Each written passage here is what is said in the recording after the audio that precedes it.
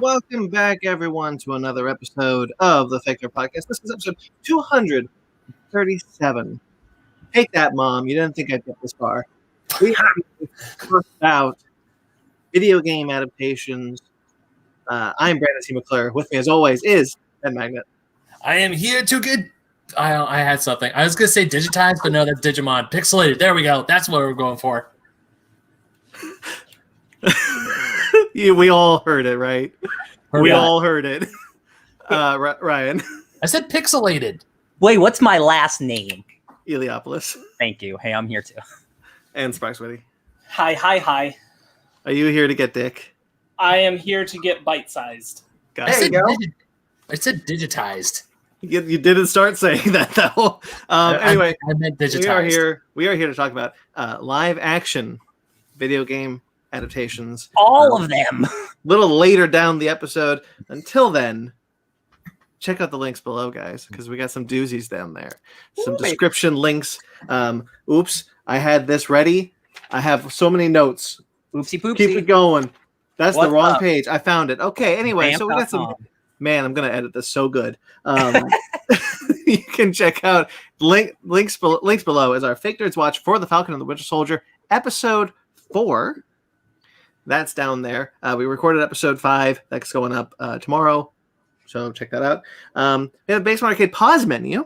Yeah, we totally did. With Mike Diver, correct, Ben? Yep, Mike Diver, who wrote this awesome book right here. Ooh. Yeah, we talked about him writing the book, of course. For the audio listeners, it's called. For the audio listeners, the book is called Retro Gaming: A Bite-Sized History of Video Games, and just for added flavor, byte is spelled B-Y-T-E, kind of like gigabyte. Cool. So yeah, he was our first international guest on Basement Arcade Pause Menu. He lives in England. Nice. So it was awesome to talk with him and to talk about video games and a whole bunch of other stuff. So go ahead and take that listen. It's a really fun conversation. I can't wait to have him back on the show. Hell yeah. There's an audio version of that as well for you audio listeners. There is. That's not in the live link, but it will be in the recorded link. So for you audio listeners, it's down there. I forgot. It's on YouTube. It's on our feed. So it's everywhere you can listen to. And for you audio listeners, we have Fake Nerd Book Club, Mighty Morphin Power Rangers, Volume 2 and 3, and Lost Chronicles, where we talk about the next Mighty Morphin Power Rangers volumes. So check those out. And we also have a new episode of my show, Conversation, where I talk to our good friend of the podcast, Ken Knapsack. Yay. Good episode. Thank you. Very good episode. I did listen to that. Oh, awesome. Thank you. Ryan, I haven't gotten to it yet. I'll get to it. I talked to Ken Knapsack about his experiences with fandom, because he is such an old guard of fandom, especially in the Star Wars fan. We've had him on this show a number of times talking about Star Wars, and we just kind of talked about the Star Wars fandom, why he left Star Wars Twitter. Some good advice is in that episode also, I think. Really all around one of my favorites that I've done. And next week I have Helen O'Hara from the Empire Podcast, and that was still a little starstruck. I got that done. I love it. And finally, I have an article below. I finally put up a new article on my blog, on our website, FNBookClub.Truth. That's linked below, where I talk about how Godzilla vs. Kong's box office performance is a good sign of things to come in the theater market post COVID-19. Yeah. Oh yeah. So that's all that's below. Who would have thought the Monsterverse, a somewhat financial failure, ends up saving Hollywood in a way? Like, I don't mean that series has been saved by the pandemic. Yes. Yeah. In a weird way, In a crazy way, which I thought HBO Max would have doomed it. For real, I did too. But I think enough people getting vaccinated, theaters opening up, like just a perfect time period. What movie do you want more to see on a big screen than big monster fights? I would say Dune, but it has big monsters. It's hard to say of anything that gets you to want to see it on a bigger screen more than giant monsters. Yeah. I talk about in the article how basically the idea is that because Godzilla vs. Kong did so well while being on a streaming service for free, HBO Max, it made more money Then the last entry in the Monsterverse, which is Godzilla King of the Monsters, which is crazy in a normal year, let alone a pandemic year where most movies are not making back their money. Yeah. I just think it's like a sign that people are ready to go back to the theaters. People are eager for it. And I just think that's really cool. Absolutely. Yeah. So I talked about that. We're going next week, baby. Yeah, we are. Dude, I've had the freaking theme song stuck in my head all week. And that's all the links that are down below. So check those out. Find us everywhere. Make sure to like this video, subscribe to the channel. I never say that up top, but do that. Please. So that's that. Who wants to go first of the week? I will. Oh, okay. You guys got to fight to the Do it death. for it. No, you can go. Look at that. I love it. I did jack shit. I feel like it's going to be a lot of that. It is. So the only media I consumed was just watching a whole bunch of video game movies. Funny enough, I didn't play a single video game this entire week. I love it. It was just me watching movies based off of video games. Oh, actually, no, that is a lie. I did play some video games with Sparks and Brandon. I was going to say that is a lie. You're right. That is a lie. Let me rephrase. I didn't play anything like Pac-Man, or I did play Pac-Man 99. I didn't do any other Super Mario stuff. It was just Fortnite for a hot second, and then Fall Guys. That was it. Mm-hmm. But as the week as a whole, I'll get into it. But the movies I did watch were actually no. Well, you just have to wait to see what movies I watched. We'll talk about them later. Yeah. We all watch the same ones, basically. Is that your whole week then? Yes. All right. I can't think of anything else I did besides that. And Falcon and Winter Soldier, we did that. But since you were the other person to say something, Sparks, why don't you go?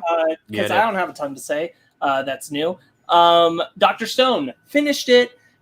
Great season finale, sets up where the show's going next. It's wild. It's crazy. The show's reinventing itself in a whole new way, all over again. I love when shows do that, especially anime. They go from stone to plants. As it's awesome. I'm very excited. Dr. Stone, watch it. Season 1's real long, but season 2's real short. So It makes up get for on it. I guess the decision was that they were like, we could stretch this into a 20-episode thing until it bridges into the next arc, or we could do a very tight season during COVID and just pump that one last little season out, because it's 11 episodes. Make it extra good. It's an 11-episode season. That's it. It's almost halved, yeah. Yeah. Wow. And end the arc, and then the next season's going to be a big one, starting the new arc and everything. Technically called a new show. Ooh. Because it's got a new subtitle. Dr. Water. Stone subtitle, but I won't say. We watched Falcon and Winter Soldier. Ben brought that up. Sad man. We watched Invincible. Ben didn't bring that up, but we watched it. It's great. Well, Falcon and Winter Soldier, you can watch our fake nerds watch for that. Invincible, it's good. You should be watching it. I'm not going to say much more about it. I agree. I had a tiny little bit of time where I was doing something and I didn't need to pay that much attention to it, but I needed to pay some attention to it. So I was playing a game on my Switch, and I decided to spend a little bit of time playing a game called Pokemon Cafe Mix. Oh, yeah? This is also available on your phones. It's a free game. Yeah. It's just, here's why I wanted to play it. It really hits a similar sweet spot of Lil Char and the gang. Oh. The art style is very much in a similar vein reminiscent. They're very cute looking Pokemon. It's just a very pleasant, chill game. It's kind of like that like kind of connect and burst Tetris inspired stuff, but it's got kind of a twist. It's all touchscreen based, even on the Switch. So you like grab onto a Pokemon and swirl it around to connect it to all the Pokemon, pop your thing. Almost like a Bubble Bobble. You're connecting similar things to it, yeah. Unlike a lot of other phone games, as I understand, this is not very gacha. It's just kind of chill. It's just like a gift to Pokemon fans. They're just like, do you just want chill? Do you just want chill and do a little thing with your fingers? I kind of do. Great. Pokemon Cafe Mix. That's my endorsement. I'm gonna give it a download, see how it goes. Last week, told you that we started The Good Place. Now, Megan and I only have 6 episodes left in the entire series, so I think that tells you how much we're enjoying it. It helps that they're like 20-minute episodes. It definitely does, but it's literally been the only thing Megan and I have really consumed when we've had just our time to ourselves. Mm-hmm. It's pretty much just been going back to The Good Place. The show is excellent. I'm so envious of you watching it for the first time. It is a drug going into my veins hard. The show is incredible. I won't say much about it because I think it's best not knowing anything. I'm grateful that I knew nothing about what would happen. So grateful. What I think is impressive, the most impressive thing about the show is that it's constantly changing itself and evolving itself in a way you don't normally see on network television. This was a network show when it started, which is crazy. Really good. Really happy. Ted Danson, I've always loved, but I now affirm that he is a national treasure. His performance in that show is a step above. Truly. And also, Darcy Carden is incredible as Janet. She deserves love her so much. Every award. Darcy Carden. I love Ted Danson. Darcy Carden as Janet might be my favorite character. I love Ted Danson, but Janet's incredible. That's real quick. Just like when she talks about Jason, that's his name, right? How he's my ride or die, and she's like this robot, and I'm just like, this is so he's good. My ride or die. Anyway, and then everything else I did was video game movies. Some of these I really directly and engagingly watched, and some of them I had kind of passively while I was having to do schoolwork and other kind of things. And it was Resident Evil Extinction. Oh, he's doing it. Rampage, Silent Hill, Pokemon Detective Pikachu, Monster Hunter, Warcraft, Assassin's Creed, Sonic the Hedgehog, and Prince of Persia. So here are my thoughts on all those in a bit. Jesus, you watched a frack ton more than I did. Goddamn. All right, I'm gonna go now. So I didn't watch all of those movies, but I watched most of them with him. And then it was Sunday, and I'm like, oh my God, with work and then everything, I'm like, it's Sunday. So I haven't gotten comics in a month, so I went to the comic store. That was great. Spent a lot of money. That's okay, because I had it. Thanks, Papa Joe. So I organized my comics, but I don't have any long boxes. So they're just back in the places that they were before, but they're just a little more organized now. So I'm still in shit, but it's great because now I see how much I have to read and how much I don't have to read, and it's a lot. So I decided to read a lot of number ones because that's easy to get into. I don't have to, it's been like months for some books. So like I'd want to read the previous issue to get back into it, which I did. Oh, I was gonna do this randomly because these are all books. I liked all these books. So I'm just gonna pick one randomly. How? Oh, Berserker #1 by Keanu Reeves, Matt Kitt, and Ron Garney. This book's radical. It's one of the most violent books I've ever read. It's a very simple story, but it's really engaging, and it absolutely feels like a thing Keanu Reeves is involved in. Like, it feels like a Keanu Reeves project through and through. Like, this is a movie. I'm like, oh, of course, he's the star of this comic and in a movie. Berserker, the camera's here. Worth checking out. I got Superman Red and Blue. I picked this up on a whim because I had no books in my DC pull list when I picked this up like last month. And I was like, I'm gonna pick this up this week. And I read it today. It's fantastic. It's full of diversity in a way I didn't expect. Superman. It's just so human in a way that I love about a guy who's the most powerful character on the planet. Superman Red and Blue. I bought the first issue. I'll probably pick up the second. It's an anthology. Only red, white, and blue colors. It's beautiful. Fantastic. I need to pick that up. When I go buy my comics, hopefully there's a lot of issues left over so I can get it. No? It's an older comic now. Damn it! I probably missed issue 2 is dropping this week. Yeah. But it's also an anthology, so you can just pick up issue 2 and there's no connecting threads. It's just stories. Sword by Al Ewing and Valero Sheedy. I caught up on this. This is still a tie-in book to King in Black. Like, this whole series has been like almost nothing but tie-ins, but Al Ewing is so good. He makes it work. I thought this book was great. Shazam! I got Wonder Woman 770. Ooh, guys, this is God of War Groundhog Day. I think this book's radical. I'm so excited to keep reading it. Wonder Woman wakes up in Valhalla, and she hangs out with Sigurd, and they're just like, yeah, this is what we do. We die and we fight. We die and we fight. And Wonder Woman's confused, and it's like a Groundhog Day. I thought it was super fun. It's like God of War, the new God of War. It's a fresh take, and I'm like, okay, this is what I wanted. It's not traditional. So bam. It's also cool seeing like Thor and all these characters that you don't traditionally see, even though both sides of those mythologies exist in Marvel and DC. It's all there. I caught up on Thor. Brandon, I'm sure you're caught up on Thor. I am. Prey, the finale. This I think this book's better than Venom. I think this book is insanely good. I think everything it's dealing with the characters is so cool, and it's the thing that we love about Donny Cates. It's being huge and bombastic with the small emotional stuff. This I am so glad I'm picking this book up. Thor is so good. How? I got Spider-Man, Spider Shadow. This is the new What If comic, and if you can see, there's a new What If logo. You can't see it. It's really cool. It's what if Spider-Man just became Venom? What if he never got rid of the symbiote suit? So it takes place in like the 90s with all that stuff happening. Really, really cool book. Chip Zdarsky is the best. Yes, Zdarsky. Oh, God. I'm going to save this one for last because it's actually the best. Noctera by Scott Snyder and Tony Daniel. Tony Daniel is a big DC guy. These are both big DC guys. This is a terrific first issue. I think this is the best art Tony Daniel has ever done. It is a stunning looking book. If you don't know about Noctera, the whole world goes dark, the sun gets blotted, and anyone who's stuck in the darkness gets turned into an evil monster, and it's basically combating that with light. It's a really cool story, really cool characters. It's a great Scott Snyder #1. Pow. Guys, this is the coolest book I've read in such a long time. It's called Ultra Mega.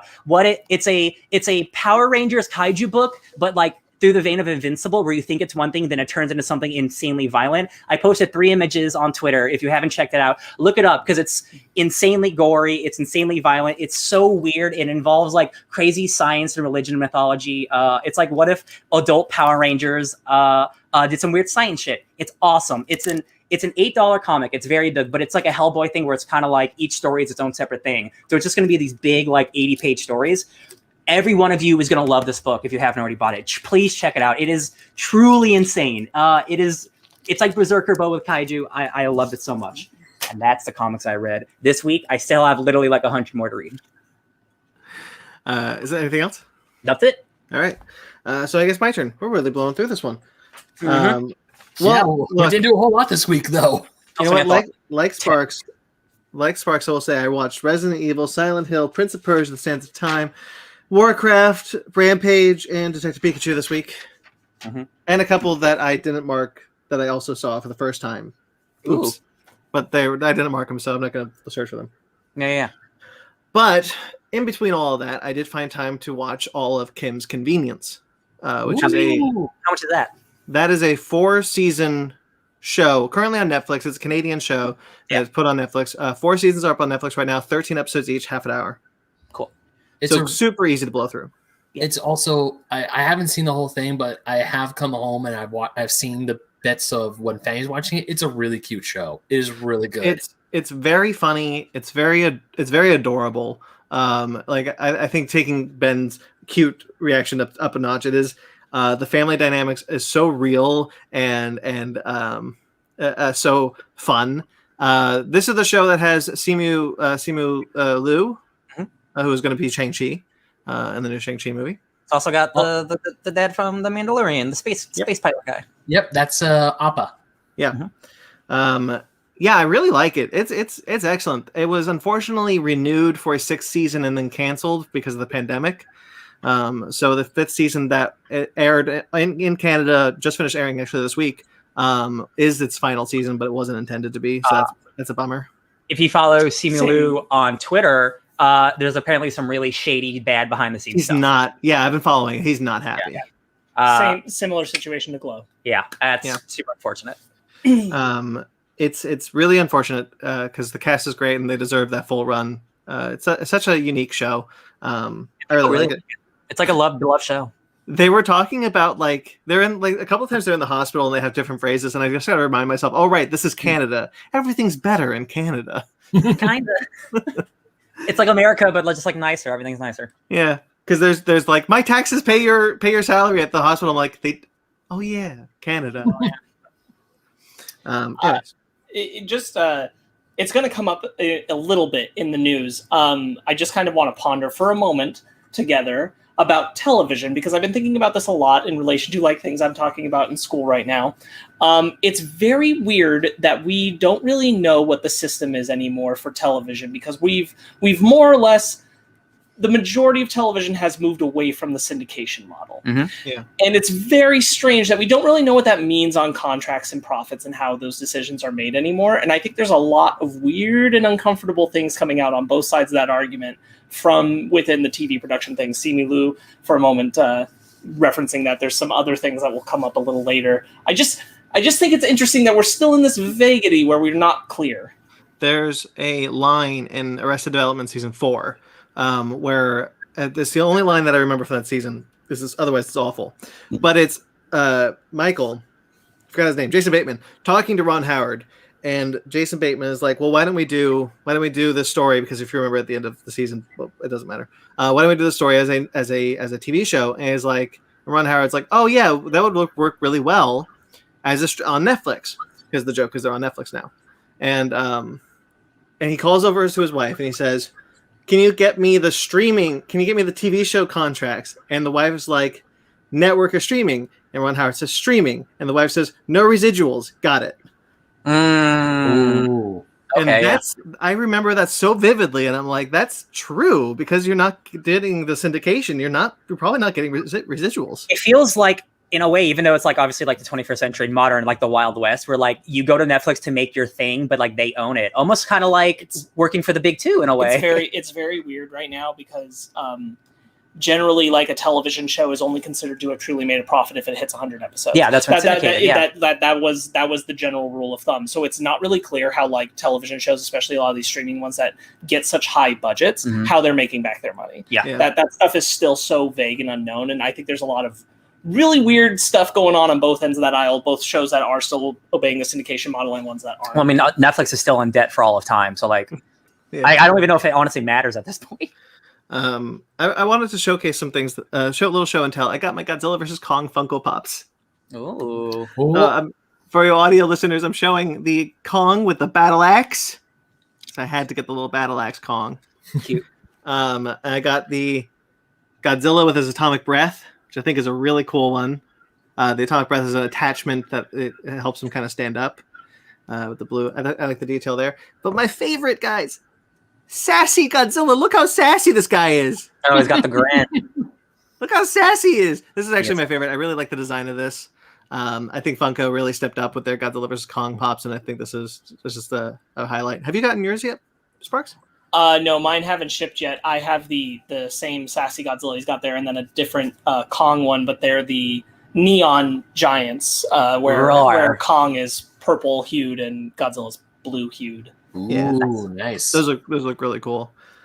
Okay, speaking of Godzilla vs. Kong, though, I read because they dropped in the direct market. I read much like Sparks last week, Kingdom Kong and Godzilla Dominion, which are the MonsterVerse prequel comics to Godzilla vs. Kong. I really enjoyed those. They actually might be my favorite of both those creatures. The Godzilla Dominion one is really unique in that it's told from kind of an omniscient perspective. So it's Godzilla, kind of a day in the life of Godzilla. Yeah. And I thought that was really cool, seeing Godzilla like make sure that there's no titans getting out of hand, like making sure that everyone's kind of like resting and sleeping, but also trying to find a new home for himself after Sarazawa destroyed his home. I like that one a lot, but I really liked Kingdom Kong. I thought Kingdom Kong was really great, and Sparks talked a bit about it last week. The new monster is super cool. Kamazats. Awesome, like giant bat creature who like makes a play for being an alpha predator like Kong and Godzilla, and Kong just like wastes him, and it's awesome. This also the comic where you get the explanation of why the storm is encompassed Skull Island. Okay, cool. Yeah, really liked it. I think that might be my favorite of the MonsterVerse so far. Yeah, the character emotion story in that is so good. Those Kong ones are always the best ones. Yeah. And I read the first issue of Green Lantern. I didn't get to a lot of comics this week, but I read the first issue of Green Lantern. Jeffrey Thomas, right? Got his name. Yes, Jeffrey Thomas. I really hated his Future State comic. I thought it was the worst of the Future State books, maybe outside of Teen Titans, maybe the second worst. Teen Titans is really bad. But I don't really like him. You know, he does some things on Twitter that I'm just kind of like, okay, you're kind of an asshole. I don't know if I want to support your book, even though it's cool that a person of color is writing Green Lantern, and it's just an entire POC cast of characters. And I love the Green Lantern Corps, so I was like, maybe I'll just skip this one anyway. But there was a lot of really good buzz online, so I decided to check it out. And sure enough, it's really good. Cool. And I'm really happy I did pick it up. I can get over him being an asshole with the fact that this was a really strong #1 with really great characterizations for characters that I don't even like Teen Lantern. Brian Michael Bendis wrote that character awfully, and he created her. But Jeffrey Thomas takes a character and breathes some really cool life into her, and she's really fun. There's Simon and John, who are the main Green Lanterns of this book, and Simon was also a character that I've never really connected with. Simon is in the book? I didn't know that. Yeah, I was about to say, about time they brought back Simon Baz. Haven't I been asking you about him for a while, Brandon? Simon Baz was on the Justice League just after DC Rebirth, I believe. And then he kind of disappeared after the Green Lantern's title had ended. He's back. I might pick up if they're still in stock. I might pick up that issue 1. Yeah, give it a shot because I was actually really surprised. Like Simon Baz is a character that Jeff Johns created, who did not get a lot of play, especially like during Jeff Johns' run, but also like after he left. And it was kind of really unfortunate because it was a cool idea, and so I was really engaged with this character for the first time in a long time. The way Jeffrey Thomas wrote him, Jon Stewart is a character I love, and I think he's got a good voice for Jon Stewart. I was really surprised, and I really liked it. Nice. And then I caught up on X-Men, and I only want to say one thing about X-Men. So this week was Children of the Atom and Wolverine. Man, you know what's really funny is I was at the store today, and I made sure I caught up on all my books, and I didn't pick up Children of the Atom #2, and I'm so mad. It's Children of the Atom still hasn't grabbed me, but I like the characters enough that I'm still willing to keep going. Yeah.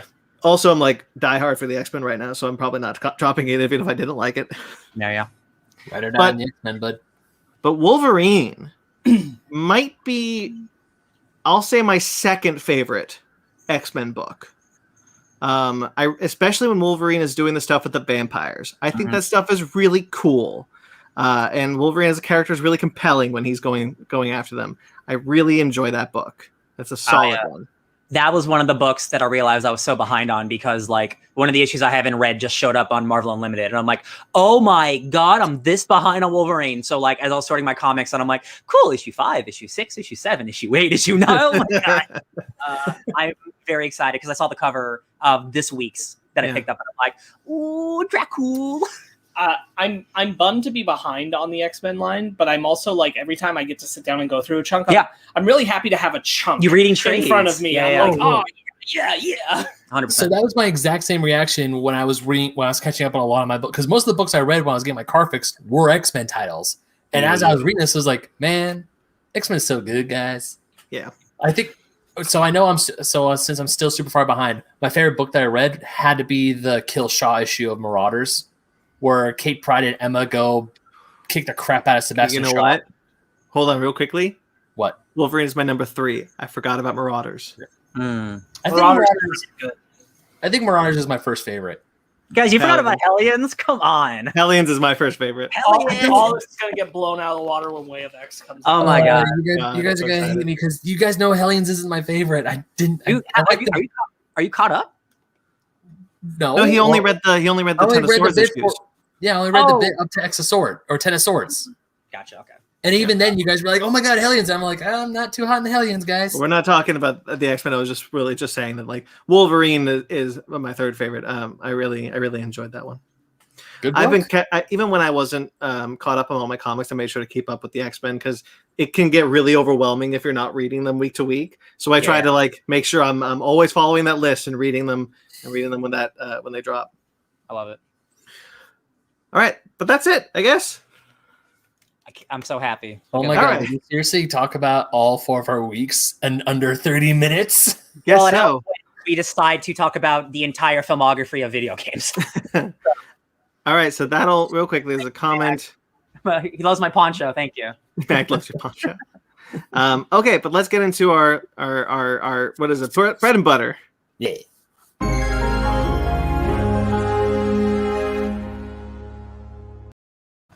Here's your bread and butter. I almost said main topic. All right. We're not there yet. No. So this week we saw the passing of Helen McCrory. Yeah. Who starred in Peaky Blinders. Of course, a lot of nerds will probably know her from Harry Potter. She played Narcissa Malfoy. Yeah. She passed away at the age of 52 due to a battle of cancer. Yeah, that sucks.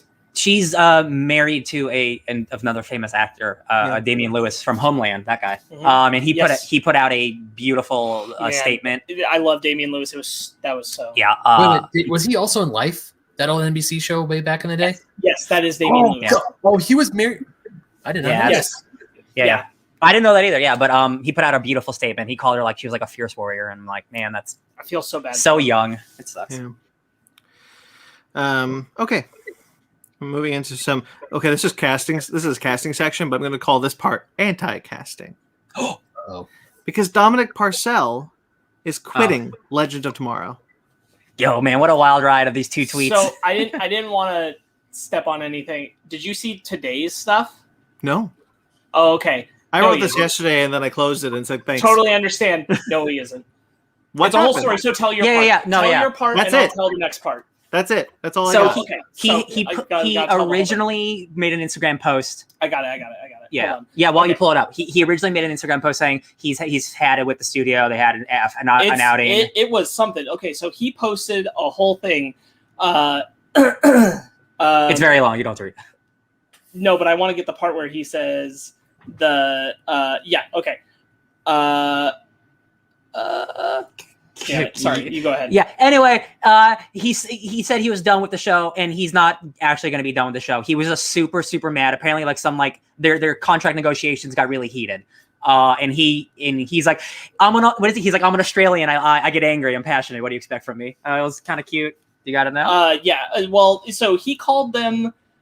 He said like he made one and then he deleted it and then he made another and he deleted that. It's been weird. And he said, to the cast and crew, DM me to talk about stupid bad C word, referring to the studio. The studio doesn't care is a statement he made in that. He then retracted it though. And then he retracted that and he said, I am leaving Legends of Tomorrow on a full-time basis. I will come back periodically with a handshake deal with my boss, Phil Klemner. I haven't quit. My contract is up. 6 years, not 7. I've never quit on contract. I never would. So to all fans, you will see me again next year on season 7 periodically. Nobody has forced me to make this statement. My tone was heavy and straight to the point, like you said. Do I have a beef with the studio? No. Yes, I said they don't care. That's not correct. Of course they do. Just me being emotional over stuff. Sometimes shit happens. I love just like the honesty and just like, yeah, I was in a bad mood. Like, sorry. Like, but it was so bizarre. And so the other thing is that he also called it a publicity stunt. And then he retracted that before he made the clarifying statements. And he said, let's see how much press this and the CW's Legend of Tomorrow could get tomorrow. Me and Mick have been such naughty boys. And he pulled that away and he deleted that. Yeah, okay, so on the third thing, because I was reading all of them, as the first one got deleted, I became a news story. He said, this is the most press the Legends of the Tomorrow has ever gotten. Thank you.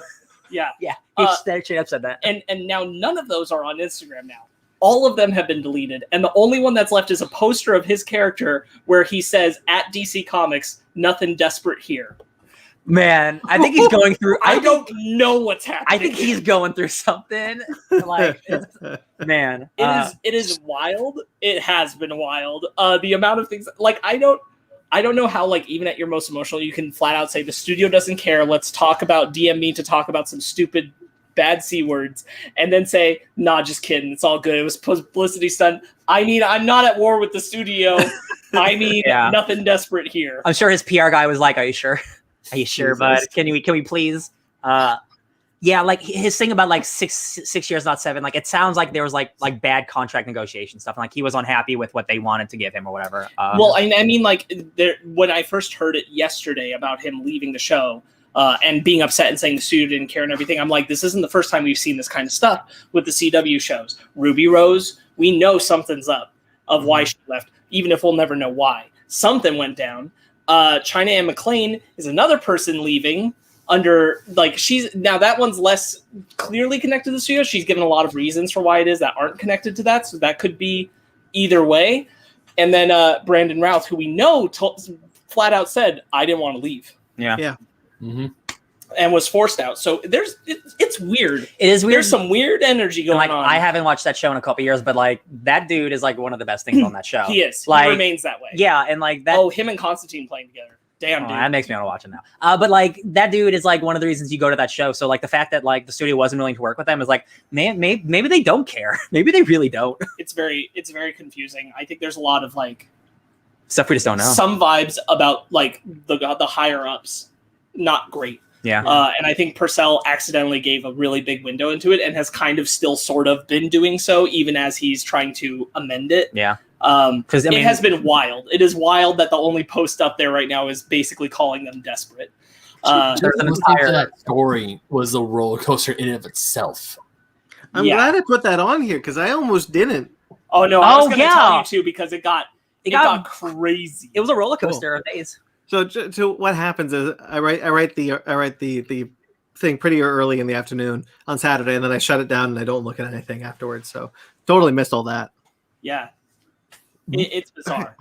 How bizarre. Speaking of DC Comics, Shazam! Fury of the Gods has cast Lucy Liu as Calypso, another character that does not have a DC Comics counterpart, but is also a daughter of Atlas. So it's their sisters, Helen Mirren? Helen Mirren, yeah. I forgot the other girl's name, and Lucy Liu. They're related. Rachel Ziegler, thank you. They're all related. That's wild. It's just a bunch of young goddess, or I'll say young goddesses, a bunch of goddesses of Atlas, like Bunch of fates.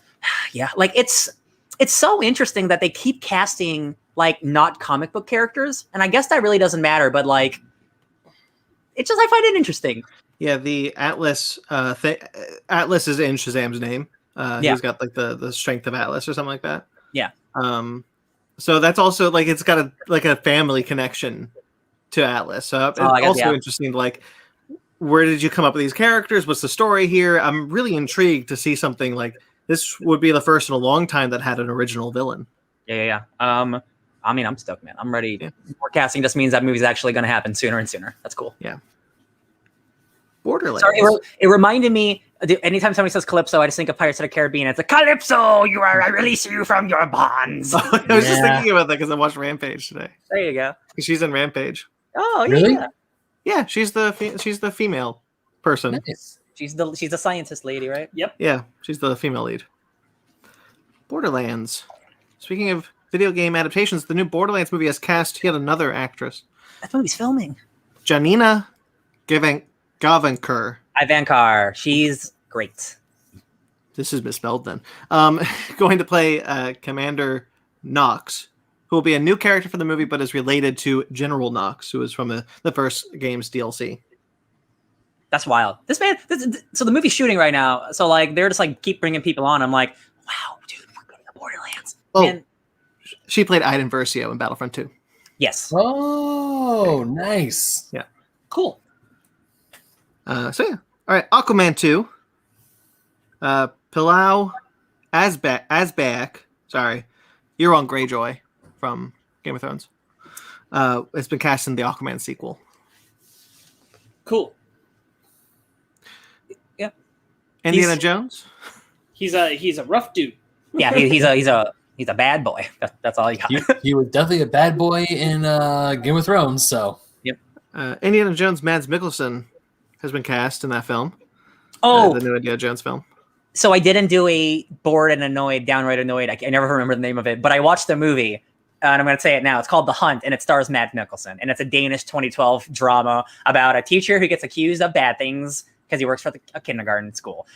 He's great in it. Mads is one of the best actors alive. He speaks multiple languages. He's great. This casting is insane. This movie is going to be like awesome. These two and Phoebe Waller-Bridge, like, 100%. Yeah, I'm really excited for this movie. I hope it's good. Is he? Boy, I hope so. A bad guy? Because he's always a bad guy. I would love it if he wasn't. I would too. I want him to be like this movie's Sala. Yeah, I would love if he's not just like the German bad guy or something. Yeah, I'd be into that. And then The Last of Us, Gabriel Luna has been cast in The Last of Us for HBO as Tommy, who is Joel's brother. That's great casting. Yeah, for Pedro Pascal's brother, I think that's great. We last saw him in Terminator Dark Fate. Yes. He was playing an emotionless robot, but he was really good at it. He's awesome as Ghost Rider on Agents of S.H.I.E.L.D. He really killed that season that he was on. I think this is great. I think that dude's excellent. Yeah. Cool. Blowing through this. X-Men. Wow, we're going to go to bed. The new X-Men lineup for Jerry Duggan and Pepe Larraz's X-Men #1 has been revealed. The winner was Polaris. The winner of it was Polaris, much to our chagrin. Man, if you aren't familiar, just real quick, there was an X-Men poll for who's going to be the newest member of the X-Men, and they allowed Twitter to decide this, which is just your biggest mistake, because even though the X community on Twitter is great, it's small compared to the people who just watch regular television. Yep. And The Gifted is a show that premiered, and Polaris is on that show, and she's honestly the best thing about that show. That also means that she won this poll in a landslide by people who don't even read comic books. Yeah, I had a discussion with Megan's sister, Katie, who listens to our show, and she didn't know about this, and so I explained it to her because she's Polaris. She's a huge fan of panel of her from X Factor is her wallpaper Nice. on her phone. I love it. So she's really unhappy that she's leaving X Factor. So is Leia Williams. Yeah. And we had a discussion, like, the way they should have done this is to have like some kind of code access for a website or something where if you bought one of the comics, you had access to the voting. To make sure that it was just comic readers that were voting on this, people who were actually gave a crap and knew what was up. Yeah. Leia Thomas is leaving X Factor? No. Polaris. No, but you said the writer was also leaving X Factor. No. He said he's saying that he's mad. The writer's mad. No, Leia Williams, because Polaris is her favorite character. Got it. Yeah. And it's a shame. But yeah, like that there should be some kind of like specific in-comic access to the voting so that it's only comic readers who are voting, because taking it to Twitter is dumb. That If there's one thing I've learned from any of the internet historians' videos, it's the video he did on business, that if you decide to put a poll of anything to Twitter, they're gonna mess it up bad. 100%. Yeah, Ben. I love that you know internet historian. He's one of the best on YouTube. Must read. You showed me internet historian, Ryan. It's thanks to you that I know this. We all remember Bodie McBoatface. Bodie McBoatface. The real name of a boat, thanks to Twitter. Oh, yes. Oh, yeah. I think that's actually in that video. Anyway, all that being said, it's really cool that Polaris is on the X-Men. That's also still really cool. So the rest of the team lineup, Cyclops and Marvel Girl, if you've been following X of Swords, that makes sense. Rogue, Sunfire, Sync, and Laura Kinney Wolverine. So, not really spoilers for the newest X-Men, but the team who are in the vault, they get out. Spoilers, they don't die. Heroes get out. Well, and they win. I saw the cover, so I can only wasn't that cover. That cover was released like months ago too, wasn't it? Yeah. Anyway, like they're going to be part of the team, and this is such a unique team because Sync is somebody who can use anybody's powers. And Rogue is also somebody who can use anybody's powers. So like the powerhouse of this team is insane, and the synchronicity, is that the right word? Like the syncing of this team, syncing on the team, really funny, it's hilarious. Synergy. Thank you, synergy. It is awesome, and it's giving these smaller characters like X-23 Wolverine. She's called Wolverine. That's great. Thank you, Jonathan Hickman, for doing that. Man, I cannot wait for you to read those X-Men issues set in the vault. I don't. I did. Oh, okay. I haven't. So you know that one of them remembers. Yes. Yeah. Yep. Don't get too crazy. Yeah. That is the one X-Men comic that I did catch up on. I really like that book. I'm really excited for Jerry Duggan and Pepper LaRose to take over the X-Men. I really like this team. Cool. Yeah. I don't expect Pepe to be on it more than one arc, because that's a dude who spends a lot of time making comics, and he's one of those guys who doesn't stay on a book very long. So I hope he's got at least an arc in him, and I'll be happy with whoever's next. Yeah. I think that's great. Yeah. I won't read the solicitation. It's really nothing. It's being like, look, we have X-Men now. Oh, yeah. We know. Amazing Fantasy is being relaunched by Kara Andrews. Kari, like Atari, because that's what it says in his Twitter profile. Cool. Writer-artist on Amazing Fantasy. Going to be a 5-issue miniseries. That's going to see Red Room, Black Widow, Teenage Spider-Man, and World War II Captain America go to a fantasy world plucked from their timelines. Sweet. I am such a fan of this. Kari Andrews is he's a really unique dude. He did a 12-issue Iron Fist series that I really, really like, that I wanted to make for a book club. It's really dark and sinister, but that dude has such a unique art style. It's very dirty, which rubs a lot of people the wrong way. But the fact that he's doing this book makes perfect sense for him, like doing like an old school type of fantasy book. I am 100% on board. This is my type of book. Sounds really cool.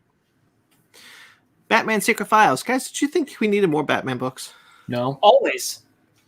Well, remember, no diversity character is going to get an ongoing, but they will get one-shots. Hell yeah, I guess. Because Batman Secret Files is going to be a series of one-shots that are going to start with Batman Secret Files, The Signal, a.k.a. Duke Thomas. Oh, going to come out July 6th, written by Tony Patrick, with art by Christian Deuce? Dutch. D-U-C-E. Deuce. Sure. Deuce. It's going to follow Duke Thomas as he comes back to Gotham City, and it's like, look, this isn't my Gotham City, because he's been on the outsides for a while. Yeah. Duke Thomas was introduced in the, for those of you who don't know, he's one of the more recent Batman sidekicks. He's a metahuman. I think the only one on Batman's team. Oh, yeah. Written by Scott Snyder. And then we'll be followed by Batman Secret Files Huntress, who I actually think is white again. Because she's been black for a while. Yeah. Mariko Tamaki is writing that one, who's currently writing Detective Comics, with art by David Lapham. Okay, yeah. That's a good team. Okay.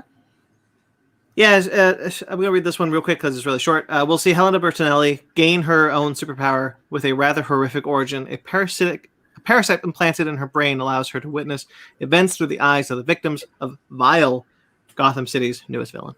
Yikes. Okay. That sounds kind of cool. Yeah. Parasite in the brain. That's gross. But, you know, like, hey, DC Comics, give us some ongoing. Throw us a bone.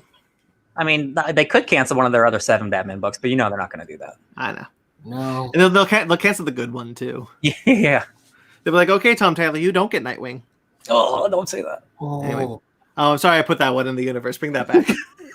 Or they say, okay, Tom Taylor, you might not get Nightwing, but you're going to get Superman. I mean, I wouldn't hate it. Oh, man. Oh, sweet babe. You know what I was thinking about? I was thinking about the Injustice comic that he did before Superman. Like, it's a flashback to before Superman went crazy, and he just helps a kid with his bike. Oh, yeah, I remember that. It's such so good. Skybound. No. I was gonna go on a rant because I want to say it was Ryan or Sparks or one of you three retweeted something. It wasn't from Tom Taylor, but it was from a Tom King run. I want to say it was from Superman Man, or no, it was from Tom King's Superman book. Up in the It Sky. was really, yeah, that one. It was really good. It was a really good thing. It was a really good thing. I was like, man, why can't we have like stuff like this anymore? Ben, you can. It's called Superman Red and Blue, out in stores this month. I mean, it's what we talk about all the time, where it's like, you know, they do all these anthologies and they put these diverse creative teams with these diverse characters, but they never do anything more with them. And they're just kind of like, see, we did that. Is that enough? And it's not. Enough. All right, Skybound X is going to be a weekly limited series starting in July, from July 7th to August 4th. And it's going to be a celebration of Skybound's 10th anniversary. This is Robert Kirkman's company. Walking Dead it's publisher Walking Dead, Birthright, tons of other comics that I'm blanking on right now. It's going to feature a number of Image Comics creators debuting new stories, many set within the worlds of popular comics like Murder Falcon, Birthright, Redneck, and Stillwater. What I found interesting is that the Walking Dead story... actually, no, hold on. I did this out of order. Okay, the Walking Dead story, so it's going to be a short story. We'll introduce Clementine, who is the Telltale Walking Dead character. Yeah. Going to be introduced in the comics world for the first time. I think Clementine is the best character Telltale has ever made. Those Walking Dead games are arguably the best thing Telltale has ever made in terms of like just actual emotional, engaging storytelling. And Clem is a character you see grow from a child to a full adult in the span of like a bunch of games. The fact that she wasn't in the comics earlier, like I haven't read Walking Dead, also it's done, but like she never got introduced earlier in some side thing. I figure she would have by now. The games are old now. This is great. Like I'll pick this up just for that because I think she's exceptional. Yeah. Issue 5 will also feature a story by Robert Kirkman and Jason Howard that looks to be a prelude to their new creator-owned series being published by Skybound. So we don't know what it is yet. Sweet. This is funny. Each issue of Skybound X will also include a serialized chapter of Rick Grimes 2000. Yeah. Written by Kirkman with art by Ryan Otley. Now this is set in the alternate universe introduced in The Walking Dead's The 75's backup story, and will explore what happens when Rick Grimes awakens from his second coma and discovers aliens are the true enemy controlling the undead. Bro, the promo image is great. He's got like a lightsaber. He's covered in blood. He's wearing like a superhero mask. Oh man, give me it, please. If you guys don't know the story, I'm sure Ben forgot it, but like no, I remember. Robert Kirkman initially pitched The Walking Dead to Image, and they didn't want to publish it because they were tired of zombie stories for the audience. And Robert Kirkman was like, "Well, it's not just zombies; there are aliens controlling the zombies, and it's an alien invasion." And that got it published. So about 20 issues in, the editor of The Walking Dead and like one of the heads at Image was like, "Hey, one of the aliens showing up," and Robert Kirkman straight up said, "There are no aliens. I lied to get it published." Got him. And then it turned out to be one of the biggest selling books of all time. So like, oh, I guess we'll publish it still. Yeah. Okay. But this will be. But I guess that's where he got the idea for the backup story, and now he's going to expand that in Skybound X. Aliens.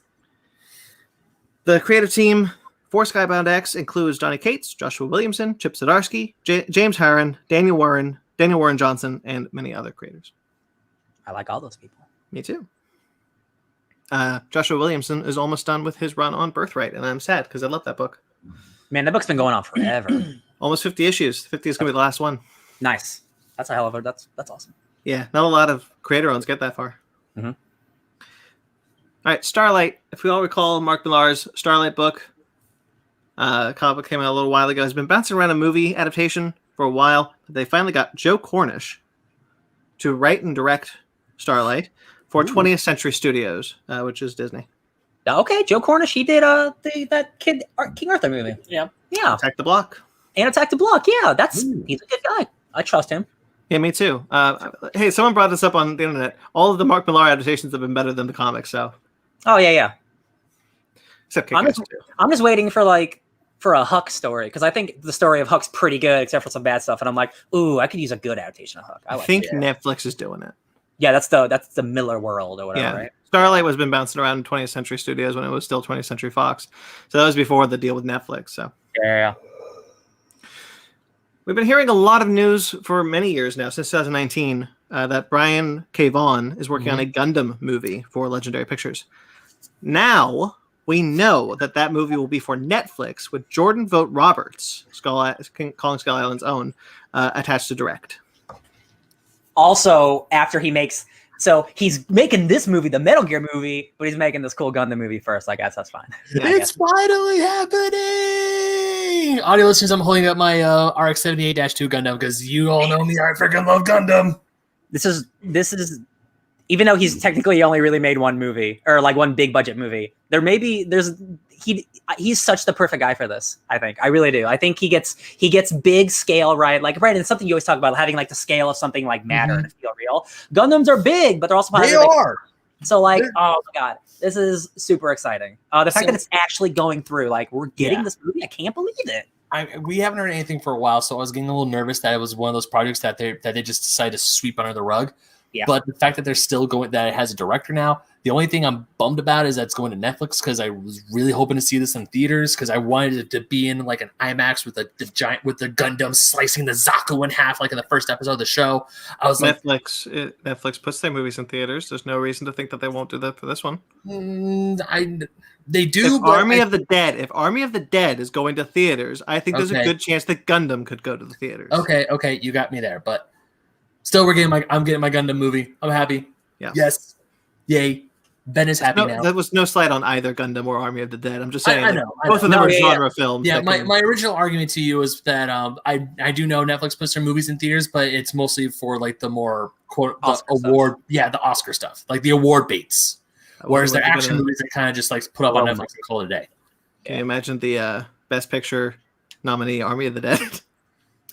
I feel like Army of the Dead is going to theaters because of Snyder, not necessarily because of the film.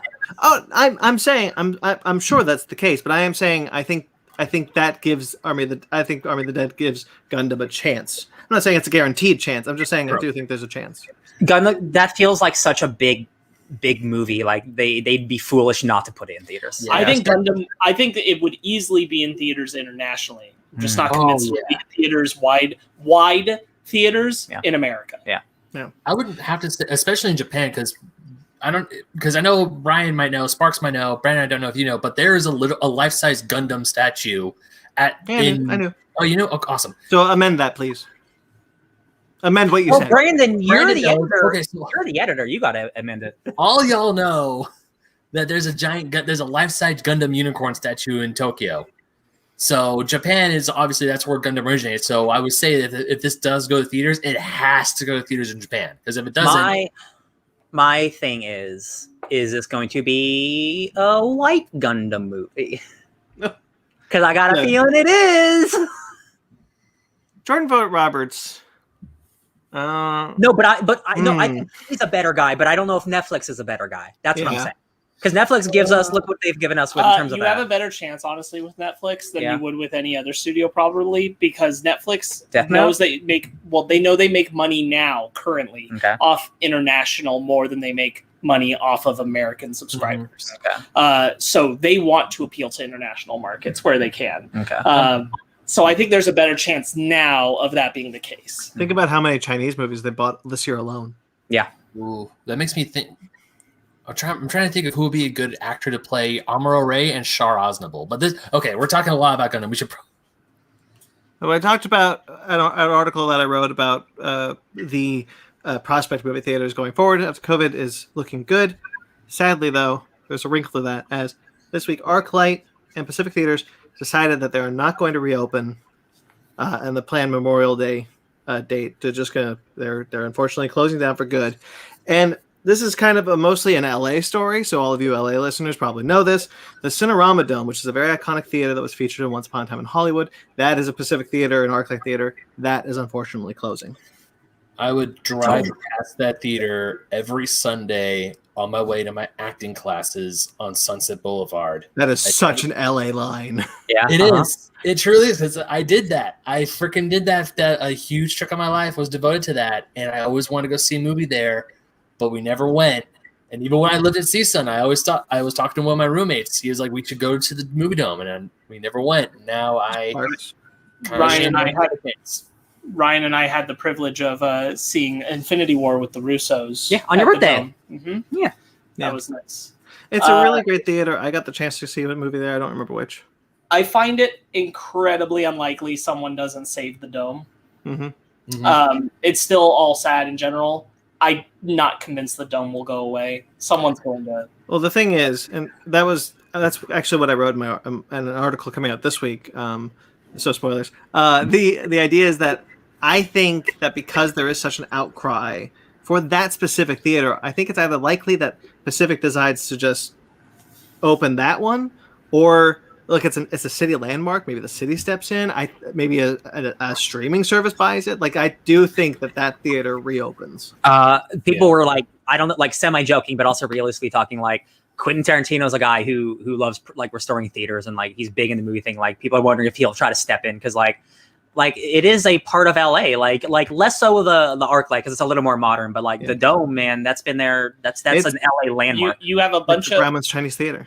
Yeah. You have a bunch of film buffs who live in LA, like people who are crazy into film, who work in film, all that kind of stuff, who have loads of money. Oh yeah, the Dome will stick around somehow. Yeah. Yeah. I mean, the ArcLight at the Sherman Oaks Galleria, it's a cool theater and all, but that dome is iconic. The expensive. Yeah. The for like major movies, they would dress up the dome more famously. For those of you who are listening to this who probably don't know what it is, I'm sure you saw the thing online where it's the giant Godzilla head coming out of the dome for Godzilla King of the Monsters. That was sick. Yeah, I agree with Sparks. It is unlikely that dome does not reopen. Yeah. Do you think it's likely that like another theater buys the ArcLight and just uses it? I think that's totally possible. Honestly, my whole thing. So a couple of years back, Amazon and Netflix tried to buy theaters. Amazon tried to buy the Landmark, and Netflix tried to buy the Egyptian, also in LA. But Netflix did buy the Egyptian, so they own that theater now. I think it's probably likely maybe Amazon takes a bid for the Cinerama Dome. Someone will. Yeah. Real quickly, Grayson in the chat. Hello, Grayson. Hey, says, for the Gundam movie, do you think Adam Wingard, Michael Bay, or Gore Verbinski would be good? We already got a director. All three of them would make good, very different movies, but I'm happy with the guy that we got with Jordan Vogt Roberts. Yeah. Yeah. Of the three, I don't want to see Michael Bay's version. No. I think he would have the best action. I'm sure he would. But like, no, but I mean, like, that's what I mean. Like, if I had I retract that. I don't even think the action in the last two Transformers was good. So I retract that. I don't think he would. Okay. But Jordan Vogt Roberts is a great choice. Yeah. Yeah. Resident Evil had a major showcase. Oh, yes. It's Scott's 25th anniversary, and boy, are they celebrating. This is going to be a pretty good year for Resident Evil. Of course, we got the movie. Potentially that live action show, I think, is due this year, but maybe next year. And, of course, a new game. First, they announced Resident Evil 4 for the VR. It's announced for the Oculus Quest, so who cares? That game is A lot of people care. that game. It's still considered the best Resident Evil game, but it's also much like a Skyrim. That game has been ported to literally everything on the planet that has a screen on it. Yep. Like you can play that game on your phone. You can play it on every single console that's ever been made post 2004. I think it's funny that they're still doing it. So if you guys have, because funny enough, when I talked to Patrick Brickhouse from Retro Blast when he was on Pause Menu, we talked about RE4 for a hot second, and he mentioned that a lot of diehard RE fans they freaking hate RE4 because it's the quote unquote most popular one. So hearing that's getting Boy, That's a very Isn't that just the way fandom? It's popular, so it's bad. It's popular because maybe it's good. That's why it's popular, because it's good. That's also how. I mean, yeah, that's the first one I ever played because I heard it was so damn good, and I can attest it is that damn good. It is. It's like the first Resident Evil game I actually beat from beginning to end. Well, Ben, get ready for Resident Evil Village with a new story trailer. Holy shit, I saw that today, and goddamn, it looks great. I can't wait to get it. Mother Miranda. I'm a long way away, but I'll get there. Yeah. I had a question. Ryan, you saw this trailer, I'm assuming. Yeah. So we're still dealing with the Umbrella Corporation? So, yes, it's very much.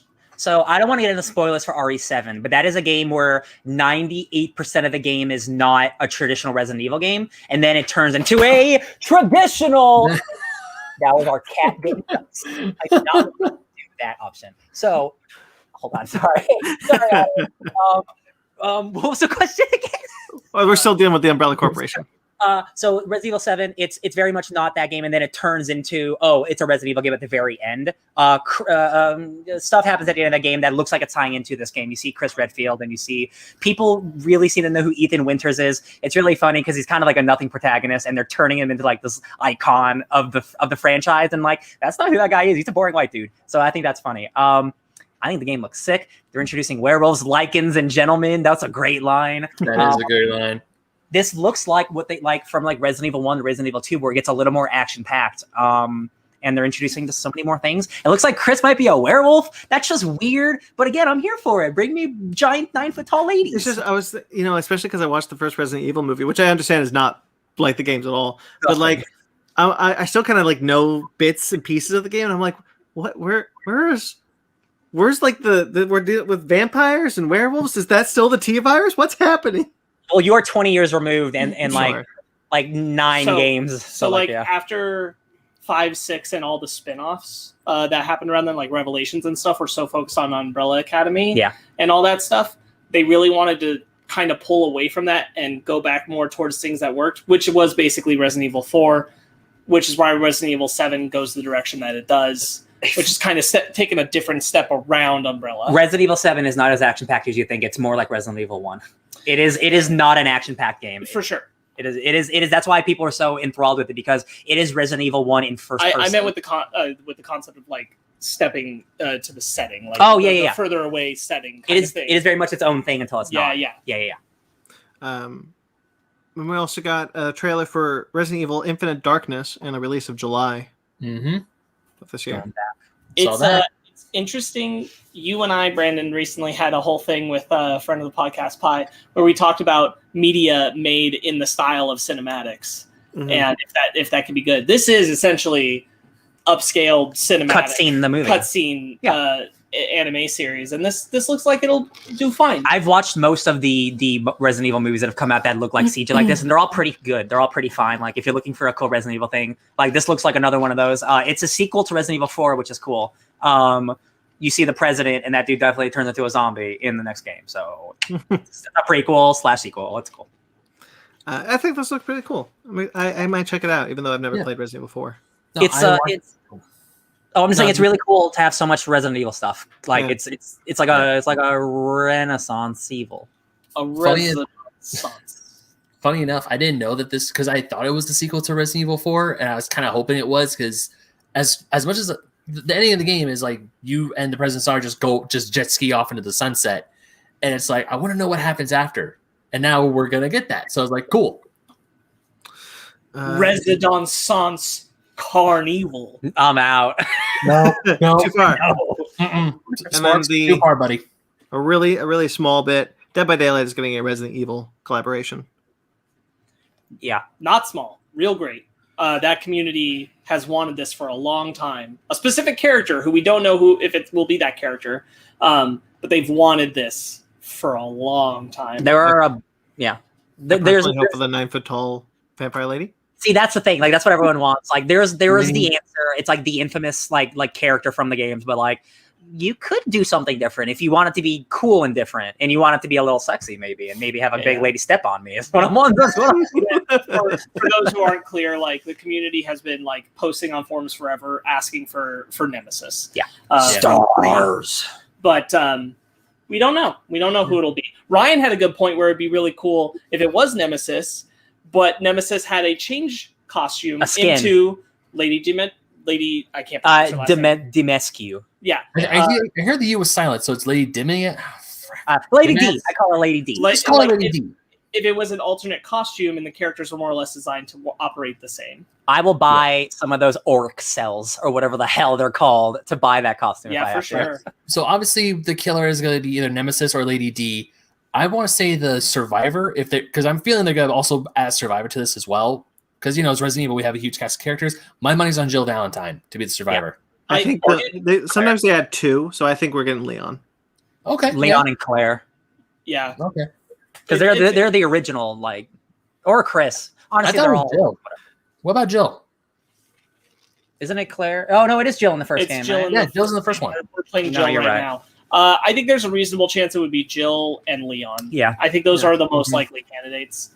And there are 2 other contenders who people have thrown around. Like, it can either be Mr. X or Titan. Yeah. One of the 2. But it is likely Nemesis above all. Mr. X and then possibly have Lady a cool D. hat. Mr. X does look pretty dope. Mr. X would be very easy to make an alternate skin for Nemesis. He's just like super boring. He doesn't have any. You could get a 3-in-1 with all 3 of those characters. Just do it. Let the all step on me. Definitely. No joke. I've been watching a lot of TikToks that people have been putting up of Lady D, and the one that's been stuck in my head is where Lil Nas X's "Call Me by Your Name" is playing in the background. Ooh. So where it's like harder, and it's like what, and they all like bite their lips and then breaks neck. I definitely really like the one where it's Sam Neill as Alan Grant on the Triceratops, but it's her butt. Yeah, I saw that. That was an instant retweet. Oh my god. I cannot believe how many people that would how long ago would that trailer launch? Like 3 months ago? A couple months. Whenever the first trailer showed up and we saw Lady D, everyone was just like, step on me. Let's go. Listen, like, they knew what they were doing. The internet's the internet. I love the one that's like, it's like a guy in a Speedo running on a beach, and it's like, this is me running from Lady, and it's like, oh no! Everyone wants to get murdered by this glorious 10-foot tall woman. Like, it's fine. She's like, she's like 9 feet tall, and then Capcom releases like, okay, 9'6". Yeah, no, joke. Okay. No joke, doing great PR work for tall ladies everywhere 100%. who don't get enough love. True. Mm-hmm. True. Trailers. All right, we're here. See, we're here, but we're going to talk about movies for like 7 hours. So, quick side note: if I ever find a life-size cutout of Lady D, I'm getting it for Ryan for a birthday present. I don't care how much it is. Don't even. I guess I'll have to make sure your room is tall enough. Oh God! Ben goes up to your bedroom. What are you doing? Measuring? Why? Don't worry about it. Don't worry about it. Don't worry about it. Okay, it's like, oh, perfect, 10 feet, just barely. Just barely. All right, the cardboard cutouts add like 2 feet. Mm-hmm. Castlevania Season 4 had a little bit of a thing. The big news there is that the 4th season will be its final, and they're going to start work on a new spin-off. 100% makes sense. Yep. Yeah. Because I would love for that franchise to continue without the person making it, and that looks exactly like what they're doing. So, unfortunately, it looks like we're getting one more season with Warren Ellis. That really bums me out because despite his flaws, I really, really like Castlevania. I think it's awesome. He's a talented writer. He's a talented writer. I just don't. He's like one shitty person. He's like the main guy behind the show. And it's really hard to want to watch. By the time the thing happened with him, the show was probably already almost done being animated. He definitely wrote all of it for sure. Yeah. I mean, again, like there are a lot of talented people who make that show, so like I probably still will watch it. There are way more people working on it than just him. It does sour the experience. Yeah, for sure. I'm excited that they're not ending it though. Yeah, I totally forgot that Warren Ellis did some bad things. Yep. He's a big old Bluebeard. Nobody's forgotten. All right, here we go. Borat supplemental reportings retrieved from floor of stable containing editing machine. Great, perfect, Extended cut of Borat. I still haven't watched Borat 2, so I gotta do that. But I want to watch this also. It's great. Brandon, you saw it, right? Yeah. Yeah, great stuff. Supplement me, baby. Yeah, give me more of that. I am unsurprised that in our recent years he had enough material to make much more. Oh yeah. I am completely unshocked by that, and I'm excited to watch it. Oh yeah. Yeah. It looks like there's even a bit where he's out of character because it's the one where he's driving away in the ambulance away from that. So that's from behind the scenes. That's already online. That stuff that is really horrifying. Like that dude was like, rocks were getting thrown at him. People were chasing him. Like he was really scared for his life. He makes really great movies, man. Like that's how bad it's been. Yeah. So. Yeah. I really like Borat 2. More of that. Sure, give it to me. The Waterman. Yo. I love this trailer. I love this trailer because it's both a horror trailer and a children's mythical quest trailer at the same time, and I've never seen that before, and I'm so into it. It's a weird tone. Yeah. So when the upbeat music started playing in this trailer, I'm like, hold on, I thought this was a horror movie. Why is this like believe in yourself, you can conquer the odds kids movie vibe? What is this? So I think what's great about it is what I think they're going to end up having done is it's going to be one of those mythical quest kind of films where like there's an air of like danger and kind of scary mysticism about the thing that they're working around, which happens a lot in a lot of children's things. The thing is that usually when they handle it in those films, you don't take that seriously. Mm-hmm. You, an adult, don't take that as a serious, scary thing. It looks like they're sincerely going to use horror movie style elements to make this a scary thing that is also happening in this completely child contextual mythological thing. And I think that's great. I love that they'll apply things that actually make it like, oh, that's pretty much a horror movie moment, but in a way where it's still contextualized into this child quest narrative.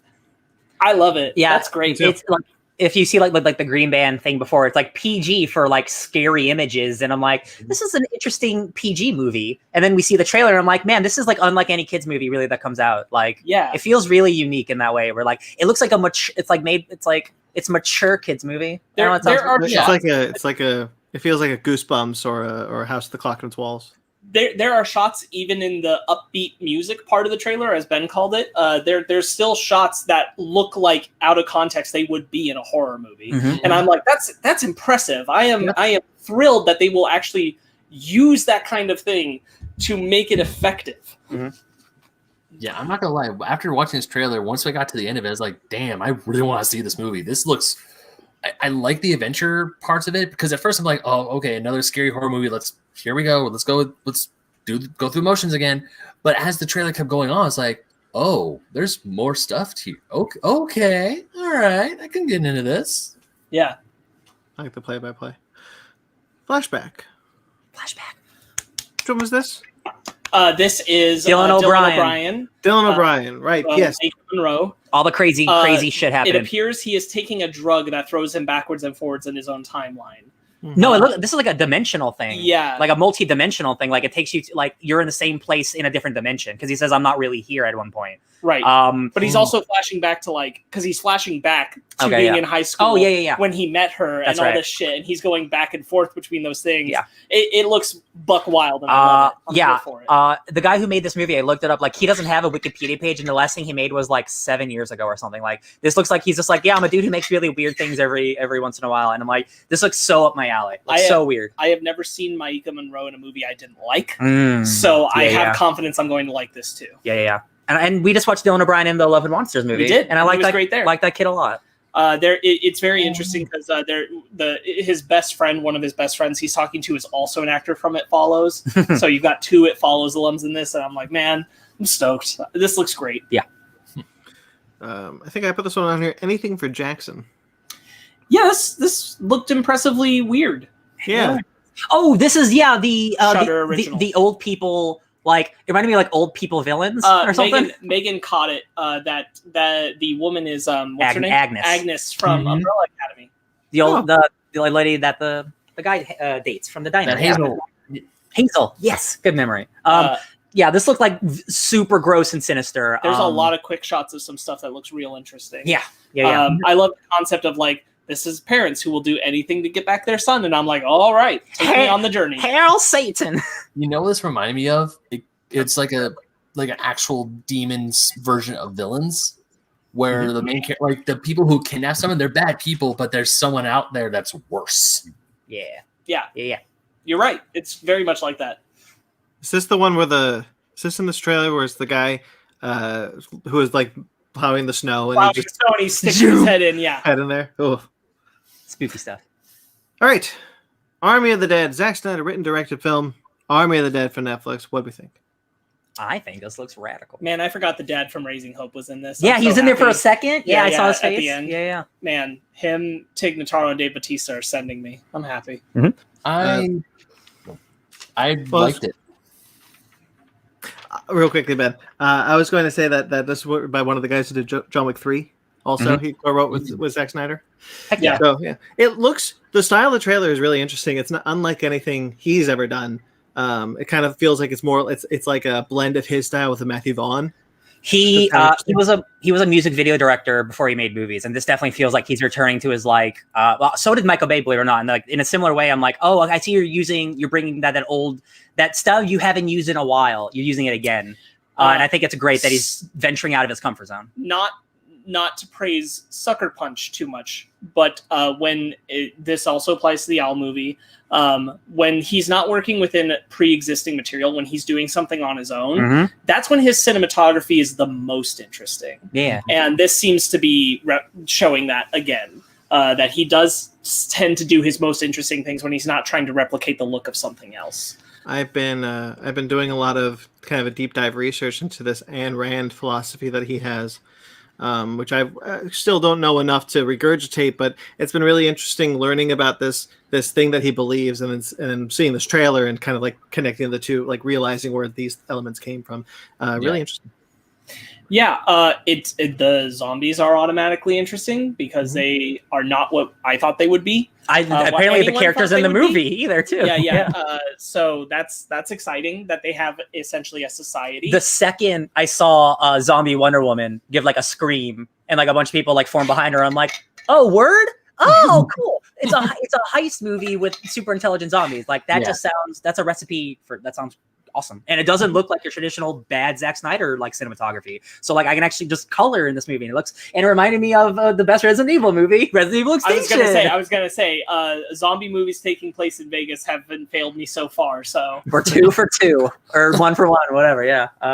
I'm pleasantly surprised. I really like Bautista a lot. So like I'm happy to give this a chance. Yeah. Bautista and Notaro are selling me on the movie to begin with. Yeah. So I'm stoked. Kudos to Zack Snyder for cutting that dude out. I don't even remember his name. Chris D'Elia, yeah, and replacing him with someone way cooler and more talented. Zombie Tiger. I love that line. Yeah, that was a cool touch. And also seeing the zombie tiger, I was like, damn, that actually looks really good. Yeah. Hitman's Wife's Bodyguard. Everyone We all just looked to Ryan. I may or may not have seen this movie over 2 years ago, and it may or may not look exactly like the movie I saw then. Spoiler alert, I may or may not have seen the sequel to a movie that I thought was totally fine. And I think the sequel's pretty good if that's a movie I saw. I think it's really fun. And I can't wait for people to see it. Selma Hayek looks like she's going to be great in this, and I'm super happy. I was always happy the moment they announced, like, yeah, we're doing a sequel about his wife. And I'm like, great, because she was awesome, and I want more of her. Yeah. This has never happened to me before, where 2 years later, as a movie comes out, I saw. I also really like, what I loved about Hitman's Bodyguard is the dynamic of, like, Sam Jackson being so off the rails and Ryan Reynolds being more of a straight man, having to like bounce off of him.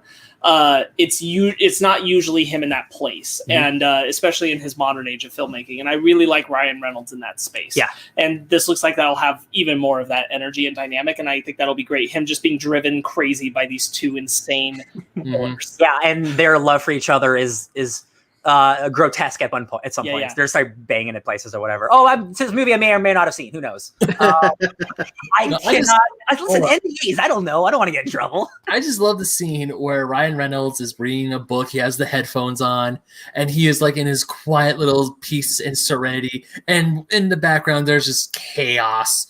Guns, bullets are flying everywhere. And then Salma Hayek just rips it. Everyone's like, "Here we go!" He's like, "No, my peace." I really like the bit where or someone goes, "You think I make a good mom?" And he goes, "I think any child would be lucky to have you as its host." Yeah. I think it looks to be a funnier movie overall. I think the chemistry was good in the first one. Like, it just cemented even more in the second one. Can't wait to review it. And finally, the longest trailer in existence, F9, The Fast Saga. I remember around the previous one, we were like, that car goes sideways through a building, and now we know it's magnets, and everything is magnets. And I'm magnetized. Yes! I'm ready. Bro, come on. I am happy to have Justin Lin back in the franchise. As I often say, I don't know if if I necessarily like the direction the Fast and Furious franchise has taken post Paul Walker's death, but of course Fast 5, which is the best. But I've been in the ride this long. I'm not jumping off. You're ride or die, baby. Yeah, I'm ride or die. I'll finish this franchise. We're at 9 at this point. Like, yeah, like you know what you're getting into. Like, they're going to space. What I more lament is that like Fast 5, Fast 6, even like more grounded. Then we start getting progressively. That's when we start progressively getting more ridiculous. Oh, that's totally fair. I think that's also like a preference thing, because like once you're into 8 territory, you can't be boring anymore. You know. But I also, like I said, I love Justin Lin. Justin Lin's movies in this franchise, so like him back, and like I talked about with Sparks, like he's finishing the saga. I'm really happy about that. I'm really happy that he has said this week, like, you know, this is part 1 of a story that the next 2 films are going to tell, and that, you know, in his mind, he was asked like, well, will The Rock and, you know, Statham be coming back? And he's like, in my mind, they've never been gone. Like they're still there. They're in the world. They're going to be in it, doing their own thing right now. Yeah, you know, and like it's all going to come together. We got Helen Mirren in this movie, which is crazy. E-break for me, darling. So I'm totally stoked to see why she's involved. A little laugh. Oh man. What happened was I watched this trailer and I'm like, I'm into it. I love Fast and Furious. And then Dom uses the giant thing. This is the big stunt where he uses the giant truck thing to whip the helicopter around. And like I started, like, I jumped up and like cackled at how great that was. And then of course there's the scene where it looks like Ludacris and Tyrese are going to space. We're there already, guys. But like I texted Sparks and I go, 1, we got to see Fast 9 together, and 2, we got to at least be a little high. I don't remember what movie you and I started going to the theaters together on them on, but we don't miss them now. No. No. I remember when, Brandon and Sparks drove out to my neighborhood to see, I want to say it was Fast 5. Nope, it was not Fast 5 because I watched Fast 5 in Sparks' house. No, it was 6. It was 7. Fast 6. 7? It was 6 or 7. Hello, Think Fat. Real quickly, Think Fat says, hello there. I'm always amazed that the series even managed to go as long as it did. When I first saw the first movie, I had never thought it would be something that would be close to 8 sequels. I'm sure Vinny D is thinking the same thing. He's like, I can't believe I'm still here. I thought the same thing. I was like, this is a great movie. I'm not gonna lie. I thought after 3 they were done, and then it comes out with more than that. I was like, oh, there's more. I remember when 3 came out and people hated it, and they thought all the Fast and Furious movies were now just a joke. And then they just came back. I remember very specifically, I saw the trailer for Furious 6, and I said to Sparks, and I was like, do you own the Fast and Furious films? And he did at the time. I was like, I want to watch them. Because I want to watch what 6 is. You're a later convert then. Gotcha. Yeah. I love it. And since then I've been ride or die. Ride or die. All right, that's it. Real quick, was this the same song that they used for the Kong Godzilla trailer? I don't think so. Is it ready? Are you ready? I'm pretty sure it's the same trailer. The first time we see Kong Godzilla punch each other, it's the same song. No, that's not a slight. It's a great. I don't know if I paid enough attention to it. I love the song. It's a good hype song. It's not a detractor. I think it's a great song. I'm really glad that Charlize Theron is such a presence still, that she is this massive bad. I really like that. I know she's going to bring even more to the table. I'm glad she wasn't a one-off. She's bringing a jet to the table. I do love the dynamic. Like, we now know a little more about the dynamic between the brothers, which is that John Cena's character feels like he's been living in the shadow of his brother, like neglected, and now he wants to come out from under it. He's like, look how big I am, great. Look how strong I am. I brother. really did want his line to be, I've been living in your shadow and now you're going to die in mine, but that's not what it was. You can't see me. You could never see me. I'm excited. Yeah, me too. All right, shall we get into our main topic? Yes, we should. Boy. Yes.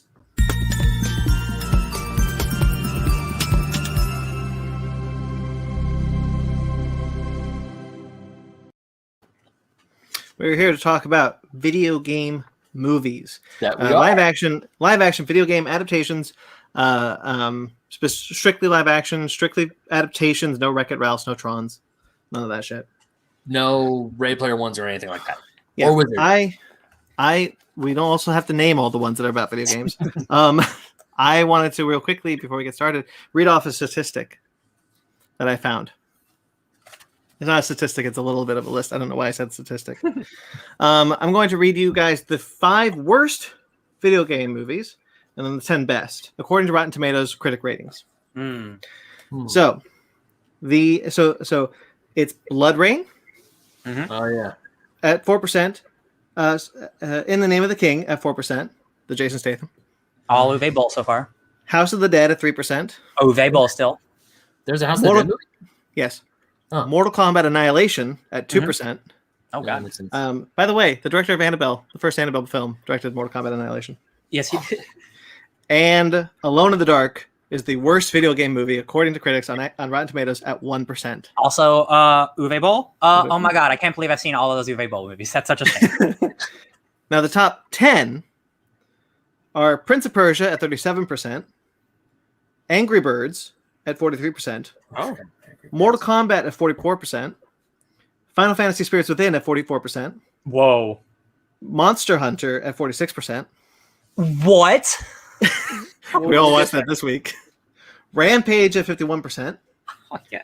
Tomb Raider at 52%, Sonic the Hedgehog at 63%, Detective Pikachu at 67%, and what do you think the highest rated video game adaptation is on Rotten Tomatoes? It's Angry Birds 2, but that's animated and not part of our discussion. I know, but I'm just saying, I wanted to It's build Angry up Angry Birds Birds 2 Really?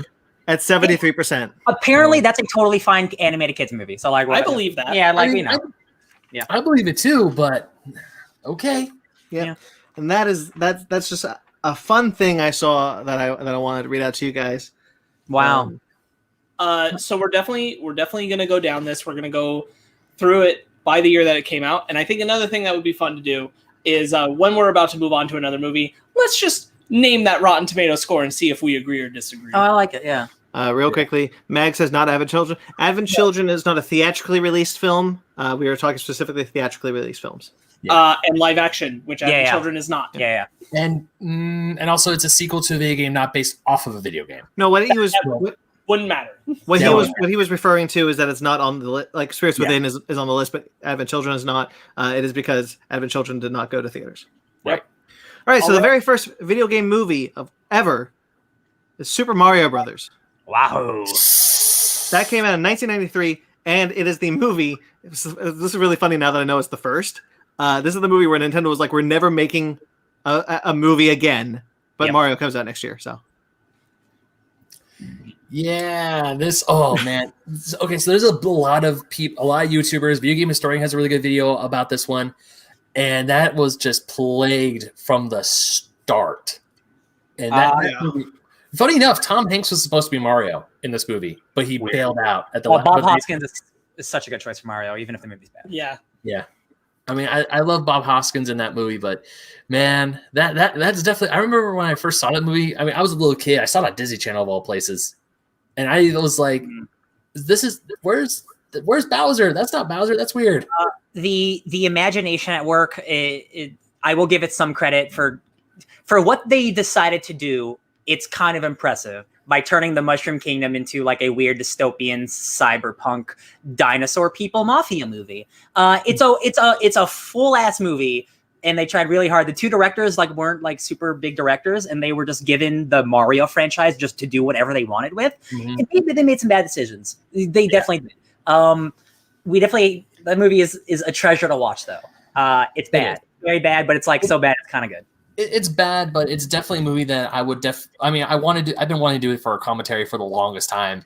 And there are things about this movie that I might find it's like, okay, that's okay. But there are other times it's like, if you take the original game or the games and put this movie next to it, it's night and day. It's like, I'm not going to read the full comment, but ThinkFact has a comment there. But basically, it says, you guys haven't seen them, you should look at the lead scenes. They're really interesting. Maybe if I ever cared. Yeah. Well, we're gonna do a commentary one day. Someday. I will hold you guys to that. We will do a Super Mario Bros. Commentary on that. All right. I'll be there. Don't worry. Super Mario Bros. Has a 24%. Seem fair? Yeah. If anything, it's worse. If anything. Yeah. I would feel like it should be worse. Compared to something I do want to bring up is like the interesting thing as we're going to talk about these Rotten Tomatoes scores is like these are aggregates from the time that they were reviewed, and film opinions have evolved. And people change with what they like in film over time, and I don't think like a lot of these older ones are maybe going to be graded more harshly than they should have been, and maybe vice versa on what we'll get to later. 1994 had Double Dragon and Street Fighter: The Ultimate Battle. Ooh, wait. It's called The Ultimate Battle? Yep. That's weird. I didn't know that. Hold up. There we also got a comment from do you mind if I do this, Brandon, or do you want to do it? Go ahead. I can't read that. All right. Hi, Lulu. She's a friend of mine from Twitter. She's talking about Super Mario, saying, "I love it. Is it Mario we know? No, but it's a bit of the game and real life, and what we got is good, and she really likes it. That's good. I'm glad you like it. Man, it's not a boring movie. I'll give it that. Like you are allowed to like whatever you like. Yeah. All right. So 1994, Double Dragon and Street Fighter: The Ultimate Battle. Street Fighter, I would say it's in quality between Mortal Kombat and Mortal Kombat Annihilation. It's not as bad as that sequel, but it's not as good as Mortal Kombat, but it's very much the similar tone. There's some good casting, some good fights, but overall it's like a cheesy 90s movie. Yeah. I've never seen it. All I know is the clip of M. Bison turning to was like, I guess the joke is like, will we rule the world? Are we going to take over the world? And he goes, of course. That's all I know. I've never seen it. I didn't even know there was a Street Fighter movie until like years later. So yep. They also made Street Fighter, the movie, the video game, where it looks like Mortal Kombat. I do know that. And I heard that game was atrocious. Double Dragon was really poorly received. I think that video game movies might have died on that movie. If Street Fighter hadn't come out the same year and made gangbusters, and then they were like, oh, we can like not care, throw a minimal amount of money at it and make a profit. The bad guy of Double Dragon is Robert Patrick, who is the T-1000 from Terminator 2. Double Dragon has a 13%. It's probably worse than that. And Street Fighter? Street Fighter has 10. Wow. I'd say it's a little better than that. Now, at least in modern day, I think it's better than that. Maybe. All right. I wouldn't know. Yeah. 1995 saw the release of only one with Mortal Kombat. The one where the curse, where the myth of the curse began. I mean, I can imagine like if you're like a super video gamer in the 90s, like, and you get Mario and then you get Double Dragon and then Street Fighter, and you're like, Jesus Christ, guys, can we not? And then Mortal Kombat comes out, it's like it's the bare minimum of good, and you're like, this is the holy grail. I like Mortal Kombat. It's fine. As I've started to clarify, like I've had to change my perspective of like this myth that there's no good video game movies outside of Mortal Kombat. Look, that's not true. Mortal Kombat, I now say is the first good video game adaptation, which is why I kind of hope that maybe we get the parallels of like the first good with the first great new one coming out this year. Maybe. I would definitely say Mortal Kombat. I got the nostalgia goggles on for that movie. I watched it a lot as a kid. I really loved it. I didn't play the games all that much, but that movie I knew of the games, and that movie helped me, I want to say, grow a attachment to the games even more. Mm-hmm. I really like that. I really like the movie. I'll be honest. Yeah. The first, of course, you got that killer theme song. Every time that you can be at some club in Vegas, you could turn that song on, and guarantee a bunch of people in the audience go, "Oh hell yeah, Mortal Kombat!" Sparks, what have you been trying to say? I watched that movie for the first time a couple of weeks ago, and I think it is all right. That's fine. 1996 did not see a movie, but 1997 saw the release of Mortal Kombat Annihilation. Mortal Kombat is 43%. Yeah, I will agree with that. Yeah. That's a movie I will not defend hard. Mag says MK Defenders of the Realm is not a theatrically released film. Yeah, and it's animated. I never saw it. Mortal Kombat Annihilation was 1997. And then people were like, "Oh no, what have we done? Let's stop." Yeah. Yeah, we have some things to say about Annihilation. We talked about both of these films in depth last week, so definitely check that out. Yeah. It's not good. It's got a 2. I agree with that. I definitely It's agree. the only film in the bottom 5 that's not directed by Uwe Boll. That's nuts. That's true. Yeah. All right. Ben, I'll let you take care of the chat while I do this. Okay, so chat, we're not ignoring you, chat. So really quick, think fact. Sorry, tongue tied there. I wonder if making a video game into movies just doesn't work well. It's kind of like turning a 3D object to a 2D object. There's so much from the experience that's cut out. Very true. Lulu also says Bison in Street Fighter was the best. Sad that it was his last movie. Actor, I want to say Gomez in the Addams Family. Yeah, that will unfortunately, Street Fighter was his last movie, and he passed away of cancer. I think it definitely, especially in the modern age, depends on what video game we're talking about. Because like Last of Us being turned into a television show makes perfect sense. You're basically getting that. Just the cutscene. That's a movie. That's a long movie you play. Yep. So it makes sense. So it really depends on the video game. That is not what I think my issue with it. Like, for example, I talked about this with you a bit about Sparks, but there are video game movies that take very little from its source that are good, and there are video game movies that take so much from their source and it's bad. There's not a one-to-one problem that all these video game movies have had. They've all tried different things. I personally think the missing ingredient was the passion. Mm-hmm. I simply mean that I don't think that there's directly just an issue of making a video game into a movie. Yeah. I don't think that it really depends on not only the source material and what you're trying to do with it. You're right. It does depend on who's doing it and how passionate they are, but it is also like, what are you trying to make and why are you trying to make it? Like, is it a studio cash grab or is it like, I really want to make this thing? Yeah. So then after Mortal Kombat Annihilation came Wing Commander 1999. Oh my God, Freddie Prinze Jr., baby. Yeah, I saw the trailer for this. I kind of wanted to see it. Oh, I forgot Matthew Lillard. Yeah, I saw the movie when I was a kid. I completely forgot about it.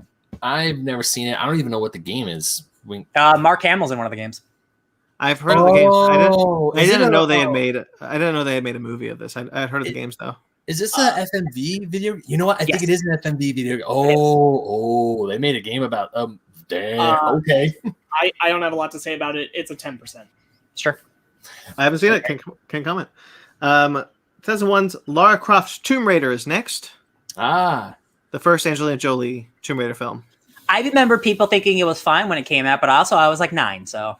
I watched it recently this year. It's fine. Yeah, it's perfectly acceptable. I think Angelina Jolie is great casting in both of her movies, in movies that completely underutilize her. Mm-hmm. Yeah. It's more of just like a generic thing. Generic Indiana Jones. They're not even like solid adventure films for what they are, and so it's like kind of a stinker. Yeah, the second film is much more of an adventure, which I actually personally think it's better. Yeah, that's a 20%er. Yeah. I've never seen I might have gone a little higher, but I don't disagree. A little better than that. I think it's probably realistically like a 26, maybe even a 30. But I wouldn't necessarily commit to the 30. Yeah. In between, looking at chat one more time, fact once again, the Witcher television show seems to be quite promising, and though originally based off the book, the video game's definitely a huge inspiration to its design. Maybe longer formats work better. I agree. I think that depends. It really depends on the material. Yeah. Longer format for Witcher and Last of Us makes sense. It doesn't make sense necessarily for Sonic the Hedgehog. Yeah. So, it really depends on what we're talking about. Very true. But I do think moving a long format narrative into another long format narrative is a promising way to go. Especially because you if it is something that with such density, you don't want to cut anything out that's important. Yeah. So length is always better. All right. And Lou likes Angelina Jolie as Lara Croft.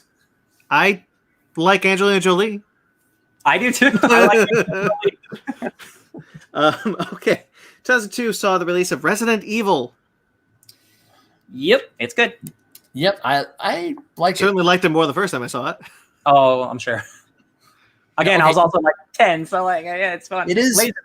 It's weird. So I picked up the first Resident Evil film on DVD while at Costco, and my dad just picked it up and said, "Hey, this movie looks cool." I'm like, "Ben, have you heard of Resident Evil? That's a video game, right?" I'm like, "Yeah." And he just bought it, and we watched it, and we liked it. Go ahead. Well, I was going to say, Lulu in the chat also says she does not like the new movies. Disagree. It's actually in my top 5. Yeah, we'll get to the other Tomb Raider, but yeah, I disagree. For Resident Evil, not a good adaptation of the games, not by a long shot. However, Anderson's first Resident Evil is probably the only one that really tries to be a horror movie of the franchise, and it's not bad. It's fine. It does some really inventive stuff, especially for the time period. Yeah. That laser death is still one of the coolest in cinema. That is a really cool scene with the lasers in the hallway. And it still looks so good. And they know you love it because they bring it back twice. Yeah, I do. They sure do. And, it's so good because like he thinks he can avoid it, but no, you can never. No, you can't avoid it. It's weird. I remember watching the first Resident Evil movie, and I remember really liking the first Resident Evil movie because it was like you see Alice, you see this team go into like the hive, and I had that movie on the first time I ever saw that movie was on my PSP. Wow, you had it on the PSP? Mm-hmm. Nice. It's like a nut you can play inside. It's like a nut you can play inside. God. Future episode right there. Ben, you were saying something. Yeah. I was just saying about how, I lost it. It's been a long time since I've seen Resident Evil 2. Damn it. I liked the first one. I certainly like the 2 sequels better. I think Resident Evil is a pretty good horror movie considering the time period it was made in. There's cool stuff to it. It's got a pretty decent cast. Young Michelle Rodriguez. I mean, Fast and Furious honestly comes out like around the same year. Eric Mabius and James Purefoy are both good. Yeah, James Purefoy, he's a bad guy. Yeah. I really totally forgot what I was going to say. Cool. Hell yeah, baby. Resident Evil sits at 35%, which I think is a little low. Yeah, I agree with that. I'd give it a solid 50. I was just maybe up to 50s. Yeah. One of the reasons that Paul W.S. Anderson did so many Resident Evil movies is because after the failures of MK Annihilation, he hated that he was a part of a franchise that he was no longer a part of and turned really bad. So he's like, cool, I'm going to be part of the Resident Evil franchise from the beginning to the end, even if I'm not directing all of them. He was still a part of the franchise because Annihilation is just, you know how it is. There's some good stuff in that first Resident Evil. 2003 saw Lara Croft Tomb Raider: The Cradle of Life, the second Angelina Jolie film. I've seen it, but I don't remember it. I remember. I like it better. Jerry Butler's in this one, right? I think. Yes, yeah. Gerard Butler's in this. Yes. Yeah. I think it's, from what I remember of it, it's slightly an improvement, but not by a lot. They kind of get mixed in my head, and I kind of throw my hands up and go, I don't really need to ever watch them again. So they're not very. They just don't use her capabilities well. The second film uses less. Yeah.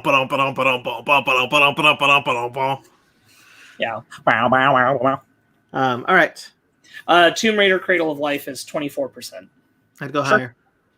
Yeah, probably another where you'd push towards maybe 30. Yeah. Then in the same year, 2003, also saw the first Uwe Boll film, which is not worth mentioning, which is House of the Dead. I saw that movie in theaters, guys. Hold on. Angelina Jolie is Lara Croft. The comics even look like her. Yeah. You're totally entitled to that opinion. Hey, she was Lara Croft 20 years ago. Yeah. The new comics are set in the new games universe, so they don't look like her. She is not my Lara Croft. Silent Hill and the movies based off it were quite strange. Not bad or great. The weird story changes, like making it based in West Virginia and not Maine, like the game. Just why? Weird small changes. We'll talk about it. Yeah. So then House of the Dead, and then 2004 saw Resident Evil Apocalypse, which is my favorite of the Resident Evil films. Yeah, Resident Evil Apocalypse. Definitely the one that worked the hardest to bring in material from the games. There's a little bit of material from the games in all of them sprinkled in, but Apocalypse is very much trying to pull at stuff from Resident Evil 2 and 3. Yeah. Stars stuff. Yeah. Raccoon City based. Nemesis, obviously, big thing. Jared Harris is in it. I think Apocalypse is pretty fun. Doctor Strange. Oh, that's fair. Oded Fair, yeah. Oded Fair comes in that one. He helps a lot for why I like I like that you said Doctor Strange like he's Doctor Strange. Yeah. In my head, he is. Yeah. Resident Evil Apocalypse it has a weird sweet spot where I definitely like it a bit. I don't know if I like it more than the first personally. Yeah. But I do think it's fun. We see Nemesis for the first time in that game movie, right? The only time. Yeah, it's his movie. Yeah. That is the movie about Nemesis. What is Remember, he is her good friend who gets taken at the end of the first one. Yeah, that's right. Okay, I'm sorry, because with the Resident Evil movies, the way that they're like named, I always forget which one is which because it's not Resident Evil 2, 3, 4, 5, or whatever. Well, the Resident last Evil one's called The Extinction. Final Chapter. That one's easy. Okay, that one's easy because I'm talking about like Extinction or was it Apocalypse? Like Apocalypse, Extinction is like which one goes where? I keep forgetting. Afterlife. Yeah. There's a lot. That's merely a matter of you not having enough familiarity with the franchise. True. What's this one rated? 20%, which I think is low. It's probably I'd say it's a little higher. I'd say if Resident Evil is about 50 to me, I would say Apocalypse is closer to like 30 for me. Yeah, I can see that. Maybe even 40. Resident Evil is probably about 40 for me personally, but I'd go about maybe 45, 50 for Apocalypse because I like it the most. Yeah, you really like it. I totally understand that. 2005 saw the release of Alone in the Dark by Uwe Boll and Doom. Oh, so this is too bad. I realized I've seen almost every video game movie on this list up to a certain point when I stopped, going to the movies as much. But Doom has some cool stuff. The Rock's in it, so that's cool. I like the first person shooting moment. I didn't like that. Doom's biggest mistake is trying too hard to emulate the Resident Evil films' success. They take way too much of the aesthetic of being in that space, that building, tight corridors with soldiers. What they had with Resident Evil, that they were like, that movie was good. Let's do that, and it was successful enough for like, let's ape it. Yeah, exactly. And that is what really like shot Doom in the knee, is that they just tried way too hard to be something that they weren't. I think that movie, I wouldn't remember it at all if it wasn't for The Rock and him becoming like the villain bad guy at the end. That is one of the wild things about it. It's one of the few films where The Rock turns out to be the bad guy. Yeah, it's pre him. I had to look back at it this week because I didn't remember it that way. I remember Carl Urban becoming the bad guy because I thought about it and I'm like, there's no way The Rock became the bad guy, right? And then I had to go back and I'm like, oh, there's no, even he did. a joke when he gets captured. He's like, wait, I'm not supposed to die. And then he gets pulled into the darkness. Yeah. And then he becomes a big evil monster. That's actually why I kind of like it. I'll say like with air quotes, like heavy caveats, but like it's one of the few times that The Rock does play a villain, and I think he's really cool as a villain. Yeah, I do like that stuff. It does feel like a lesser Resident Evil, but it has a cool final like battle between two super peoples. Yeah, Ben, this is the first time I ever saw this movie. Oh, you watched it? Yeah, I actually watched it. This is the first one I watched, and by God, do I hate it.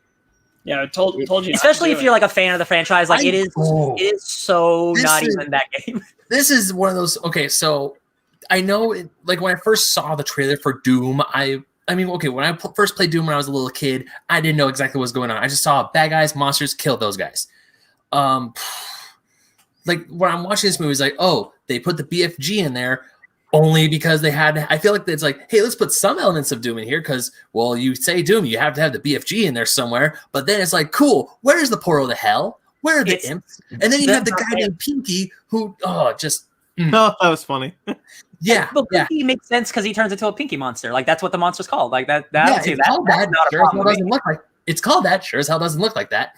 Yeah, that's not the problem I have with the movie. It's a cool. I mean, the one thing about this movie. Here's the thing, Ben. I was gonna say what I was talking about was the idea of like some video game movies take too little or too much, and it doesn't really matter with the quality. Like Doom. If Doom had changed all that and was good, like there's a world where that's possible. Mm-hmm. They could have made that work. Unfortunately, it didn't though. No, I really like when we saw the human remains on Mars. It's like, oh, this could be like maybe they called these monsters demons or something. That could have been like a good way to circumvent the portal to hell thing, but they don't. I mean, the one scene that really freaked me out was like the eyes in the darkness, and then the more eyes in the darkness. I really hate scenes like that. It's a scare for me that gets me every single damn time. Yeah. But the rest of it, like the first person shooter scene, I just did not like. It just looked god. I know this is 2003. I know the standards are like really low, or 2005. Thank you, Sparks. It's 2005. The standards are really, really low, but it just still looked really, really, really bad. And I'm even trying to ready for a portal to hell. Yeah, I'm also even trying to listen because Fanny said she saw this movie and said, "Yeah, there's music in there." I didn't hear any of the classic do. I heard none of it. Yeah, I know that's a stupid thing that I get hung up on the movie for, but I feel like if this movie was called anything else besides Doom, it would have been just a meh action movie. But it is one of those things where it is so dissimilar from the game. Why do you call it Doom? Because like I do agree, Brandon, you don't have to take all the elements from the game, but if you're not even going to do anything remotely like it, why call it Doom? Well, it's like what Brandon was saying earlier. Like nobody working on this had passion for the games. Not at all. It's very clear that nobody had a passionate care for those games because there's nothing aesthetically that comes over from those games correctly. This is like a weird movie about genetics, and like the whole thing is about Doom. It's like scientists are trying to get stuff from hell. Like it's really easy. They make it overly complicated in that Doom movie. Mm-hmm. But hey, The Rock is a big monster soldier at the end. So but I do like how The Rock becomes the bad guy. Because the whole time, when I remember this movie for the marketing back in 2005, they were saying, like, look, we have The Rock. And I was like, oh, he's probably the good guy. And then once revealed he's the baddie, I'm like, oh, that's neat. I like that. All right. So, what's Doom's rating? 18. sounds about right. Sounds about right. Yeah. Too high. Go lower. 2006. Real quick, sorry. The straight to DVD Doom Annihilation sequel that everyone ripped on, I watched it because I was free on Netflix. If you're looking for a Doom movie, it's not bad. That's a movie where the people knew the games, and it's a they're not taking it seriously movie. So it's a bunch of like big soldiers saying really shitty things, not shitty things, like silly things like big soldiers would, but like a tongue-in-cheek fun way. So like if you actually want to watch a decent Doom movie, watch that one because like it's not terrible. Yeah. 2006 saw the release of Blood Rain, Silent Hill, and Dead or Alive. DOA, Dead or Alive.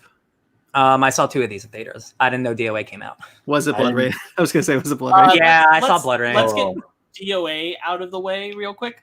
DOA, I only watched a video essay about it. Boy, does that look like a right. I watched a video essay as well. That has a 33%, which I think is way over. Well, we haven't seen it, so I can't say.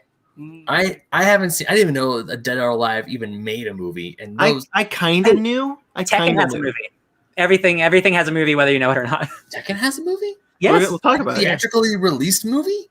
Yes. Here's the thing. Shit. Watching what I watched to understand that movie. Yeah. Silent Hill is right next to it at 31%, 2 less, and that's crap. No, I agree. Silent Hill is not bad. Silent Hill is a pretty darn good movie, y'all. So who here has actually played the game Silent Hill? How close is that movie to the game? Ben, this is the best video game adaptation ever made.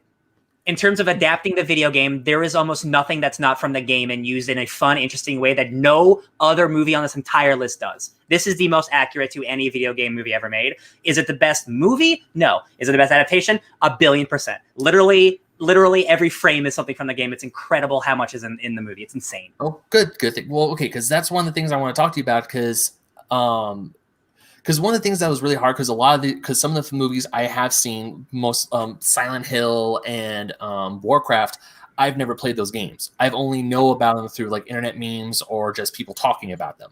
So it was really hard for me to judge Silent Hill on how good is it as a movie-wise and also as a video game movie because I don't know what the games are. I just know Pyramid Head cosplay. Just judge it as a movie. Well, wait, then you can judge it just as a movie. It's also just a movie. Well, as a movie, I really enjoyed it. I thought it was nice. I had a good time with it. I watched it in theaters.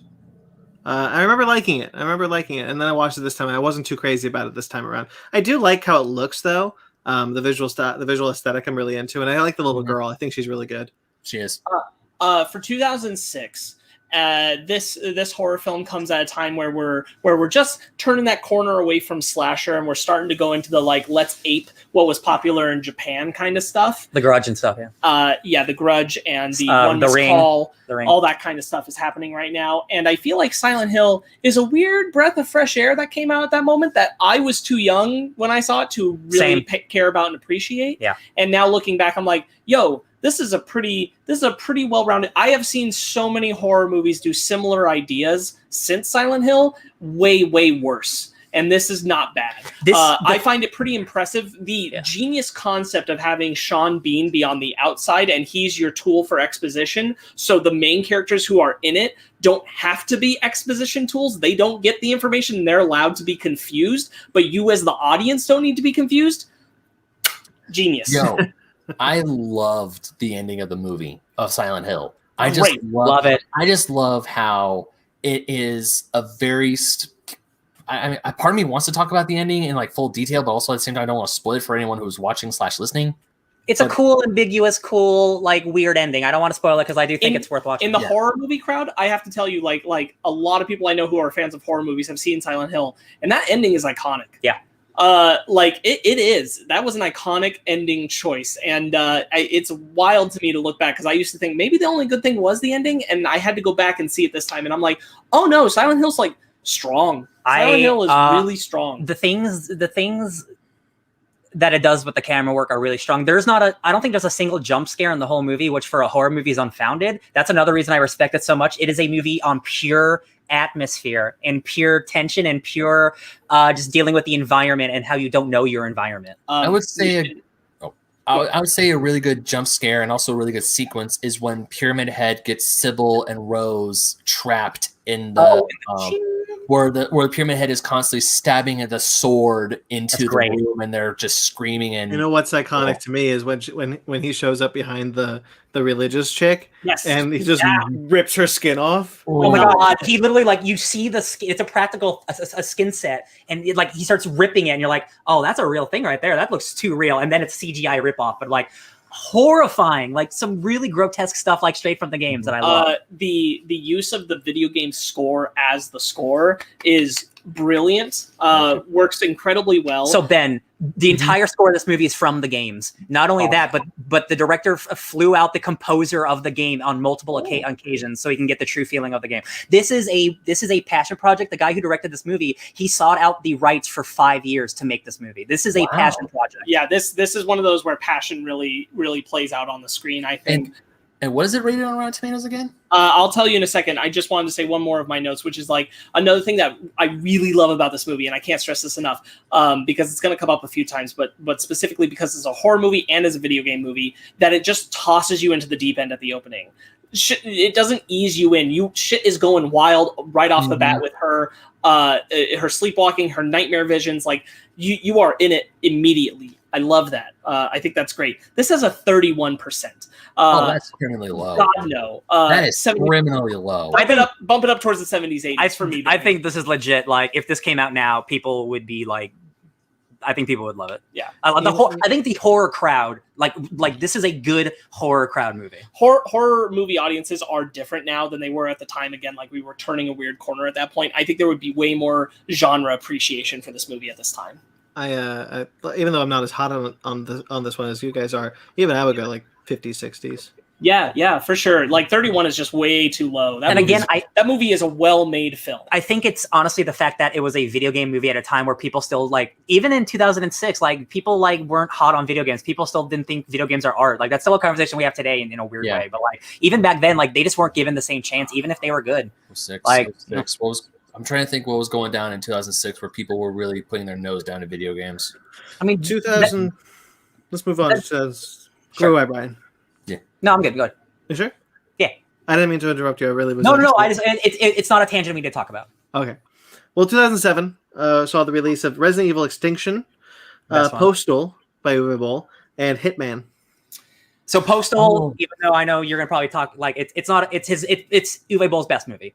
which is a weird thing to say because he makes nothing but bad movies. That is a really, really good version of Postal, which is a really gross game. That is a game about being offensive, and it's a big game about like it's a very like tongue-in-cheek joke about America and stuff. So like in terms of being an adaptation, Postal is a totally fine, bonkers action movie. I will never watch it again though. Did you see the Hitman movie? The what movie? Did you see the Hitman movie? Yeah, just two, and I only saw the first one. And Timothy Oliphant, he's talked about it. He needed a new pool. He got like, hey, that movie is not Hitman at all. What if Hitman was a really caring person and he had to save a girl he had to kill? That's not what that character's about. He's a murderer. Sounds like they tried to do the Transporter. 100%. It's 100% that. There's a lot of what we're going to talk about. Like I was going to say that Hitman is very much trying to copy off of what was successful with the Transporter franchise at this time. I think that is a trend we're going to see and we're going to discuss, where the ones that we have liked the most in general, the ones that across the board tend to land better with us, usually are trying to do something that is either wholly working on its own or at least more working in tandem with what the video game is, rather than trying to copy a movie trend that has been successful. Yeah. Resident Evil Extinction is your favorite Resident Evil, Sparks? Just real quick, just to not to ignore the chat. Out of all the things to get this movie accurate, referring to Silent Hill, they set it in West Virginia, Pennsylvania, and took it out of Maine. I wonder why. I don't know. They put it in Maine because that's a Stephen King thing. Like West Virginia. No, they took it out of Maine. They took it out of Maine. Games are in Maine. It's in West the Virginia. movie takes place in West That's Virginia. What I'm saying. They took it out of Maine. And like it was originally inspired because Stephen King stuff is in Maine.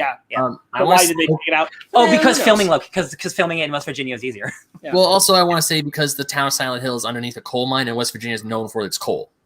Oh, that's actually a way better reason. Yeah, because they say in the movie that the coal mines underneath the town are on fire still, and that's why the town died and they had to evacuate it. So that way it's like, well, what's the known for coal? West Virginia. That's a good excuse, but do you know what the likely answer is?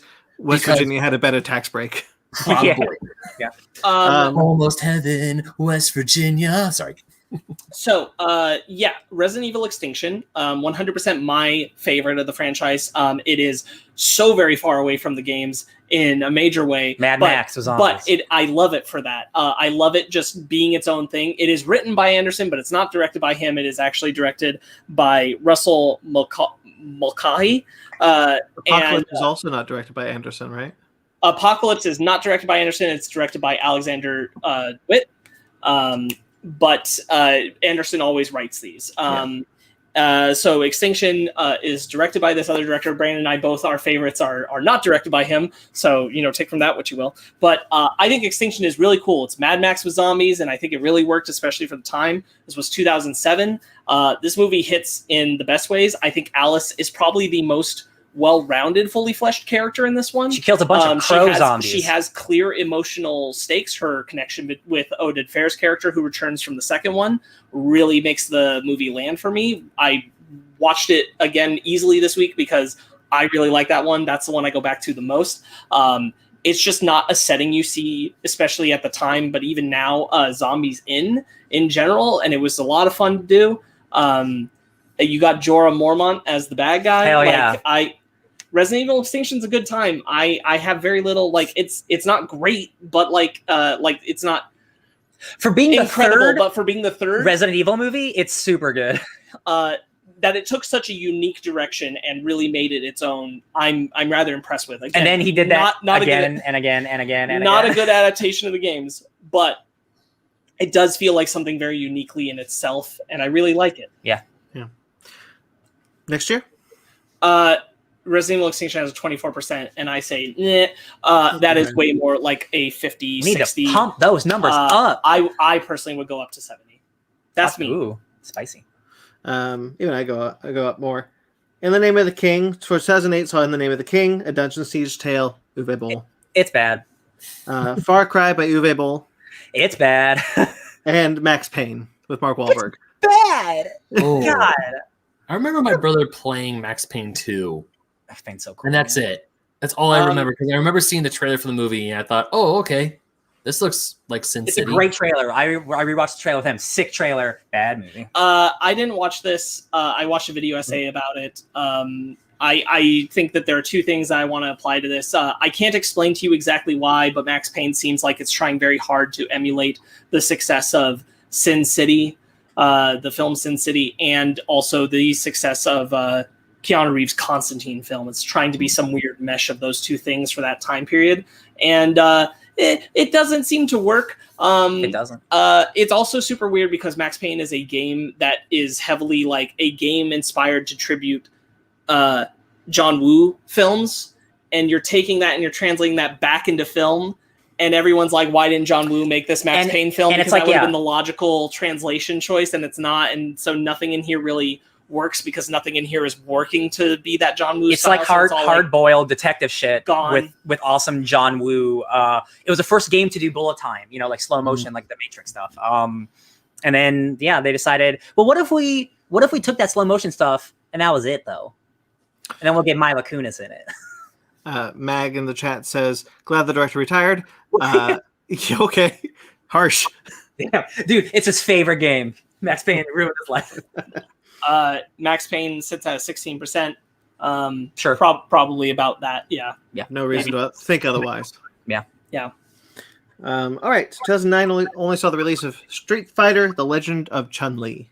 Oh my god. Oh my gosh, I forgot that. That's no good. Isn't the guy who plays Damien Dark in Arrow? He's M. Bison. Yeah, he was M. Bison, wasn't he? Michael Clark Duncan and Moon Bloodgood are in this. Yeah. So is Kristen Craig. Let me tell you about how great this movie is. So M. Bison is an Irishman, but he was raised in Japan, and so he's like Japanese. He's Japanese in the movie, but it's just Neil McDonough.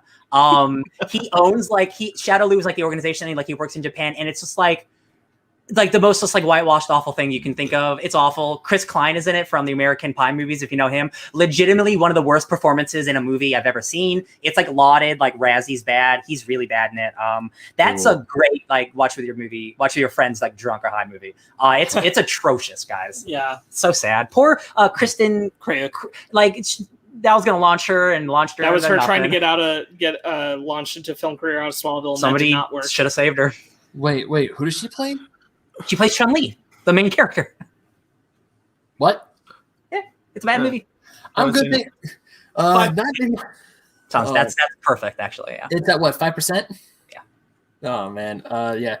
Not to ignore the chat. Lulu is saying she did not like the Max Payne game. Movie, can't remember it. Neither can we. Sorry, I haven't played the game. I haven't played the game, and I haven't seen the movie.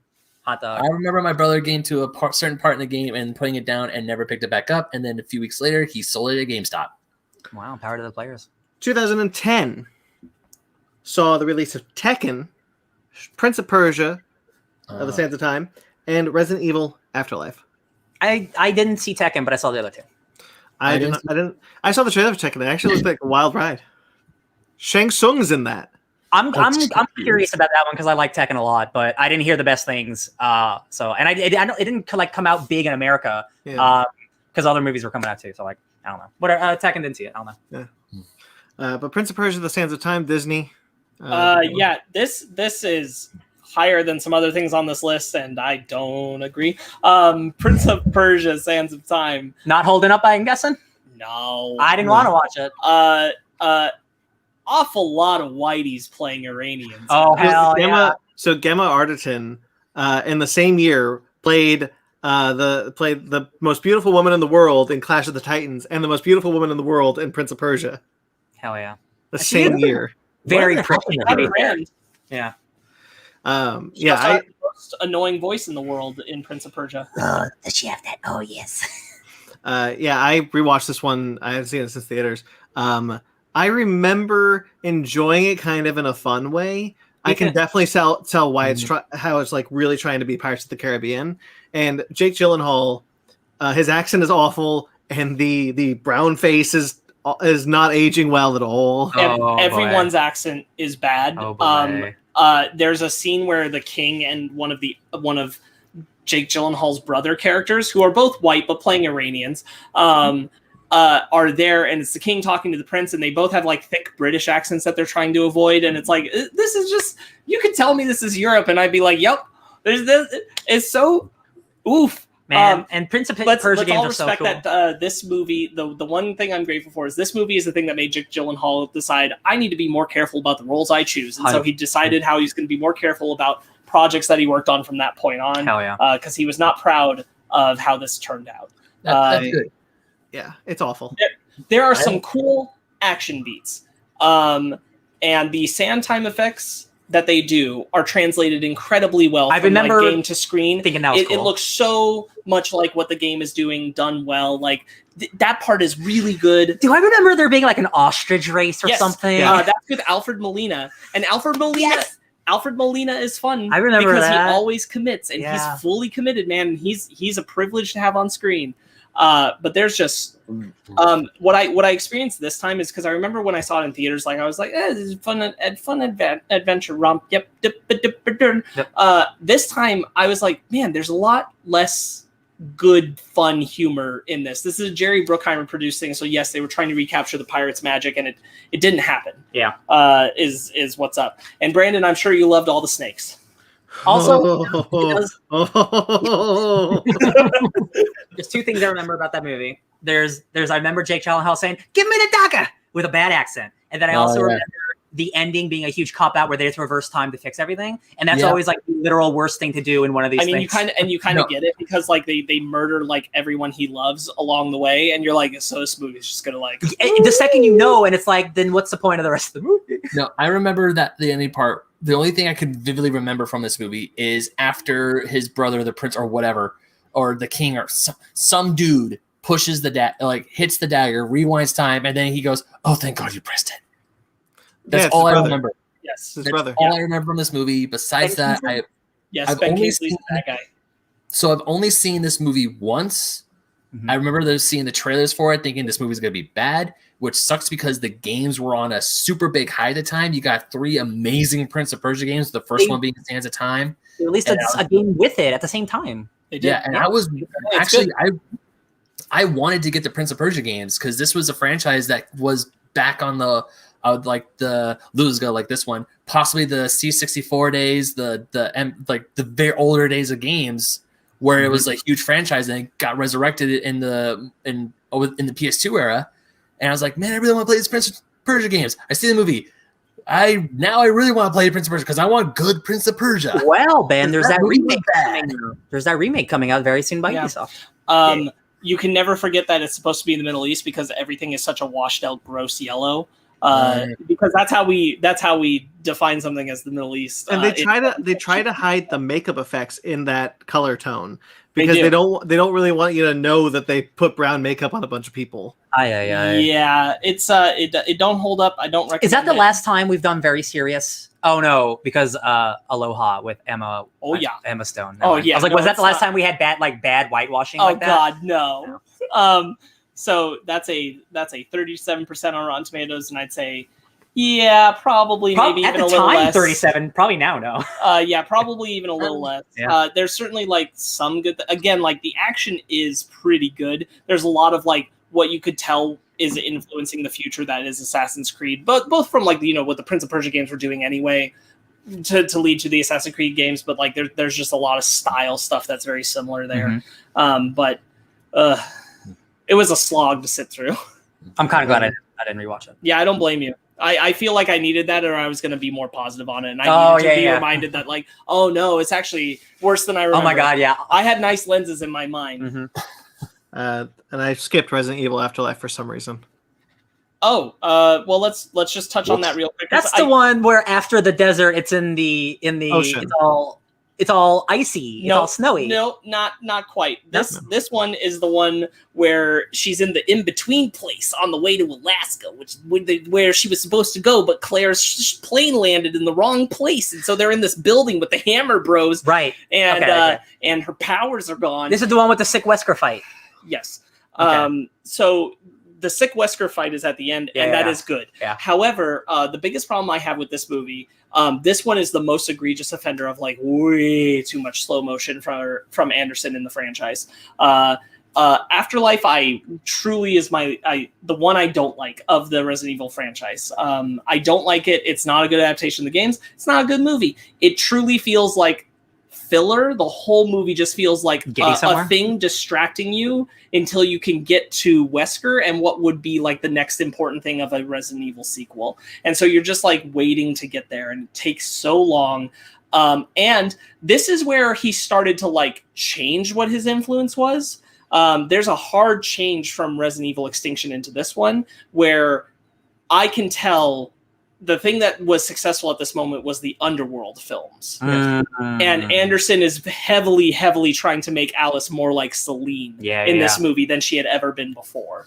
And that's where the film's influence feels like a lot. All his slow motion stuff is amplified, but it is coming specifically, it feels like stylistically, from the Underworld success. I only saw Afterlife once in theaters, but I just remember Claire, and I think it's Leon, having a sick Wesker fight. Leon's not in this one. Sorry, who is it then? Chris, sorry. They're all, none of them look like who they're supposed to be. I don't know who they are. Chris is so Chris and Claire. Chris is Captain Cold. Yeah. From the CW Leonard shows. Schnartz. Yeah.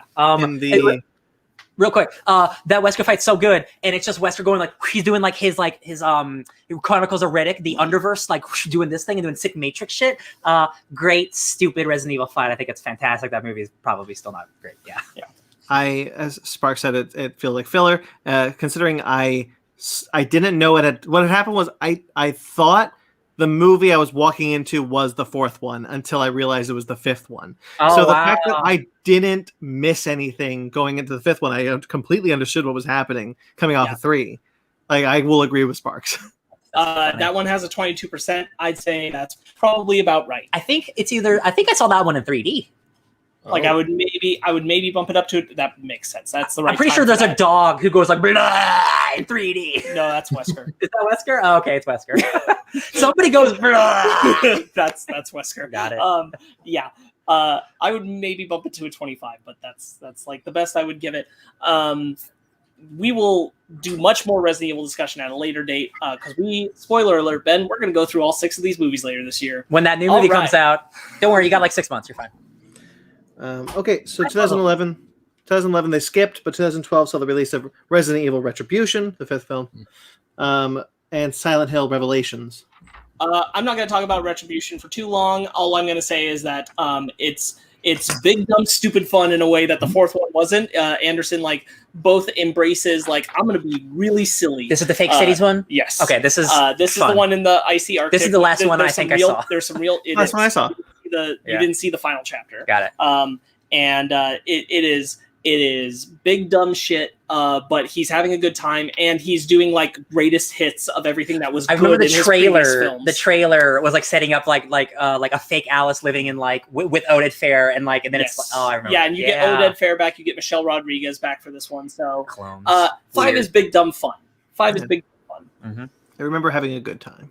And then still has that Underworld influence going on, but it's less egregious here. What's the rating for Resident Evil? 28. And I would probably go up to 35. Yeah. So Silent Hill Revelation. I saw this one in theaters. I haven't seen it since. I didn't see it because I heard bad things. Same. I didn't know it existed, to be perfectly honest with you. I wanted to refresh my memory on it this time around because I remember it's Sean Bean and his daughter are on the run. And so I was like, wait a second, but his daughter was in Silent Hill at the end of the first film. Yeah. How did that happen? And so they do explain that. I just went to the Wikipedia page instead of watching it. Yeah. All right. 2 Game of Thrones actors in both Silent Hill films. Sean Bean and Kit Harington is the second one. Yep. Yeah, it's a 10%. From what I understand, it should be even worse. So. Also, a big 3. This was the era of big 3D pushes. Yes. Yeah. All right. Then 2014. Next one is Need for Speed. I forgot about Need for Speed. I saw this. Yeah. Hey guys, is Fast and Furious popular? Let's do that. Here's an excuse. A game about cars. You're absolutely right. I actually don't hate it. I think it's pretty decent. I think it's fine. Truthfully, I don't even think it should be on this list because what the hell are you adapting? Practically nothing. It's very silly. I think the only thing is that it's very shallowly trying to ape off the success of the Fast franchise and also appeal to a crowd of people who like car video games at the same time. So I haven't seen the movie. Is there a lot of cop car chases in the movie? There's a lot of races. Okay. It's a racing movie. Car action is pretty good. No, I know it's a racing movie, but the franchise is known for having you either play as a cop or you play as a racer. That's Need for Speed Hot Pursuit. Oh, That's okay. the game because it's only one game. And actually, when I heard this movie was coming out, I thought if they should have if they were going to adapt any Need for Speed game, I'm not Need for Speed Underground. I'm thinking Hot Pursuit because you can have a really good cat and mouse game of a cop trying to find a street racer or a thief, and they just like you see a cop in a Lambo and the guy in a Ferrari, and they just go at it. I wanted to say most of these movies I have only seen until this week once in theaters, and then I never saw them again. And Need for Speed is that I didn't see it after I saw it the first time. He is evading an army of cops and bounty hunters. Okay, then there you go. That's okay. yeah. That is that movie. Okay, then it works. I just from what I understand, like all the character stuff is pretty weak. Oh yeah, of course. I'm just like I was like wondering what the plot is like, and I think again like there isn't a plot to those games, but like having the cop aspect is like what those games are sometimes mostly known for. Right? Yeah, that's like the most popular ones. That's a 20. Paul and Michael Keaton are in that movie, aren't they? Yep. Hey, people need houses all the time. Yeah. What did you say? What did you say the rating was, Sparks? 23%. I have no reason. I honestly like. I could have just liked it because it was shit. Yeah. No. And Lulu says, "Is it not a remake of a German movie?" Need for Speed. I mean, No. it's based off of a long-running video game Based off a franchise video game, and that's it. since the 90s. It's been around, yeah. All right, then 2015 saw the release of Hitman Agent 47. I refuse to see this one. I I was too deep in my like actual love for the games, and I heard it was bad. I'm like, I can't do this again. Not after the first one. Yeah. But less said about that, the better. Yeah. 2016 saw the release of Warcraft and Assassin's Creed, both of which I saw this week. Nice. I saw Warcraft. Which one do you want to talk about? I definitely want to talk about Assassin's Creed first. Okay, let's do Assassin's Creed. Yeah, I missed Assassin's Creed. Oh man, that was such a boring piece of shit. I wouldn't go that far. I think it's like 70% not kind of. I think it's 70% kind of lame. I wouldn't call it boring. I was interested in the stuff, but I definitely thought everything involving the Creed when it's in 1492 was radical. When we're not in the past, I'm bored out of my mind. That's fair. I totally get it. Yeah. I'm really just interested in the past stuff. I think when we get the major exposition scenes, or when he's about to go into the Animus, and so like there's energy there, there's momentum there. There should have been more of that. Yeah. I think it would have been a lot better with more of that. And Definitely, then there's a moment where I feel like the movie is ending, and I'm like into it, and I'm like, oh my god, this is super cool. It's after the last Animus sequence, and he's climbing up to the river. I'm like, oh, this is if we end here, holy shit. Totally hotter on this film, and then there's 20 more minutes of boring shit left. Yeah. I mostly agree. It's definitely something where like I think the stuff in Abstergo landed just a little better for myself and for Ryan than you, Brandon. But I'm not like hot on it. No, but only because we're already aware of what's up with Abstergo and everything, and so it's like, I'm getting why they're saying the things they're saying, but I do think like if I tried to remove that from my brain and not know that, I don't think the film does it well. Yeah. I think it's really Abstergo looks like that in the games where it's just all white walls and white outfits and shit, and it's dull. It is a dull place to spend 70% of your movie. Yeah. It was a bad choice. Michael Fassbender always commits. And he is here, and that's cool. The period shit looks great. Yeah, I think it looks all awesome. Of the period stuff is so good. The action is great. The parkour is so good. Like it feels like it's a shame because like obviously like and it's also this way with the games. Like people aren't really interested in the modern stuff. It's like we want to be able to go to 1492. Where are they? Spain? Yeah. Spain? Yeah, we want to go there. Like we don't care about the modern stuff. It's also boring in the games. But like you have to have that for the reason you go back in time, because unfortunately it's part of the plot. Yeah, all of the effects of the period stuff, the costumes, the makeup, all of it looks really, really good. The fact that it's all in Spanish, it's great. I like that. That they're all speaking Spanish the whole time. The action is really cool. I'm really invested in it. Absolutely. Even invested like emotionally in some of these characters. Yeah. I like Michael Fassbender, and I like the cast. Honestly, Brendan Gleeson is in this, and I like him. The guy from Lovecraft Country, he's in this. Michael K. something. Michael K. White. Yes. I think so. Yeah. As Baptiste. It's like the bones of it are pretty good. I was saying to Ryan, like if I were trying to imagine how to grab a mainstream audience that doesn't play the games to be interested in an Assassin's Creed movie, I would just do a period movie that's about the assassin, and at the end like lead into the Abstergo shit, and the next movie actually does all this Abstergo and that at the same time stuff. But sell them on the whole concept with a good period piece thing.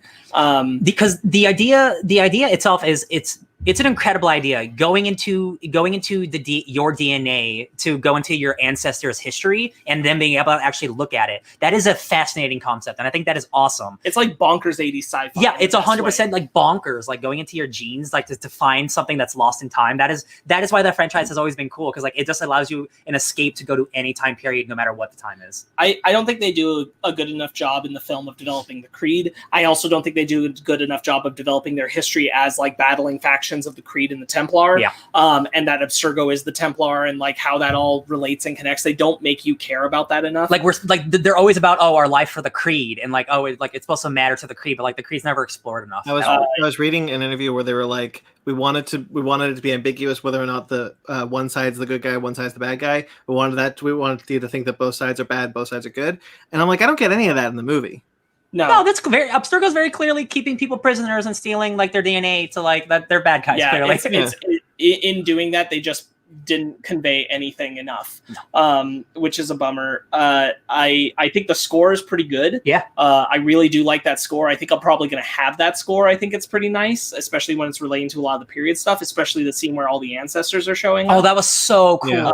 That was very Last Jedi. I love that build-up moment. I don't understand why seeing many ancestors, or just the one for the lady, just changes who you are. But I guess it does. Oh yeah, the Marion Cotillard. Spoilers, Ben, for a movie you'll never watch. Like she's evil this entire time, and then she sees that her ancestor was once an assassin. So her entire morals and character are just gone because I was an assassin once. I'm a good guy now. And I'm like, wow, movie. But then at the end of the movie, she's like, maybe I'm not. Yeah. And I'm like, what? Ambiguous.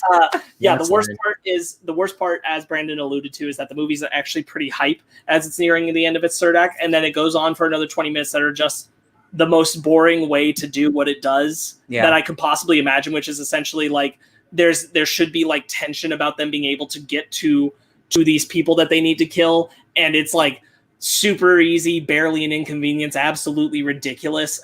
They're all just there. It's so dumb, and I'm like, it doesn't even make sense. Like, why they would only kill the one dude. I'm like, literally everybody who's important in the Templars, which is the faction you're fighting against, is all in a single room. Why didn't you shut them in and kill them all? 100%. I don't get it. Yeah. And they don't convey anything about it well enough. It's a pretty solid disappointment overall because of that. In terms of being a video game adaptation, it's not a good movie, but I think it handles the source material pretty well. I agree. Like, a lot of what the game is adapted into the, like, especially with all the period stuff and how the Animus works with him and all that kind of stuff. That's all there. That's from the games, and it's done pretty well. It's just that the movie's not interesting enough around it. The Animus, the machine that they go into, it is way cooler in this than it is in the games. They make it cinematic. In the games, you literally just sitting in a chair. And you just put like a helmet on. In this, like, you actually get like a visual representation of the past. That's like the coolest sci-fi shit. I'm like, God, why couldn't the whole movie do this? Because it's too expensive. Yeah, it has an 18% on Rotten Tomatoes. I think Fassbender's performance and the period stuff being as good as it is earns it about a 40 max for me. But overall, it's not half good. Yeah. But maybe even like a 35. But overall, it's pretty weak. Yeah, I think I'd probably go with a 35. I would say just like, if you can, just like YouTube the Spain scenes, like the 1492 assassin stuff, because really, like, great. That all would just be a good short. There's one beautiful long shot of just parkour action going on, just running building tops. And I'm like, God, this is great.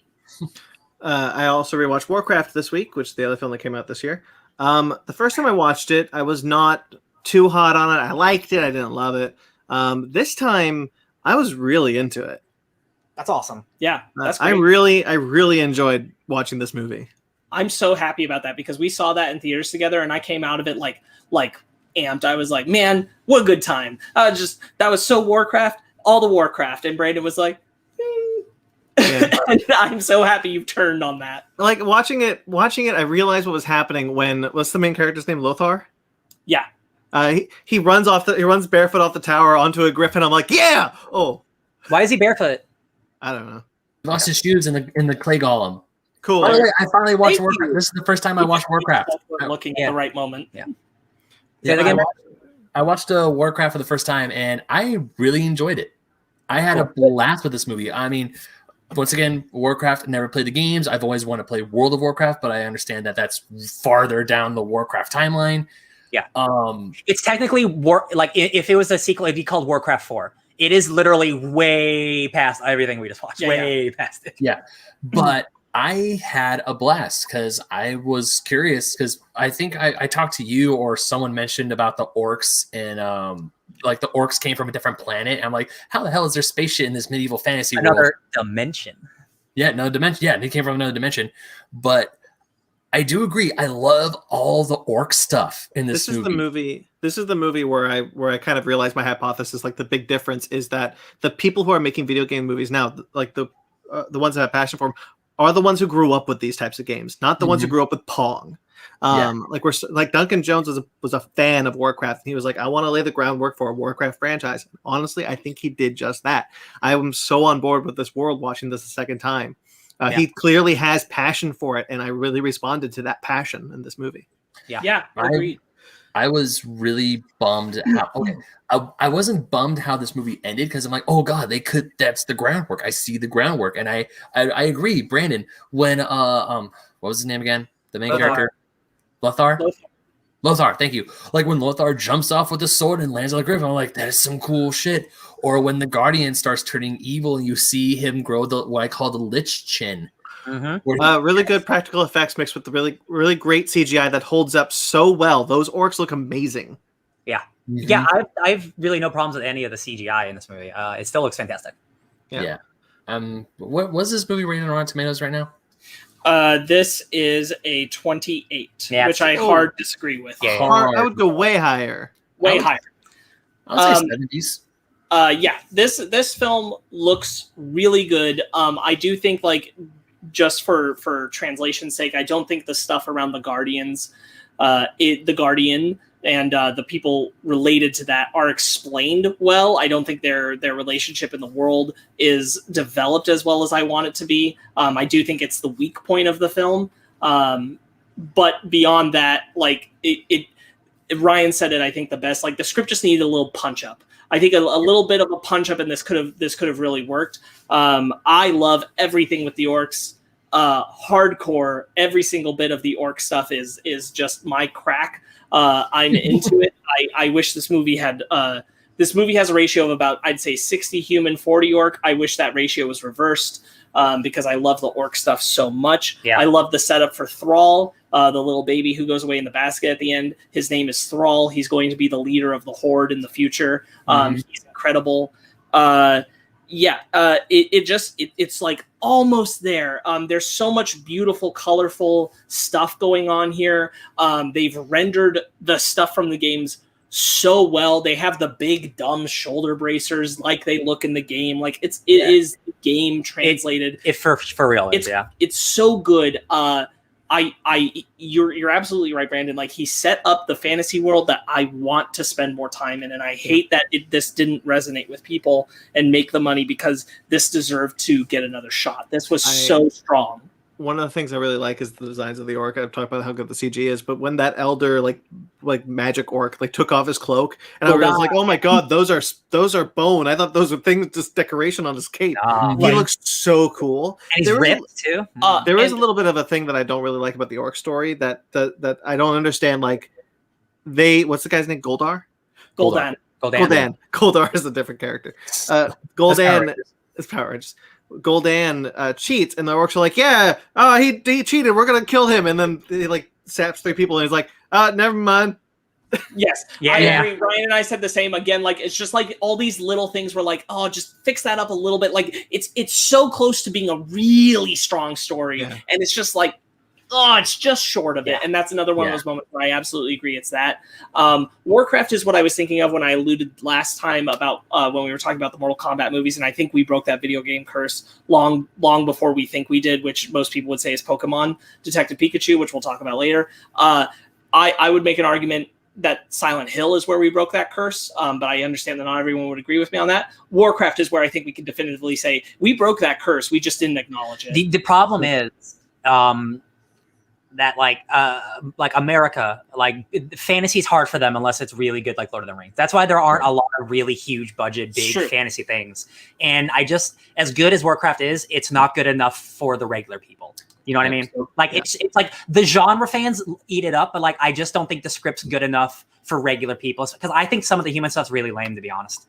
Everything with the orcs I love, but specifically that young kid wizard guy, I think he sucks. I think he kind of sucks. I don't like the actor. Yeah. I don't like him, and I think I love Ben Foster. That dude is a awesome genre actor, and he's Medivh, the Guardian. I think he turned into a generic lame-o at the end. He looks cool, but like there was no development for him, and that kind of took me out of it a bit. Everything with the orcs I love, but like again, it's missing just enough to I think really push it over the edge for me. I won't disagree, because a lot of these video game movies, like, they hit with you or they don't. I was surprised at how well the human stuff worked for me this time around, but I do agree that Medivh's story is underdeveloped. But I did not find the other boy wizard, that annoying, and I actually found it the Lothar's story to be compelling this time around. I love Lothar's story. I felt for him when his son dies. I thought that whole battle scene was really good. Also, to acknowledge the chat, Lulu, she loves the Warcraft movie. Yeah, we agree. Yeah, it worked. So as someone who only knows Warcraft because of the MMO and the memes and a bunch of cosplayers who throw little tidbits about the characters they're cosplaying in their Instagram bios, it's watching this is like this. I wanted more of it. I really am bummed that there's no more Warcraft movie, because like Spark said, this looks exactly like the game. Like those crazy ornate swords look beautiful. The axes that the Horde uses look awesome. It's like I'm watching a video game right now, live action, and this looks great. All the orcs ride wargs, which are giant wolves. There's a part where Duratan has to ride a horse, and he's clearly way too big for the horse. Hands are just so like his hands are just on his face, and I'm like, that poor horse. It's so good. There's the Thanos orc who looks exactly like Thanos. Yes. Yeah. I would say, like, in terms of it being an adaptation, like this is definitely like way up there, just because like it's just that universe. Like it's just beat for beat. Like that's the character and that's what it looks like. It's no like different translation. It is the translation. Sparks, you're right that I believe that this is where again, me trying to restructure my narrative about the good video games. But I still, where it's like we started getting good video game movies and consistently after this. And I think we're on the path to a great one. That's really exciting to me. We're about to get the Iron Man of video game movies. I'm sure of it. God, let's hope, man. Like, and also like there's the amount of video game movies in development that have a really great team behind them. Like Borderlands. Like I'm so excited for that Borderlands movie. Like that could be another great one like in 2 years, right? Like we're on the road to like having people with passion being given the scripts that they deserve and the money that they need. We're getting really close to like where we're at now. And comic books. And we're gonna comic book movies.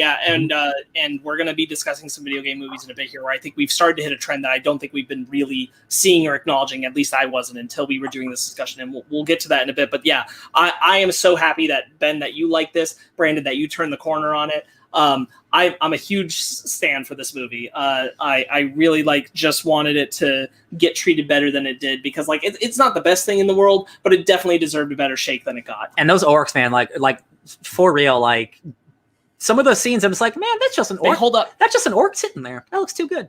So one of the things that for me personally, what makes a really good video game movie is that after the movie is over, do I want to play the game after it? After the credits roll, it's like, I want to turn this off. I want to sit down on my couch or on my computer and start playing the game. Warcraft made me want to do that. I wanted to find a way to play. I mean, I probably won't be able to jump into WoW, which that's, once again, like Ryan said, it's Warcraft 4. Well, you technically can, because you can play for free up to level 20. I want to real quickly take you back in time, because I have such a clear timestamp in my brain of this. I saw the Warcraft movie in theaters, and I decided, you know what? I really want to pick up WoW again, but I wasn't sure if I really want to pick up the subscription. But they started at that point doing the up to 20 you can just play for free. And so I was like, I'm going to play a character, a race I never played before. And I started playing it. And I started listening to a podcast at the same time. It was you guys.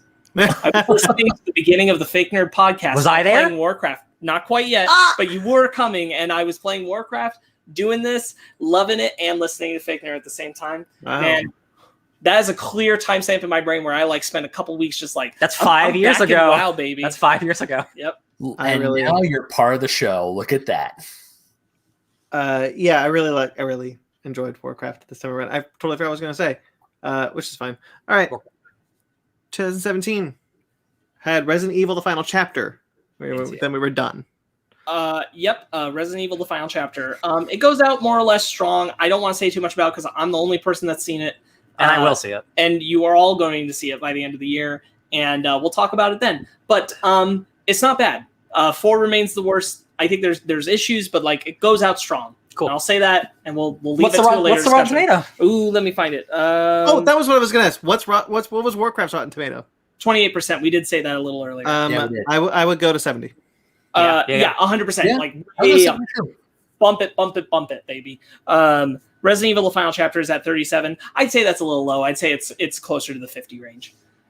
Yeah. Just for being like, again, like not as a video game adaptation, but as a finale to a 6-film franchise, I think it's pretty good. 2018 then saw the release of Tomb Raider and Rampage. Wow, we're finally at the films. part where we can talk about the things we've already talked about. All right. Well, Tomb Raider, I didn't quite appreciate until after I played the games. So that was an interesting journey. I also kind of turned a corner on Tomb Raider, but that was way back when. Yeah. For sure. Let's Raider's good. definitely talk about Tomb Raider. Tomb Raider, I really like. I think it is the beginning. It and Rampage are the beginning of the trend that I'm talking about, which is that we've started getting the good video game movies. It's happening. And Tomb Raider and Rampage came at the beginning of a consistent trend, only interrupted by a single film so far. And we'll get to it. But I really I didn't watch Tomb Raider this week, but I watched it a few months ago because we watched it virtually with some friends who hadn't seen it, and I still enjoy it. It's got its weak points. Definitely, like Walton Goggins is underused as the villain, which is a bummer. But overall, like Vikander is so much what I want Lara Croft to be doing. Again, like that is also coming from the recent games, Brandon, and I'm in that same mindset. And I'd already played that before I saw it, but this is what I want. This is what I want, and I really liked that. She has a great energy for the character, and I really enjoy it. I think it's a solid, good effort. Yeah, I do It's too. our Doom rating, but I think it's pretty good.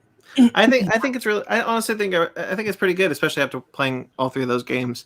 I do think it's a good adaptation. I like the changes it makes for the most part to the story of the first game. However, I do question why they took the supernatural element out of it. Because because once Uncharted comes out, it's going to be very hard to differentiate the two. It makes me wonder if they just wanted to separate themselves from the previous movies in any way possible. Which is, again, I think might work for one movie, but again, like that franchise goes in crazy places, and like you can't ignore that. I have a lot of faith in that sequel now with the team that's behind it. Me too. Nita Costa? Who is it? Yeah, I think so. No, right? Misha Green. Misha Green from Lovecraft Country. Yes, Misha Green is behind the next Tomb Raider, so I have a lot of faith that that's going to be solid. Just gotta pop that baby out. I'm really happy for it, and I'm glad that Alicia Vikander is going to be back. I'm happy, so that's exciting. Lulu's posting the same thing again about Lara Croft. Hard to disagree. Right. You're not going to win me on this, and that's fine. Yeah, I won't agree with that either. I like more Indiana Jones characters, less James Bond characters. Yeah. I've never saw. Oh, sorry, Ben. Go ahead. Say something about Tomb Raider because I like Tomb Raider. I said go ahead. Yeah. So I remember I've never seen the first 2 Tomb Raider films, the Angelina Jolie ones, and I haven't played the games like at all. I just know Lara Croft by osmosis, but I had a fun time with this movie. I liked. I feel the same. I probably would feel the same about this movie if I did what Brandon did, which is also play the games after the fact. So I feel like with this movie, playing the games, helps the enjoyment of it a little bit more. But still, as a fun adventure romp, I really enjoyed it. And I thought it was fun, and I'm really looking forward to the second movie. Yeah, for sure. Definitely if you want to hear more of us talk about that particular movie, we recorded a review, as you alluded to. It's a 52%. I would personally bump that up. Me too. I would say I think 52 is too low for her performance and how well made the film is. Rampage. I did rewatch this week. Me too. I was hot on it more or less when I came out of it, and I'm still hot on it. And I will honestly contend I think this is pretty darn good considering its source material. I remember liking it. Yeah. I watched it actually today. I decided to give it another watch to see if, like Warcraft, my opinion had changed. We also did a review of Rampage. You can go back and check that out. Not really. We didn't really do a review of Rampage. We did like a mini discussion. I remember talking about Rampage at the Figure podcast prior, but I was not as hot on it. I like it, but I kind of think it's just fine. So I decided to watch it again, see if, like Warcraft, I was like, oh my god, this is great. I still kind of feel that way, but I really love Jeffrey Dean Morgan. And I forgot how much I love Jeffrey Dean Morgan. He's like the business guy, right? He's the cowboy. He's the federal agent who's also a cowboy. That guy, okay. Yeah. Right. He's got some energy. I think Mullen Ackerman is a great B-movie bad person. I like that it's just kind of dumb for dumb's sake. There's like the bad element is that it's like it's never clear exactly why they even wanted to make this thing. They never explain it. It's just like, we wanted this thing. Yeah. We wanted it to make them crazy, and we knew this is what it would do, and we're glad they did it. And I remember Brandon and I on our discussion, we decided, like, because what took Brandon out of it, I revisited this, is that there's a Rampage cabinet game in That's the the best. and you and I are like, oh, then it's obvious they did this because they literally love that game and they wanted to make that game real, and they did. Yeah, I really enjoy Rampage. For me, it's probably some of the best acting from Dwayne Johnson, I have to say. He makes me believe he's interacting with this CGI monkey. And not only that, he makes me believe that he truly cares when it's injured and all that stuff. And that's pretty impressive. It's not something that we usually say a lot about Dwayne Johnson, his acting performance. I really, really believe him more than I believe a lot of other actors. Better, maybe arguably in most circles, better actors interacting with CGI characters. And I really believe him when he's doing it. We talked about it 13 years earlier with Doom. The Rock always commits no matter what. Yeah. I do question. There are things that, like, I still don't really understand why, like, George doesn't mutate like the other two. And then I do think it takes itself a little too seriously towards the middle. But it's got strong beginnings and strong endings. I really did watch. Because I remember when I heard this movie coming out, I was just so, like, not for it.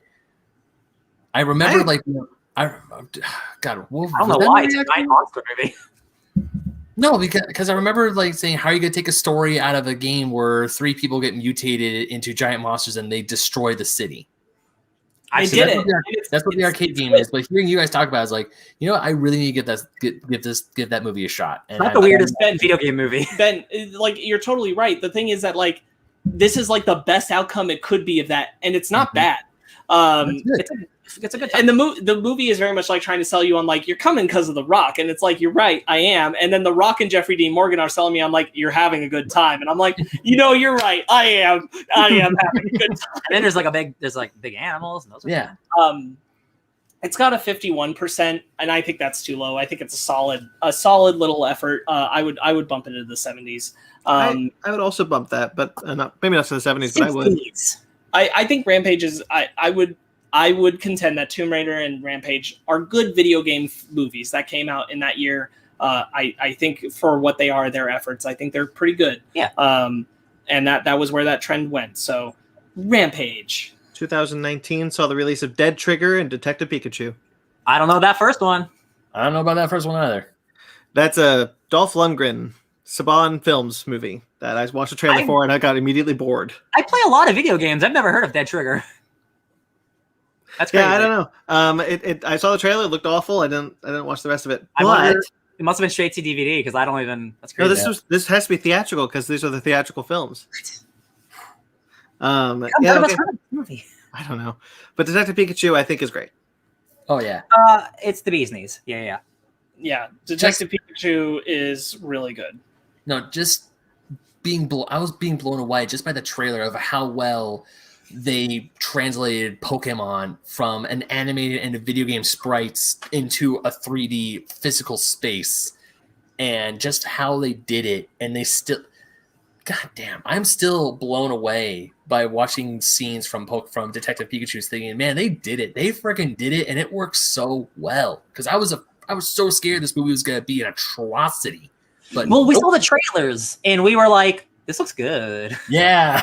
And then the second trailer, I was like, oh, this looks good. Oh, this Like, can't even be when they revealed that Mewtwo was in the movie, because I haven't played the Detective Pikachu game, but when they revealed that Mewtwo was in the movie, it's like, damn, even Mewtwo looks good. What the hell? Yeah. So Dead Trigger is a mobile zombie game that came out in 2012. So that tells you exactly everything you need to know about that movie. They wanted to put that in theaters? God, Dolph Lundgren needs a house. Okay. The only mobile game I'll give a pass to having a theatrical release is Angry Birds. That's the only one I'll give a pass to because that is super big and super popular. Yeah, Pokemon Detective Pikachu is really, really good.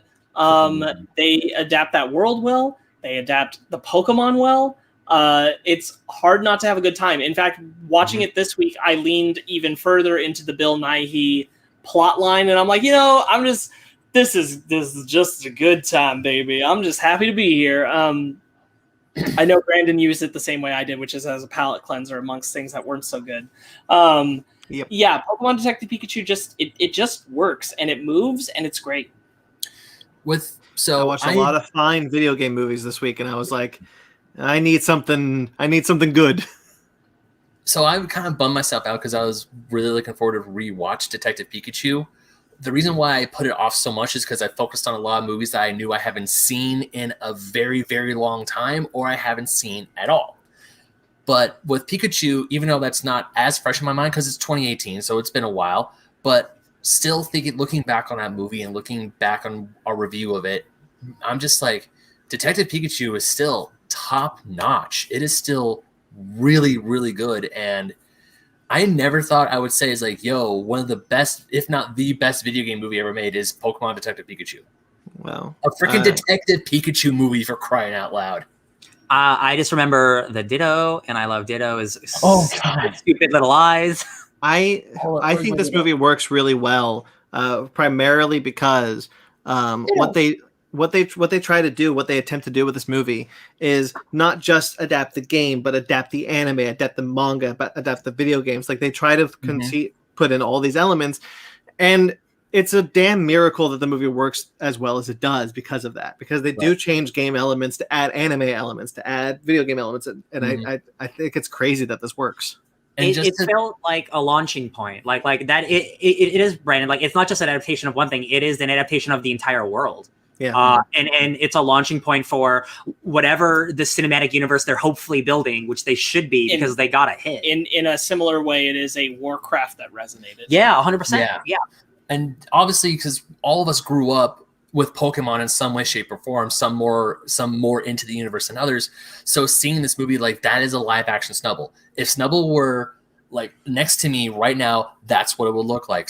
That's what Pikachu would look like. Seeing the giant Torterras as they come up from the earth is like, damn, this looks at it just how it looks as good as it does. I mean, the movie itself, it's actually a really endearing story that I really care for. I really want Justice Smith's character to find out what happened. And I love Ryan Reynolds as a snarky little Pikachu.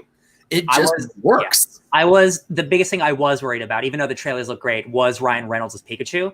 But I think he's great. Like he's not doing he's doing his shtick, but he's not doing his normal shtick that he always does. Which is nice. And not to ignore the chat. So Lulu, she says the Rampage movie is okay. I won't disagree. All right. Loved Pikachu.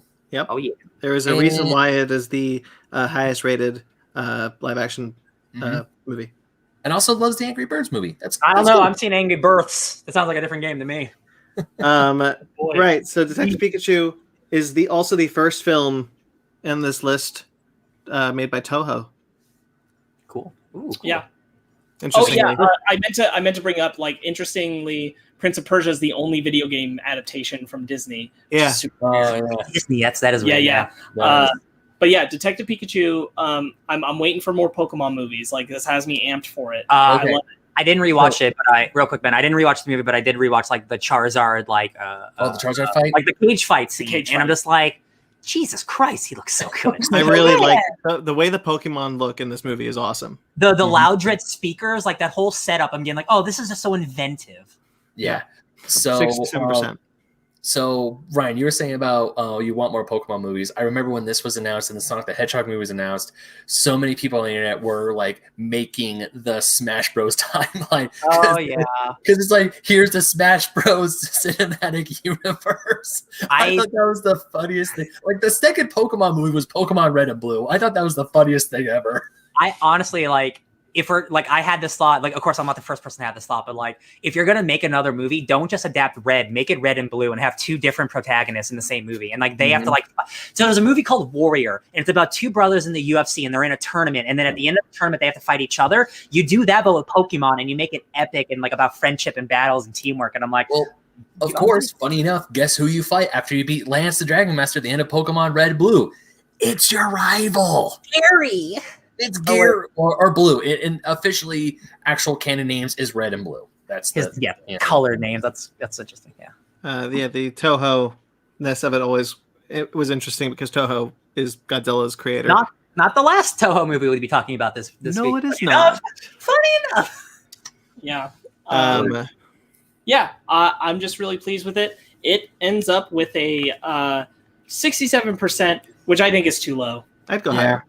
That's most people like this movie, so like I feel like that would be higher. I mean, like I'm no Rotten Tomatoes, but for me it's up there in the 90s. Yeah, I was about to say, as a fan of Pokemon, as someone who's grown up with the series and has seen some great Pokemon things and some bad Pokemon things, I would definitely say that this has to be in the 90s for how like Megan doesn't even like Pokemon that much, but she loves this movie. I mean, if you appreciate cute things and a good story, like it's a lovable thing. It's a good winner. And you know this movie did that. And now I want to go see another Pokemon movie in theaters that just gave me such unbridled joy.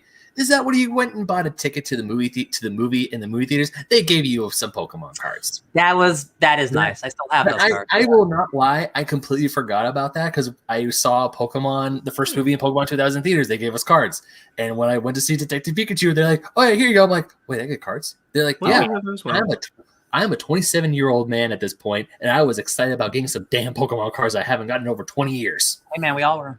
27? At the time. At the time.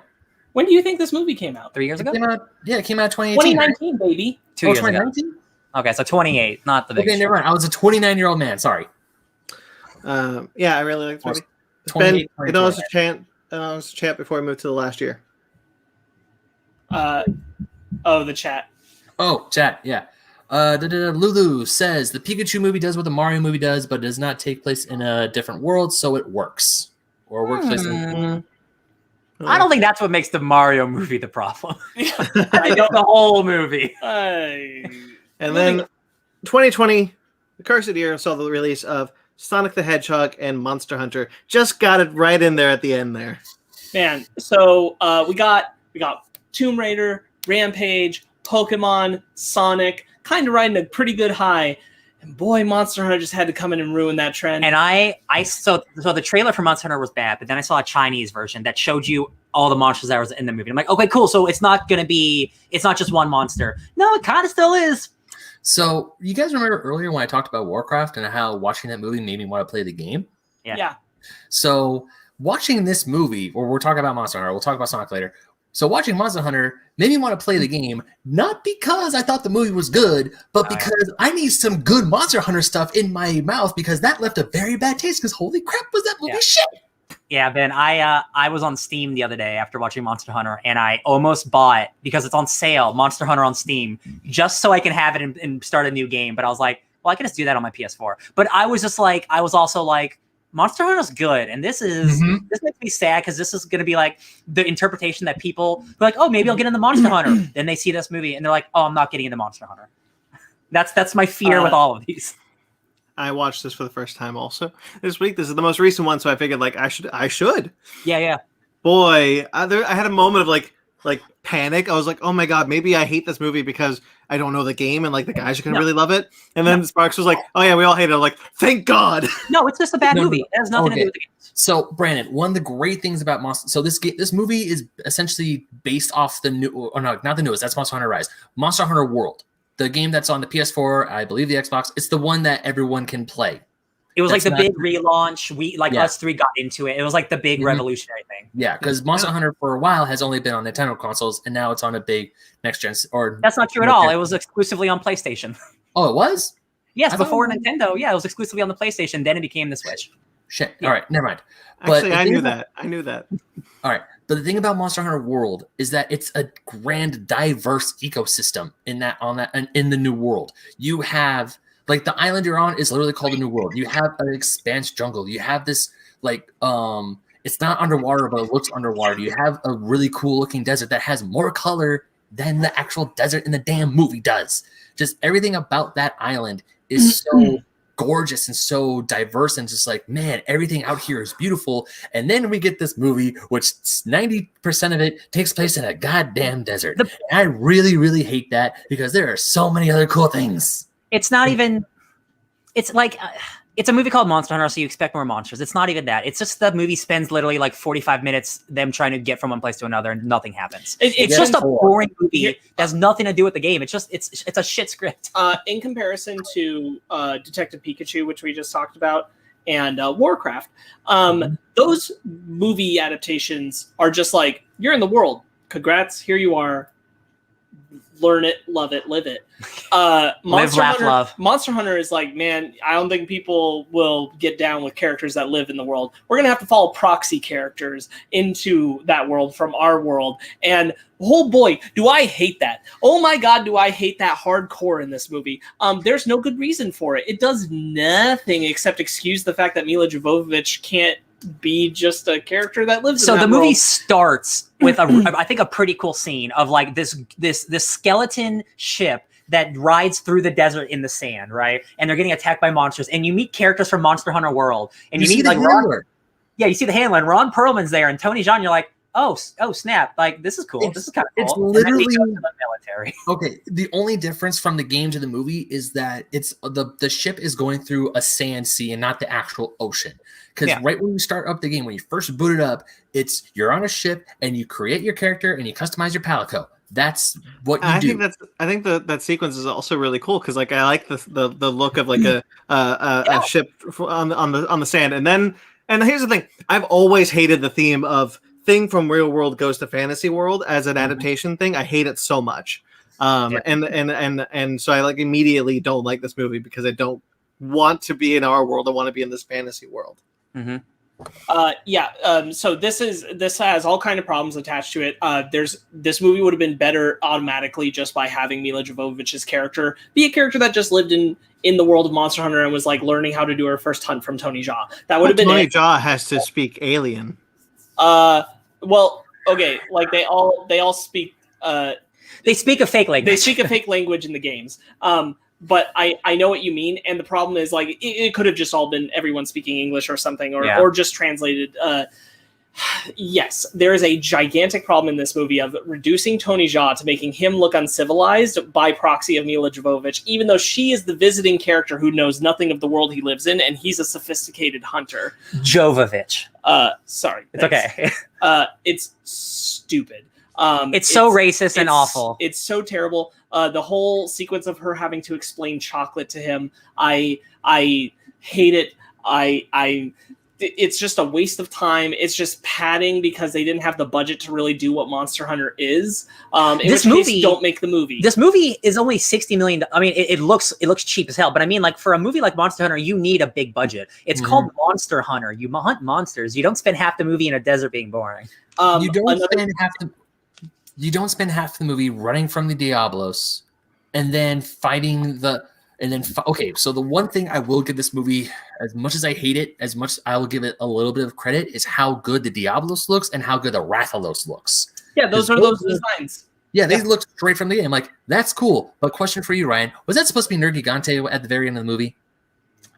If it is, that's not what it looks like. No, it is not. But also, like, to be fair, like, there are tons of other monsters. Like, the spider monsters aren't in Monster Hunter World. There's also been 6 other games before Monster Hunter World. So, like, they use other monsters that aren't in that game. I don't know all the monsters. Yeah, so, like, that's can I say one of the things that I never thought I'd see this again because I saw it in Lost in Space. If you remember in Lost in Space, Gary Oldman gets his egg sac cut open and a bunch of little spiders kill him.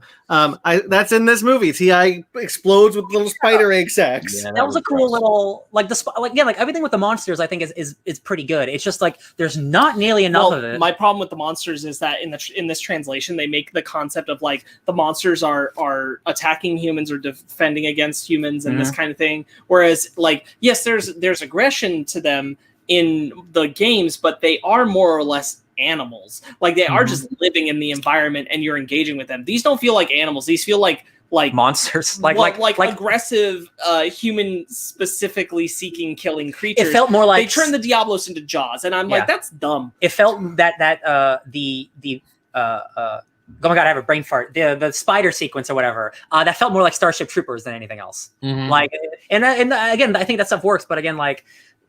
I'm just reaching for straws of stuff that I think is sure. And like, I mean, like it truly is like one of the things that's so great, specifically about Monster Hunter World, which, like Ben said, this is trying to emulate, is how good the AI of the animals is. That they feel like they are just living in the environment and you intercede. And this feels like the Diablos is like when we watch The Shallows and there's a great white shark there, and we all go, "That's not how a great white shark is. It's not going to like stalk this one single person." Yeah. And that's what it's doing. And I'm like, this is so not what those things are cool about in the games. It's cool that they are just animals and you get to just kind of see them be in the environment and that kind of thing. The entire point of Monster Hunter, that is a boss game where you only kill like there's no like small enemies. You kill monsters, like big monsters. That's a game, and you kill them and you get their armor to make different weapons. There's like none of that in this movie. Mila Jovovich gets her weapons from a boat. She just finds them in a box. There's no game in this video game adaptation. There's 5 seconds where you see a cat make some sushi. That's cute as hell. It's 5 seconds. The Palico scene where the chef makes the food is straight ripped from the game. It's cool. cute. But also, it doesn't make a movie. To also not ignore chat, Lulu's like, there's a Monster Hunter movie? Yes. Most people don't know. Save your time. And also, I don't know what they meant by that, but the games are not for Lulu. That's totally fine. The game, one of my buddies, Grayson, I know he's still watching. He's kind of. But yeah, you're lucky. This is not a good movie. I know the reason why people missed this is because it came out December during a pandemic, so nobody saw it in theaters. And I also don't think it would have done well either way. It looked bad to us. It turned out to be bad. This is probably Paul W.S. Anderson's worst movie, and that's really sad considering it's his most recent movie. This is worse than Resident Evil 4. No way it's not. I think you're right. There's no way it's not. I just wanted to take it in. I think you're right. That's so sad considering he's been making movies for 25 years. Oh no, he did do Afterlife. I was like, wait, maybe that was one he didn't. No, he came back to that one. He did. Wow, BT Dubs. Another thing I hate about this movie, the ending. I just think what's the ending again? Ben, I hate the whole thing. I don't even remember the ending. The ending is where, air quotes, Nergigante shows up, and then Ron Perlman comes up, and then it's like we have to fight, and they it's right after they kill the Rathlos, and then the storm comes in. You know what? You got the dude in the hooded robe.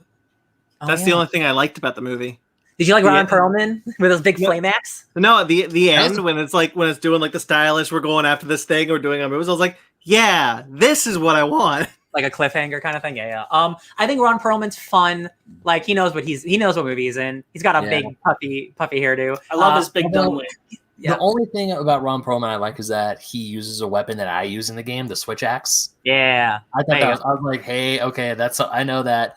Yeah, it's a good 5 seconds of the movie, but the end, Tony Jaa uses the insect glaive. He stabs him to the ground and does a flip in the air. I'm like, hey, I do that. I'm like, video games. Everything interesting about the Monster Hunter games is just like the experience of living in that world is what's interesting, and like the lore of that world and how that world functions and things like that. And this ignores all that by making the entire plot based around we're afraid of your world. The whole thing's about I don't care. The whole thing's about ecosystems. Like it's all about like smaller monsters getting eaten by bigger monsters, and like you learning the trails of the monsters and like intercepting them and like them living their lives. And that's like none of that's in this movie. Like the monsters are, like you said, like are out to get the humans. It's like Jaws. Sometimes there's a 6 score, bro. Yeah, the score like it sometimes hits hard. I'm like, but overall, nope. Another thing about the game that I think is really cool is that, I mean, of course they don't even put this in the movie because why would they? Is that in Monster Hunter World, you get more of your rewards if you don't kill the monster. You capture the monster and bring them back alive. Yeah. That's, I mean, in the game, you get more rewards. It's easier to grind, but it's also harder to do. And But there's no You know plot the movie- reason. you know the Like, that movie doesn't you're make me mad though. And That doesn't make me mad because like they have an objective to get past the monster. They're not going to capture that monster. true. I look at this film and I'm kind of looking at it like going like, this is one of those examples where you don't put enough of the game elements in here, and it actively hurts because it's stupidly simple. It's not Mortal Kombat simple, like streamlined. This is unintelligible simple. No, Bro, as I'm watching this movie, I know for me one of the things that's like a huge red flag for when a movie is like this movie is shit is when I'm rewriting a movie as I'm watching it, thinking you could have done this, you could have done X, Y, B, Z, whatever. Just like this movie could have. This is why I don't watch movies with him anymore, because he does this. He does this live. I'm kidding, Ben. I'm just joke. I didn't like this. I'd like to move away. Me too. Sonic the Hedgehog. Can we move something that doesn't suck? Monster Hunter was a 46, which I think is far too high. See, that's what blows my mind because this is without a doubt the worst movie I watched this week. Every other movie is better than this movie, and almost all of them have lower scores than this one. It's only because it's a modern movie. Yeah. That's why. And I don't there's, know if you had to ask me if I'd rather watch Doom or Monster Hunter, I think I might pick Monster Hunter. You know what I would pick? I would rather watch Annihilation over this movie because at least Annihilation is stupid fun. This is just boring. Yeah, hold on. Let me pull up the movies I watched this week for video games. I would rather watch all of the Resident Evils. I would rather watch Rampage, Silent Hill, Pokemon, Warcraft, Assassin's Creed, Sonic the Hedgehog, and even Prince of Persia before I'd watch this piece of trash again. And I love Monster Hunter so much. It's so disappointing. This one can die. It's so crazy that Monster Hunter has a higher rating than Prince of Persia. It is crazy. And then Silent Hill. Then almost every other movie. Then every other Resident Evil. I would go way lower for this film. Before I move on to Sonic, not to ignore. Oh, please, can we please? Ben, there's a lot of chat going on tonight. We don't need it all. We don't need it all. I don't even Sonic the Hedgehog. Sonic the Hedgehog. I love this movie. You guys know this. I like it a lot. We don't need to spend a bunch of time on it because we did a review of it. It's a good kids movie. Yeah. Having rewatched it this week, like the movie sells me with James Marsden and Jim Carrey. I'm half the time I'm with Sonic and half the time I'm not. Yeah. That's really where it is. And I acknowledge that part of it is like comparing it to the Pokemon movie. The Pokemon movie is made for everybody, and Sonic is very made for kids, specifically Sonic, not necessarily James Marsden and Jim Carrey. Their humor kind of balances, but Sonic himself is very catered towards the kid audience. Yeah. And that detracts a little for me, and I'm just not always a fan of this depiction of him. Even though I like Ben Schwartz, I don't love the choices about who Sonic is and all that, but we went over that before. That just hasn't changed for me. If it wasn't still good. If it wasn't Jim Carrey, I definitely probably would not be as hot James on it. Marsden's pulling good weight. No, I'm sure. Too. I'm sure, but he's also with Sonic, so. Yeah. I agree. I didn't go back to watch this one. I don't have a whole lot to say. I didn't go back to watch this one either. I mean, I watched it pretty recently. I still really enjoy this movie. I think it's fun. You guys know how much I love Sonic the Hedgehog. It's my favorite character, so I love it. I think it's enjoyable. It doesn't hit all the marks I'd want it to of a Sonic adaptation, and that's a bummer. But I still think it's pretty good overall. It's got 63%. I would even give it a little more than that. I think that's. I'd go maybe a little higher, but I think it's fair. Yeah. And that's it. That's all of them. So I definitely think, like, how we've been talking about it, looking back at it, I think there is absolutely, like, we've been hitting a pretty good stride for a while, Monster Hunter excluded, where they've been getting better, getting more aware. It's part of what Brandon said. I think that there's people who care about them, who are aware of these games, who are bringing a lot of passion to them. I can't speak to Rampage. I think that one's just like somebody really wanted to do that, and apparently they gave a shit to make an at least enjoyable film. Yeah. But Tomb Raider and Pokemon and Sonic, they're all benefiting from people who care a lot about the source material, wanting to do and it. The budgets got bigger. The other thing is that none of them are trying to be a different thing. They are trying to be movies that are more or less translating the ideas of those games, or at least adapting them into a way that works on its own organically. They're not trying to copy some other movie trends. And that's helping them a lot, 100%. because a lot of the previous video game movies we talked about, they got killed by trying to ape something else entirely, like Doom with the Resident Evil movie that we talked about. Yeah, I wholeheartedly agree. I think it's really great coming into this. I have a little bit of a small little thing about like upcoming ones. I think we're going to get some pretty good ones upcoming, such as Mortal Kombat. We're all really excited about. Resident Evil Welcome to Raccoon City. I can't imagine, like, that looks cool. Of course, there's the TV shows like Cuphead Show, Halo, but Yeah. I think we're in for a couple of years of some really good, groundbreaking video game movies. Even a great one.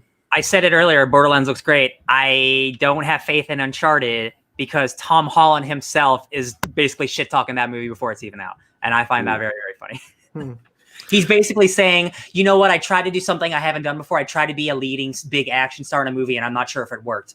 A year before that movie comes out, so I don't have faith in that movie. Yeah, I don't have faith in Uncharted either, unfortunately. Mark Wahlberg's Sully, so like I can't care. That wasn't necessarily the one I was more referring to. But I'm just bringing the it other up ones. Talked about it. That's all. There's The Last of Us as a TV show coming. We're all excited about.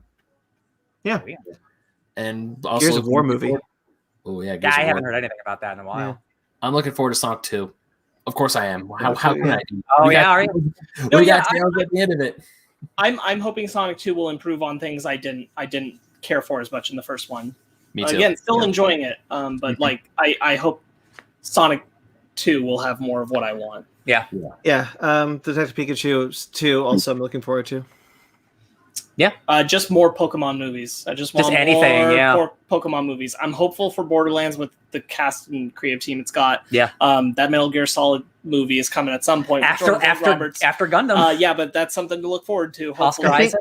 Here's the reason why I brought those up is because I do think that like regardless of like what if one of them doesn't make it, I do think the next round of video game movies starting from here are gonna be better than what we've gotten before. We're gonna get into the great ones.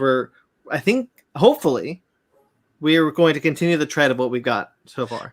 I brought it up earlier. I think it's going to take the similar route of comic book movies. It's going to take a while before you have the people who again grew up with it and like are really passionate about it. Again, we've had good ones here or there, but now that it's 2016 and up, like we're getting like good to great movies. Again, except Monster Hunter, but like the bar isn't it's a video game movie, so bad is fine. Now it's like okay, Tomb Raider's a good movie, Pikachu's a good movie. Like we're just getting good movies from the get go instead of them being video game movies. And that's what Sparks talked about earlier about like you put in a small amount of money and you get a large bag, and that's what Mortal Kombat and Street Fighter perpetuated. Now we started to see the shift relatively recently, honestly, of giving people a blank check, if it were, to bring your passion to life, where the budgets are getting bigger because they're looking at them as viable blockbusters on their own. Yeah. Warcraft hurt a little bit because that was a expensive ass movie. Yeah, but luckily it wasn't it wasn't the total disaster. It didn't do well, and critically it was whatever. It still did make a profit ultimately in the end with international.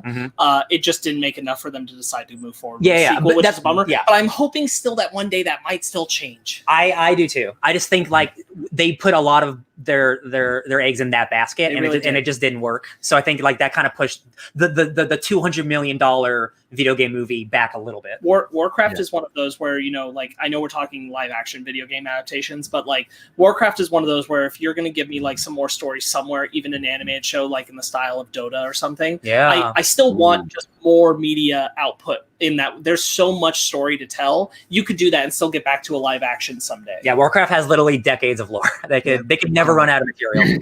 Brandon, correct me if I'm wrong, but hasn't there been rumors that Illumination is trying to make an animated Mario film? There's not rumors, they are. That's what I was talking about. Super Mario Brothers was the one, we talked about it at the beginning of this conversation, where Super Mario Brothers was the one where Nintendo was like, we're not making another we're not going to make movies anymore. And that has just now changed with Illumination's Mario movie. And that's a good point to bring up, because like my other thing, like Ben, even though I enjoy the Sonic the Hedgehog movie, this is something I go back to, is that like I still think Sonic the Hedgehog would have just been better to be an animated film. Oh no, I 100% agree with you. It should have been that way, because some of these games, some of them should just be translated to animation. Yeah. Like some of them have, and we didn't talk about them today, but it's better that they do, because that's more where they belong. They're able to do more with it. Sure, but some of these the live action adaptations are clicking and are working, and Sonic did. So there's hope. The takeaway from this conversation is obviously, except for the really bad ones, I feel like we've been pretty positive overall on a lot of the movies we talked about. So I think, however it started, that Mortal Kombat's like the best, and it never got better. Very quickly after we got a good movie, we got like Resident Evil, or we got Silent Hill. So like, even if they're not great, they're Mortal Kombat comparable. So it is kind of funny that there was this thing where like, no, stigma literally a couple years later, we got a decent one. So like, it is weird how that's been around for so long. I want to also say, I mean, like Sparks said a few seconds ago, it's the stigma. There is a stigma that if it's a film based off of a video game, it's automatically going to be bad. And I feel that was like, I don't know what Rotten Tomatoes. How long has Rotten Tomatoes been around for? Or 15, 20 years, maybe. I don't know. 15 years. Or just like looking back on how film critics are, especially back when Silent Hill came out in 2006. Yeah, like Silent Hill. Watching now, we say, "Hey, Silent Hill is a good movie," but critics saying like, "Oh, is this based off a video game?" Pfft, it instantly horrible now. I feel that a lot of film critics. I like your critic is a caveman. It's instantly horrible now. Well, that's I feel how a bunch of these films have been taken. I mean, but comic book movies are the same way, and the argument has always been, I'm waiting for the Iron Man of video game movies. Mm-hmm. Yeah, mm-hmm. Very true. But anyway, I do agree that even though because I remember back in the mid 2000s, is like, yeah, there hasn't been a good video game movie since Mortal Kombat. It's like looking back on it now, it's like actually no, there have been good movies since Mortal Kombat. There have been, I would argue, more not better than Mortal Kombat, but more good video game movies than bad almost. They're like, oh yeah, I'd recommend watching that for something. I would disagree only because Uwe Boll kind of tips the scale on accident. I just ignore him in all those movies because I think most everyone else does too. Man, if you take out that scale down, he's made like 10, and that sucks. Most of his filmography is video game movies. It is, and so is Paul W.S. Anderson's. He directed Blood Rain, right? Yes. Ugh, I remember. And Blood Rain 2, which is direct to DVD. Yeah.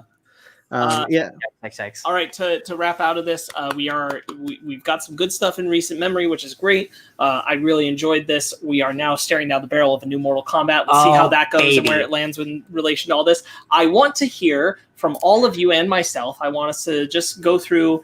You don't need to do explanations or anything like that. Like we've discussed on our feelings. I just want to know where they stand for you. What are your top 5 adaptations, and what are your top 5 movies? Like how good in adaptations is like how well do you feel they translated elements from the game that worked for you? And again, like you don't.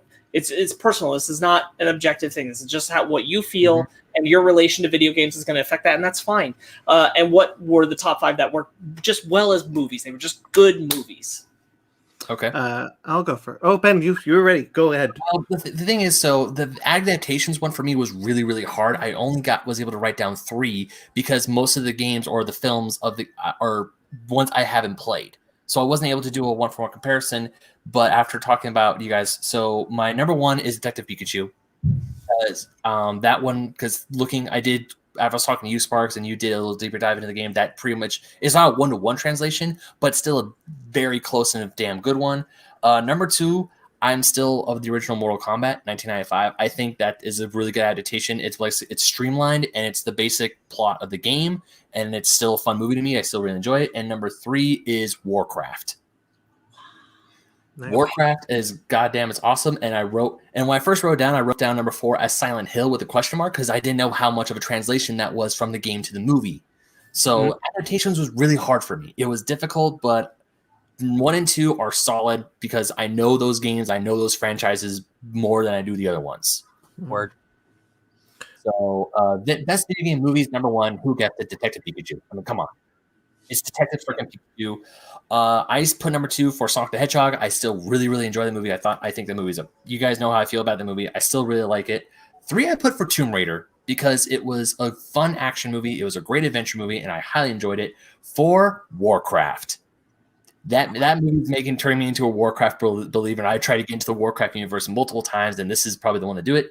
Number 5, I'm putting Resident Evil 2, the movie 2. I forgot what it was called. Afterlife? Apocalypse, that one. Because you got Nemesis, you got a lot of cool shit from the game. Raccoon City is going to hell. After we were talking about it, I was like, man, that was a really cool movie. Resident Evil Apocalypse. That's some good shit right there, boys. I think you stole my list. Did I? Look at that. Great minds. If I may. Please. Yes. All right. I don't have I don't know.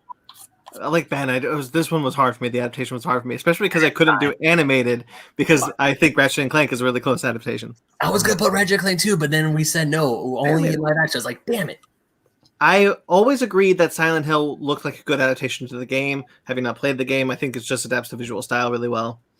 I think Warcraft is a good adaptation.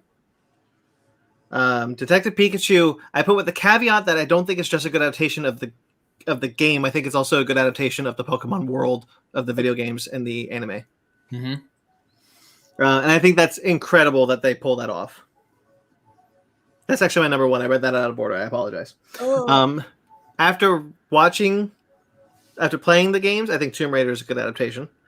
Outside of the system story changes, I think they work for the film, and it works. Yeah, the reason why I didn't put Tomb Raider for adaptation is because I never played the games. Yeah. I wanted to say Mortal Kombat, but I kind of pushed back on it being a good adaptation. I think it's a streamlined adaptation, but I don't know if it's necessarily good as an adaptation. So I put Rampage because for what that game is, the fact that they pulled that movie out is pretty good. I think that's the best version of that movie that they would have ever made. Yeah. Okay. That's good. My best, my top five, my personal top five. Number 5 would be Resident Evil 2. I didn't rewatch it, but I remember really liking it, so I kind of just put that one on there because it didn't have a 5. Like, my memory of this one is strong enough to be like, it's probably that. Mm-hmm. We'll revisit it soon. Yeah. Enough. Mortal Mortal Kombat would be my number 4. I really like that movie. It's a lot of fun. Nostalgia goggles for it. Number 3 would be Tomb Raider, especially after I played the games. I gotta be clear, like, I probably wouldn't have put it that high, but having played the games, I really kind of appreciate it more now. Detective Pikachu or Warcraft are number 1 and 2, and I think I like them both equally. I can't quite choose which one would be where. Warcraft was really good to me this time around. I think it's aging very well, and I liked it a whole lot. Detective Pikachu is a good time. I don't know where I'd put both of them, but so they're the 1 and 2 For sure. They're both Very good. respectable. Very respectable. That's me. Okay, dokie. I'm gonna go now. So I'll do my movies first. I got number 1 is Pikachu. I got number 2 is Silent Hill. I got 3 is Mortal Kombat. 4 is Warcraft, and 5 Resident Evil Extinction. I think for adaptations, because I'm familiar with all this shit, because I don't got a life. Number 1 is Silent Hill. I can't express to you how much of that game is in that movie. There are multiple references of using a map in the game. The maps are very important in Silent Hill. You're always looking like going from like B1 to B05. Like that stuff's super relevant. Like her reaching her hand in that dude's mouth, picking up like a puzzle piece straight up from the game. Like everything from that movie, it is a perfect adaptation, maybe except for where it's located. If that doesn't really matter though to me. Warcraft I put as number 2. That's just that world in live action form. Some of the story stuff's a little different, but like for the most part, it's that. Pikachu's number 3 for adaptation. I think it's great. Number 4, it's Tomb Raider. It's that thing, but without the cool supernatural stuff. And then 5, I put Assassin's Creed because while there's not a lot going on, it's definitely doing that Assassin's Creed stuff perfectly. Yep. For my adaptations, my number 5, I just couldn't decide, so I tied it between Tomb Raider 2018 and Assassin's Creed. I think they both do a lot of good job of adapting their game materials. Oh, that's me. Decide, bong, yeah. I couldn't decide which one between the two, so they sat at my number 5 spot. But number 4 is Warcraft. Great adaptation of that game. Silent Hill comes right next at number 3. Pokemon Detective Pikachu at number 2. And my number 1 is Rampage for adaptations. Because, again, like, the simple concept is translated so well into a movie. Like, it's not the greatest movie, but, like, that's an incredible adaptation. They really milked everything good that they possibly could out of it. I can't knock it for that. I'm just saying the games, it's people who turn into monsters. It's not animals. For sure. It's not perfect. For sure. But in concept, they got it. No, and my top 5 films are at number 5 is Warcraft. At number 4 is Resident Evil Extinction. At number 3 is Sonic the Hedgehog. Number 2 is Silent Hill. And number 1 is Pokemon Detective Pikachu. We have almost the same list. Yeah. This was fun. I'm glad we did this. It's been a while since we've done an old-fashioned topic. I will dare you to find another podcast that goes over the entire video game filmography. I dare you to find it. Live action video game filmography, because I almost put Kingsglaive. Hunker down, Ben. What? I'm kidding. No, I almost put Kingsglaive on the adaptations one. I was like, oh wait, no, that can't go there because it's not real people. It's not live action. I had to keep reminding myself live action only was live action. ... Shit. It was really interesting to have all these films to watch for this discussion because like we're watching in a genre, but they're all really truly different genres in a sense. And I was like, this is really interesting. Like I'm in a niche, but I'm not totally in a single niche. It was interesting. Yeah. Had fun. We have Mortal Kombat next week, a review of the new Mortal Kombat movie. Yo, man, not to get too crazy, but like that movie's been out in Europe for several weeks and people seem to like it. So That's hot dogs. that is good to know. Shall we get into our book club? Oh yeah. Let's get some truth. We finished so many things early, and we're still going over what we're I normally knew do. this was going to happen. I had a feeling. Hey, I was looking forward to this conversation, so I'm okay. Oh, yeah. Here we go, book club.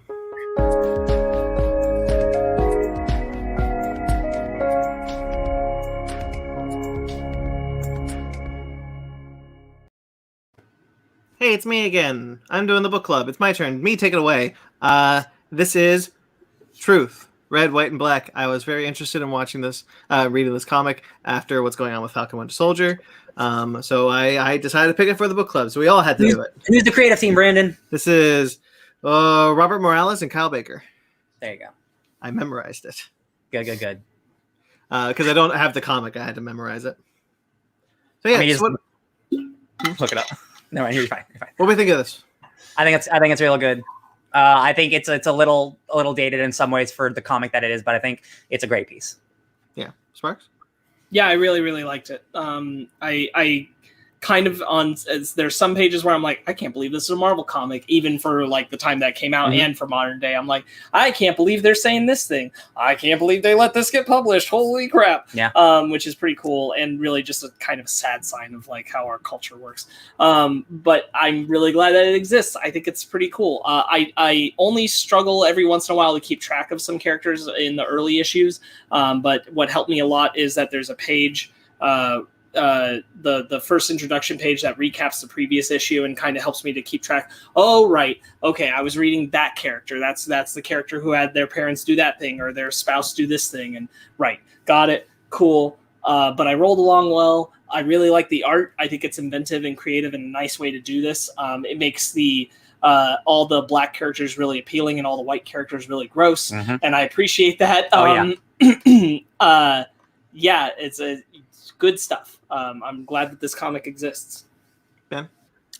This, I don't want to say it was a hard read because it wasn't a hard read. It was just one of those things. It's like, damn, this is gonna hit. This is gonna hit you where it hurts, and it's something. I definitely feel like this is definitely one of those books where I don't want to put in the same league because it's obviously not the same league as it, but it reminded me of what comics can do, and kind of like March. Where Representative Lewis, he told his story through a comics medium. Even though this is a completely fictional tale, I can easily see African American readers or black readers in general readers go, this is the things I go through.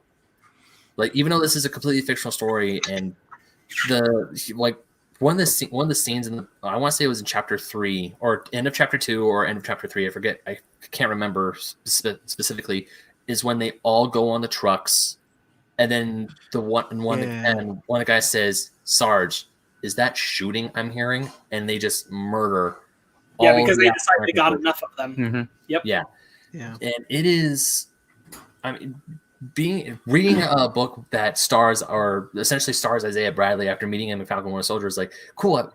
It's like, damn, if this is what they took, if they took this and put in that character from the show. I'm babbling now, but this is a damn good. Ben, yes, this is where that comes from. 100%. Yes. This is okay. Good. Of course it is. Yes. Real quickly, Ben, Lulu gave us her top 5s and says, "Kiss, kiss, good night." Thanks for stopping by. Good night. Thanks for stopping by and watching. And back to Truth. Yeah, I really like this book. I noticed in the beginning, and I looked this up. This was meant to be a kind of a what if. An Elseworlds type story until I guess Marvel liked the reception of it and decided to make it canon. So they had to. That's where the Captain America stuff comes from to kind of make sense, make Isaiah Bradley's line up that he has to be the second Captain America and not replace Steve Rogers. Almost would have preferred it if it had stayed in Elseworlds, honestly, but I like it all the same. I definitely am glad that it didn't stay in Elseworlds. That's not a what if. Because I think that's running right into that same kind of problem we talk about with like DC and their diversity things. Like, it always doesn't count to main canon, that kind of stuff. And like, it's really bad when you're writing a story about how the U.S. government has used black bodies as disposable, and then to just say, Oh, it wouldn't didn't that be- happen. But don't worry, guys, because that's just a crazy alternate timeline. That didn't happen when we know better. Yeah.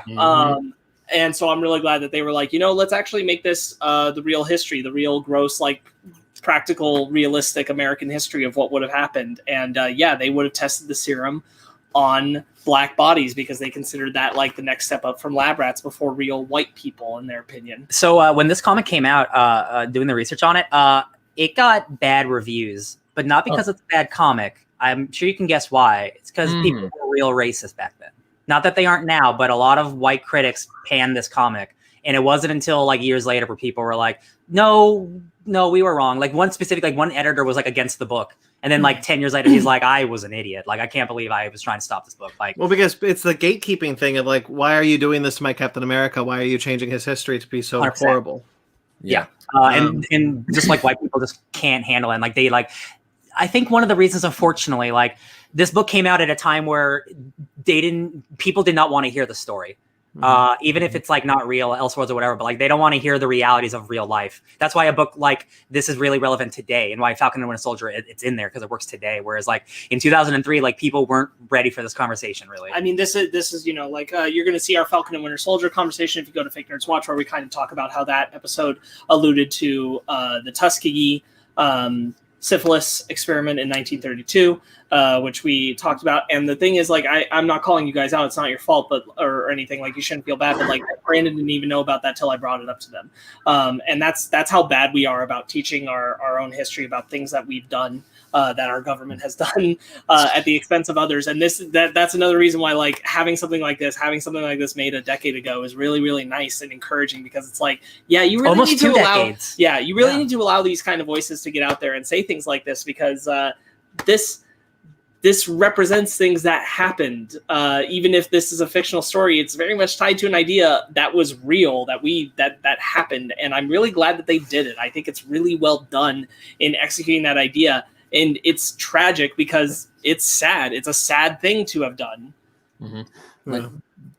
Sparks, when you mentioned about how we really didn't know about the Tuskegee syphilis trials, it also kind of reminded me of when Watchmen came out, and the essentially majority of the United States was they saw the opening scene in Tulsa in 1920s Tulsa, Oklahoma, and then they go to Wikipedia or Google, and then they realize, oh shit, that happened. How did I not know this was real?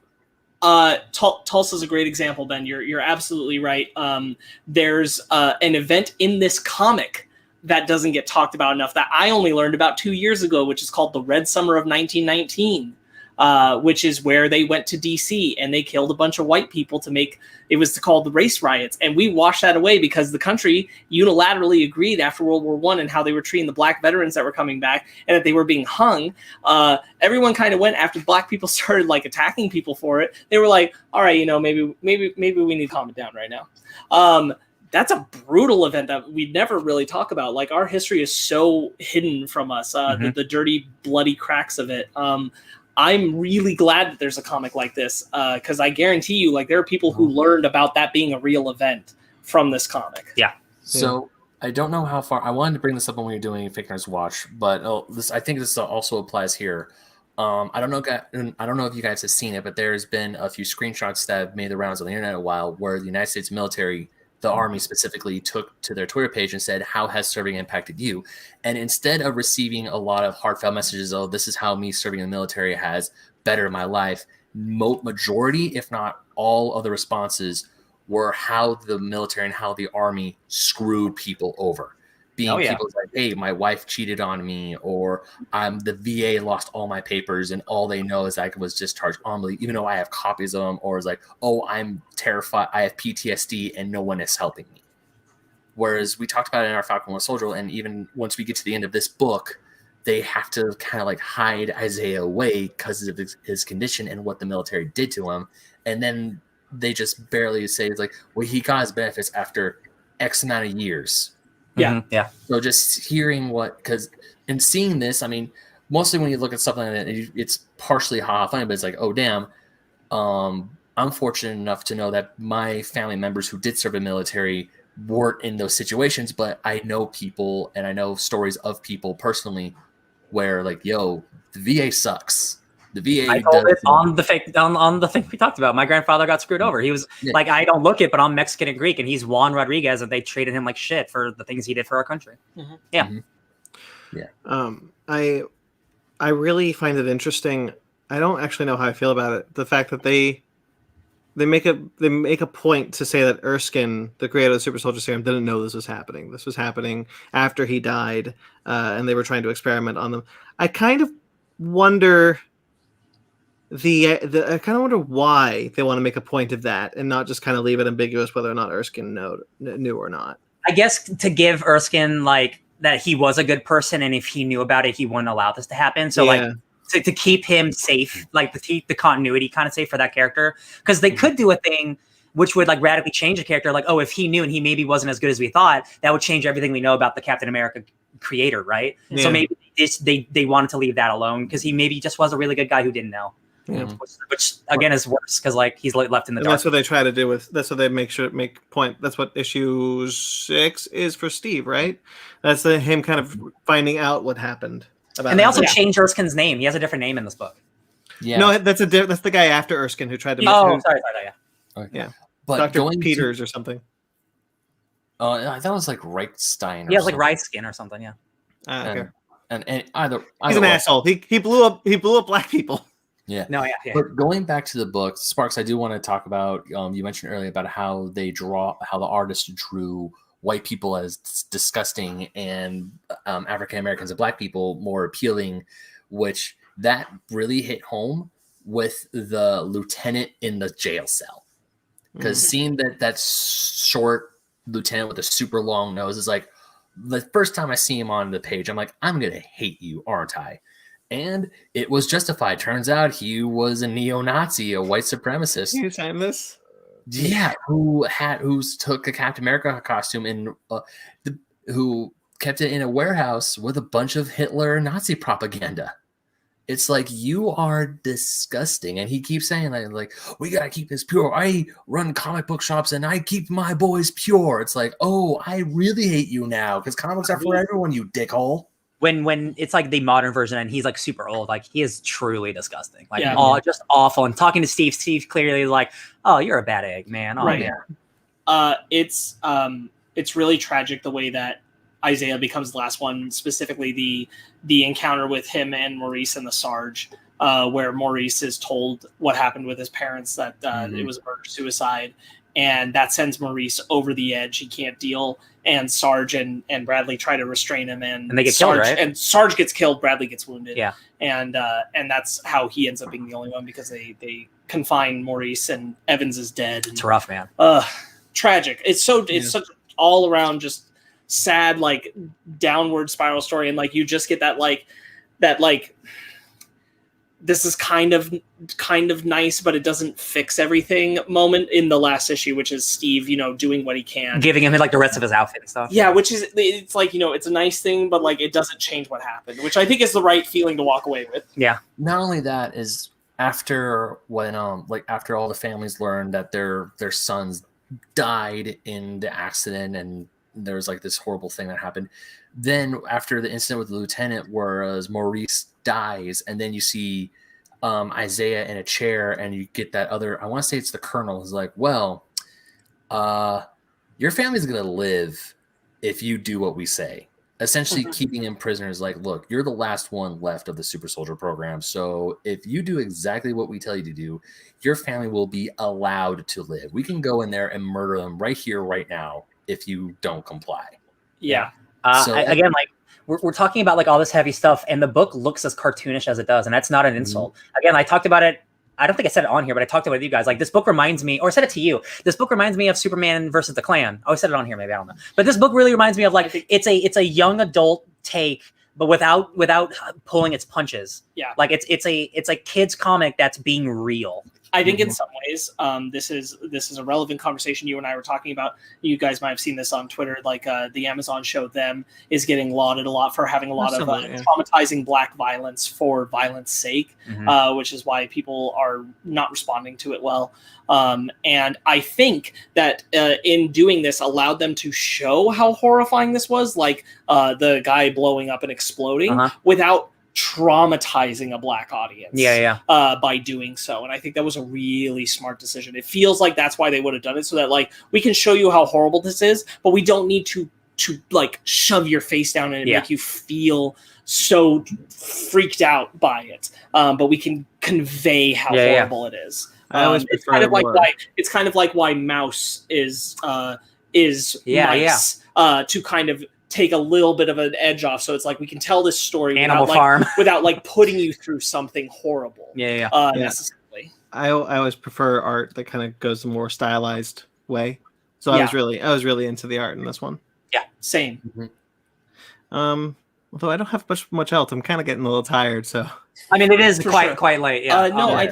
I think that's a really great point. I think like part of why the story is able to work, especially for the time period it came out, is because it's delivering it in a style that's digestible. So like I think there's easily a version where you tell this exact same story, but the art is much more realistic, at least hewed in that direction, or even just like by modern Marvel standards of what the typical comics work like. And it's a little too much in some ways for a lot of people. And I think they made a really excellent choice, and it's striking and it works, and you see great displays of Black joy, but also Black pain, and all those things work. And I think they do a great job of integrating Steve, but not making him feel like white saviory. 100%, yeah. Especially the way that he takes down Price. It doesn't feel like him coming to the rescue. It feels like him coming to the apology. Yeah, and he was like, I had no idea. Like it's Steve Rogers, who was a good person. Like, there's nothing he can do about the situation because he wasn't there for it. Well, I think it's something that like a lot of people wrestle with, which is like, how to be a good ally kind of thing. And Steve is very much like, I'm really glad that it wasn't Steve coming in at the end, because it easily could have been Steve coming in at the end and like just solving the situation for them, or like moving them into a new situation, or providing a bunch of money. And he's like, the best I can do is really just give you something that always belonged to you, and acknowledge that you were a Captain America, that kind of thing. And that's really the best I can do. Yeah. And I'm sorry that that's all I can do. And I feel like that hits a much more true and pure emotion of what's happening, rather than it being like, I can come in and fix the thing because I'm the white Captain America, and it doesn't land on that space. And I appreciate that. And we're at an interesting cross point, because in the Marvel Cinematic Universe, our Captain America is a Black person. Yes. Or is going to be a Black person. So like we can incorporate that story and have even more emotional resonance for it. As you'll see when we talk about it in episode 5. This book's great. And again, like, it's not like Marvel's like trying to like erase it or anything. They're clearly being inspired by it, but like they're not putting it out there like I thought they would. Especially now, like I'm wondering after this series ends, after the TV show ends, that this book gets like republished, because like it's been out of print for so long, and like it's important, man. This is like, again, Marvel doesn't really do stuff like this anymore, or I feel like this definitely is a book that needs to get reprinted and talked about more, especially in our current political climate. Yeah, I agree. Thanks for picking it, Brandon. I was definitely like eyeing it myself, and I'm really glad that you suggested it, because I think it's a solid read. I think this is a great way to have brought Isaiah Bradley into the Marvel canon. It's so wild, because like until Captain America shows up, it's very hard to feel like it truly is a Marvel comic. And I don't mean that in like but it just like, you don't get them like that a lot. And I'm glad that they went for this as hard as they did. And like why I was so impressed with the most recent episode of for sure Falcon Winter Soldier, because they're actually tackling the real subjects. They are. All right, Sparks, your turn next week. What do you got? I don't know. I didn't think about it before we talked. Hell yeah. We'll find out soon. So find out later on the week. And as always, Mag says, have a good night, guys.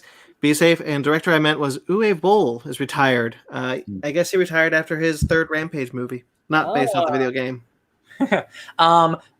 Those are just Punisher movies, but way worse. That's the dude. Uwe Boll is a guy who used to box film critics who gave him bad reviews. You guys can find those boxing matches online. They are hilarious. He's actually a really good boxer and beats the shit out of people who talk bad about his movies. It's so weird. Next week we're gonna do 2021's Mortal Kombat. Oh my God. The hype is too real. Oh my God. Hope for good things. I will take a solid 7 out of 10. I don't care if it's. I just want a good action movie. Please just deliver that. I'm excited because I get to see a movie with you guys in a movie theater for the first time in over a year. Our own theater, which makes me so excited. The movie could be a 6 out of 10, and I'd still be happy because I'm just excited. I get to see a movie with my bros again, and I miss that. Friendship's a 10 out of 10. Friendship is a 10 out of 10. All right, so check that out next week when we finally talk about that. Hopefully, our excitement pays off. Woo. Check out other things that we have on the channel, such as our audio feeds for Fake Nerd Book Club and Conversation, which is my solo show. This week episode, as I said in the description, is of Ken Napzok, and next week will be Helen O'Hara. You can check out more stuff on this channel, on the Fake Nerd Podcast YouTube channel, by subscribing. Make sure to like this video. Make sure to subscribe to this channel, and you get all sorts of things. You got our Fake Nerds Watch series, which we have alluded to many times on this episode, that we are going through Falcon and the Winter Soldier. One more episode of that. Also, Basement Arcade and Basement Arcade Pause Menu are 2 video game shows. Ben just put up a new episode of Basement Arcade Pause Menu with the author of the book, Mike Diver. Yes, I did. And that's the Fake Nerd Retro Gaming. He wrote that. And the Fake Nerd Book Club, where we just finished Little Char and the Gang. All those are on this channel. Awesome stuff, cool content. We do a lot, guys. We do a lot. We do. Hey guys, the pandemic is not over yet. I don't know how to tell you that. I want you to check out a Fake Nerd Podcast mask. I'm going to keep doing this until we figure out what else to do with this fabric, which we will. But why not help us expunge some of the fabric of getting a Fake Nerd Podcast mask? That's linked below. We also have a Patreon. We also have a TeePublic where we have more merchandise. Actually, that's true. The Patreon shirt, Stephen King's best friend, just like by Magnet. Stephen King's best friend. I shouldn't make you. I know how I'm going to market the shirt. Okay. Anyway, we're going to talk about, and you can check out our TeePublic. We get a lot of cool merchandise, a lot of cool designs on t-shirts. All of those are linked below, and you can find it on our website at www.fakenerdpodcast.com. All of that is linked below. Thank you so much, guys, for listening. Thank you so much for the viewers who watched the live stream, who watched the replay, and of course the listeners who've been there since the beginning. Thank you to Jeremy Vellucci for all of our musical themes. You can find him at Jeremy Vellucci Keyboards on Instagram, and his podcast Suburban Proctologist at facebook.com/Suburban Proctologist Official, or Instagram at Subproc Podcast. New episode soon? We're in discussion about exactly how we want to go forward with release. Because you asked, just a quick thing is like Jeremy is doing a whole remaster on the previous episodes, and he's trying to decide if he wants to just wait to put those out before the new episode, or if he wants to drop it in the midst of him working on those. Mm-hmm. Oh, I see. And Mike Patola, good friend Mike Patola. You can find him at Mike Patola. He did our beautiful logos. Some of our beautiful logos. We have a lot of beautiful logos. Like this one. That's in the corner. That's one of the ones he did. It is gorgeous. Find us on Twitter, Instagram, Facebook, all at Fake Nerd Podcast, fakenerdguys@gmail.com. I'm at BT McClure on Instagram and Twitter. Ben? You can find me getting my second vaccination tomorrow at BenMaca27 on Instagram and Twitter. I also write for OldSchoolGamerMagazine.com.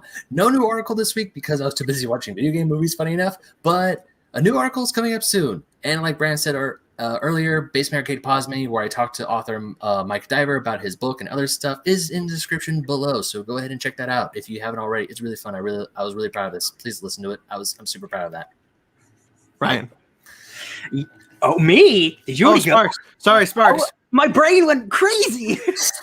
Sparks.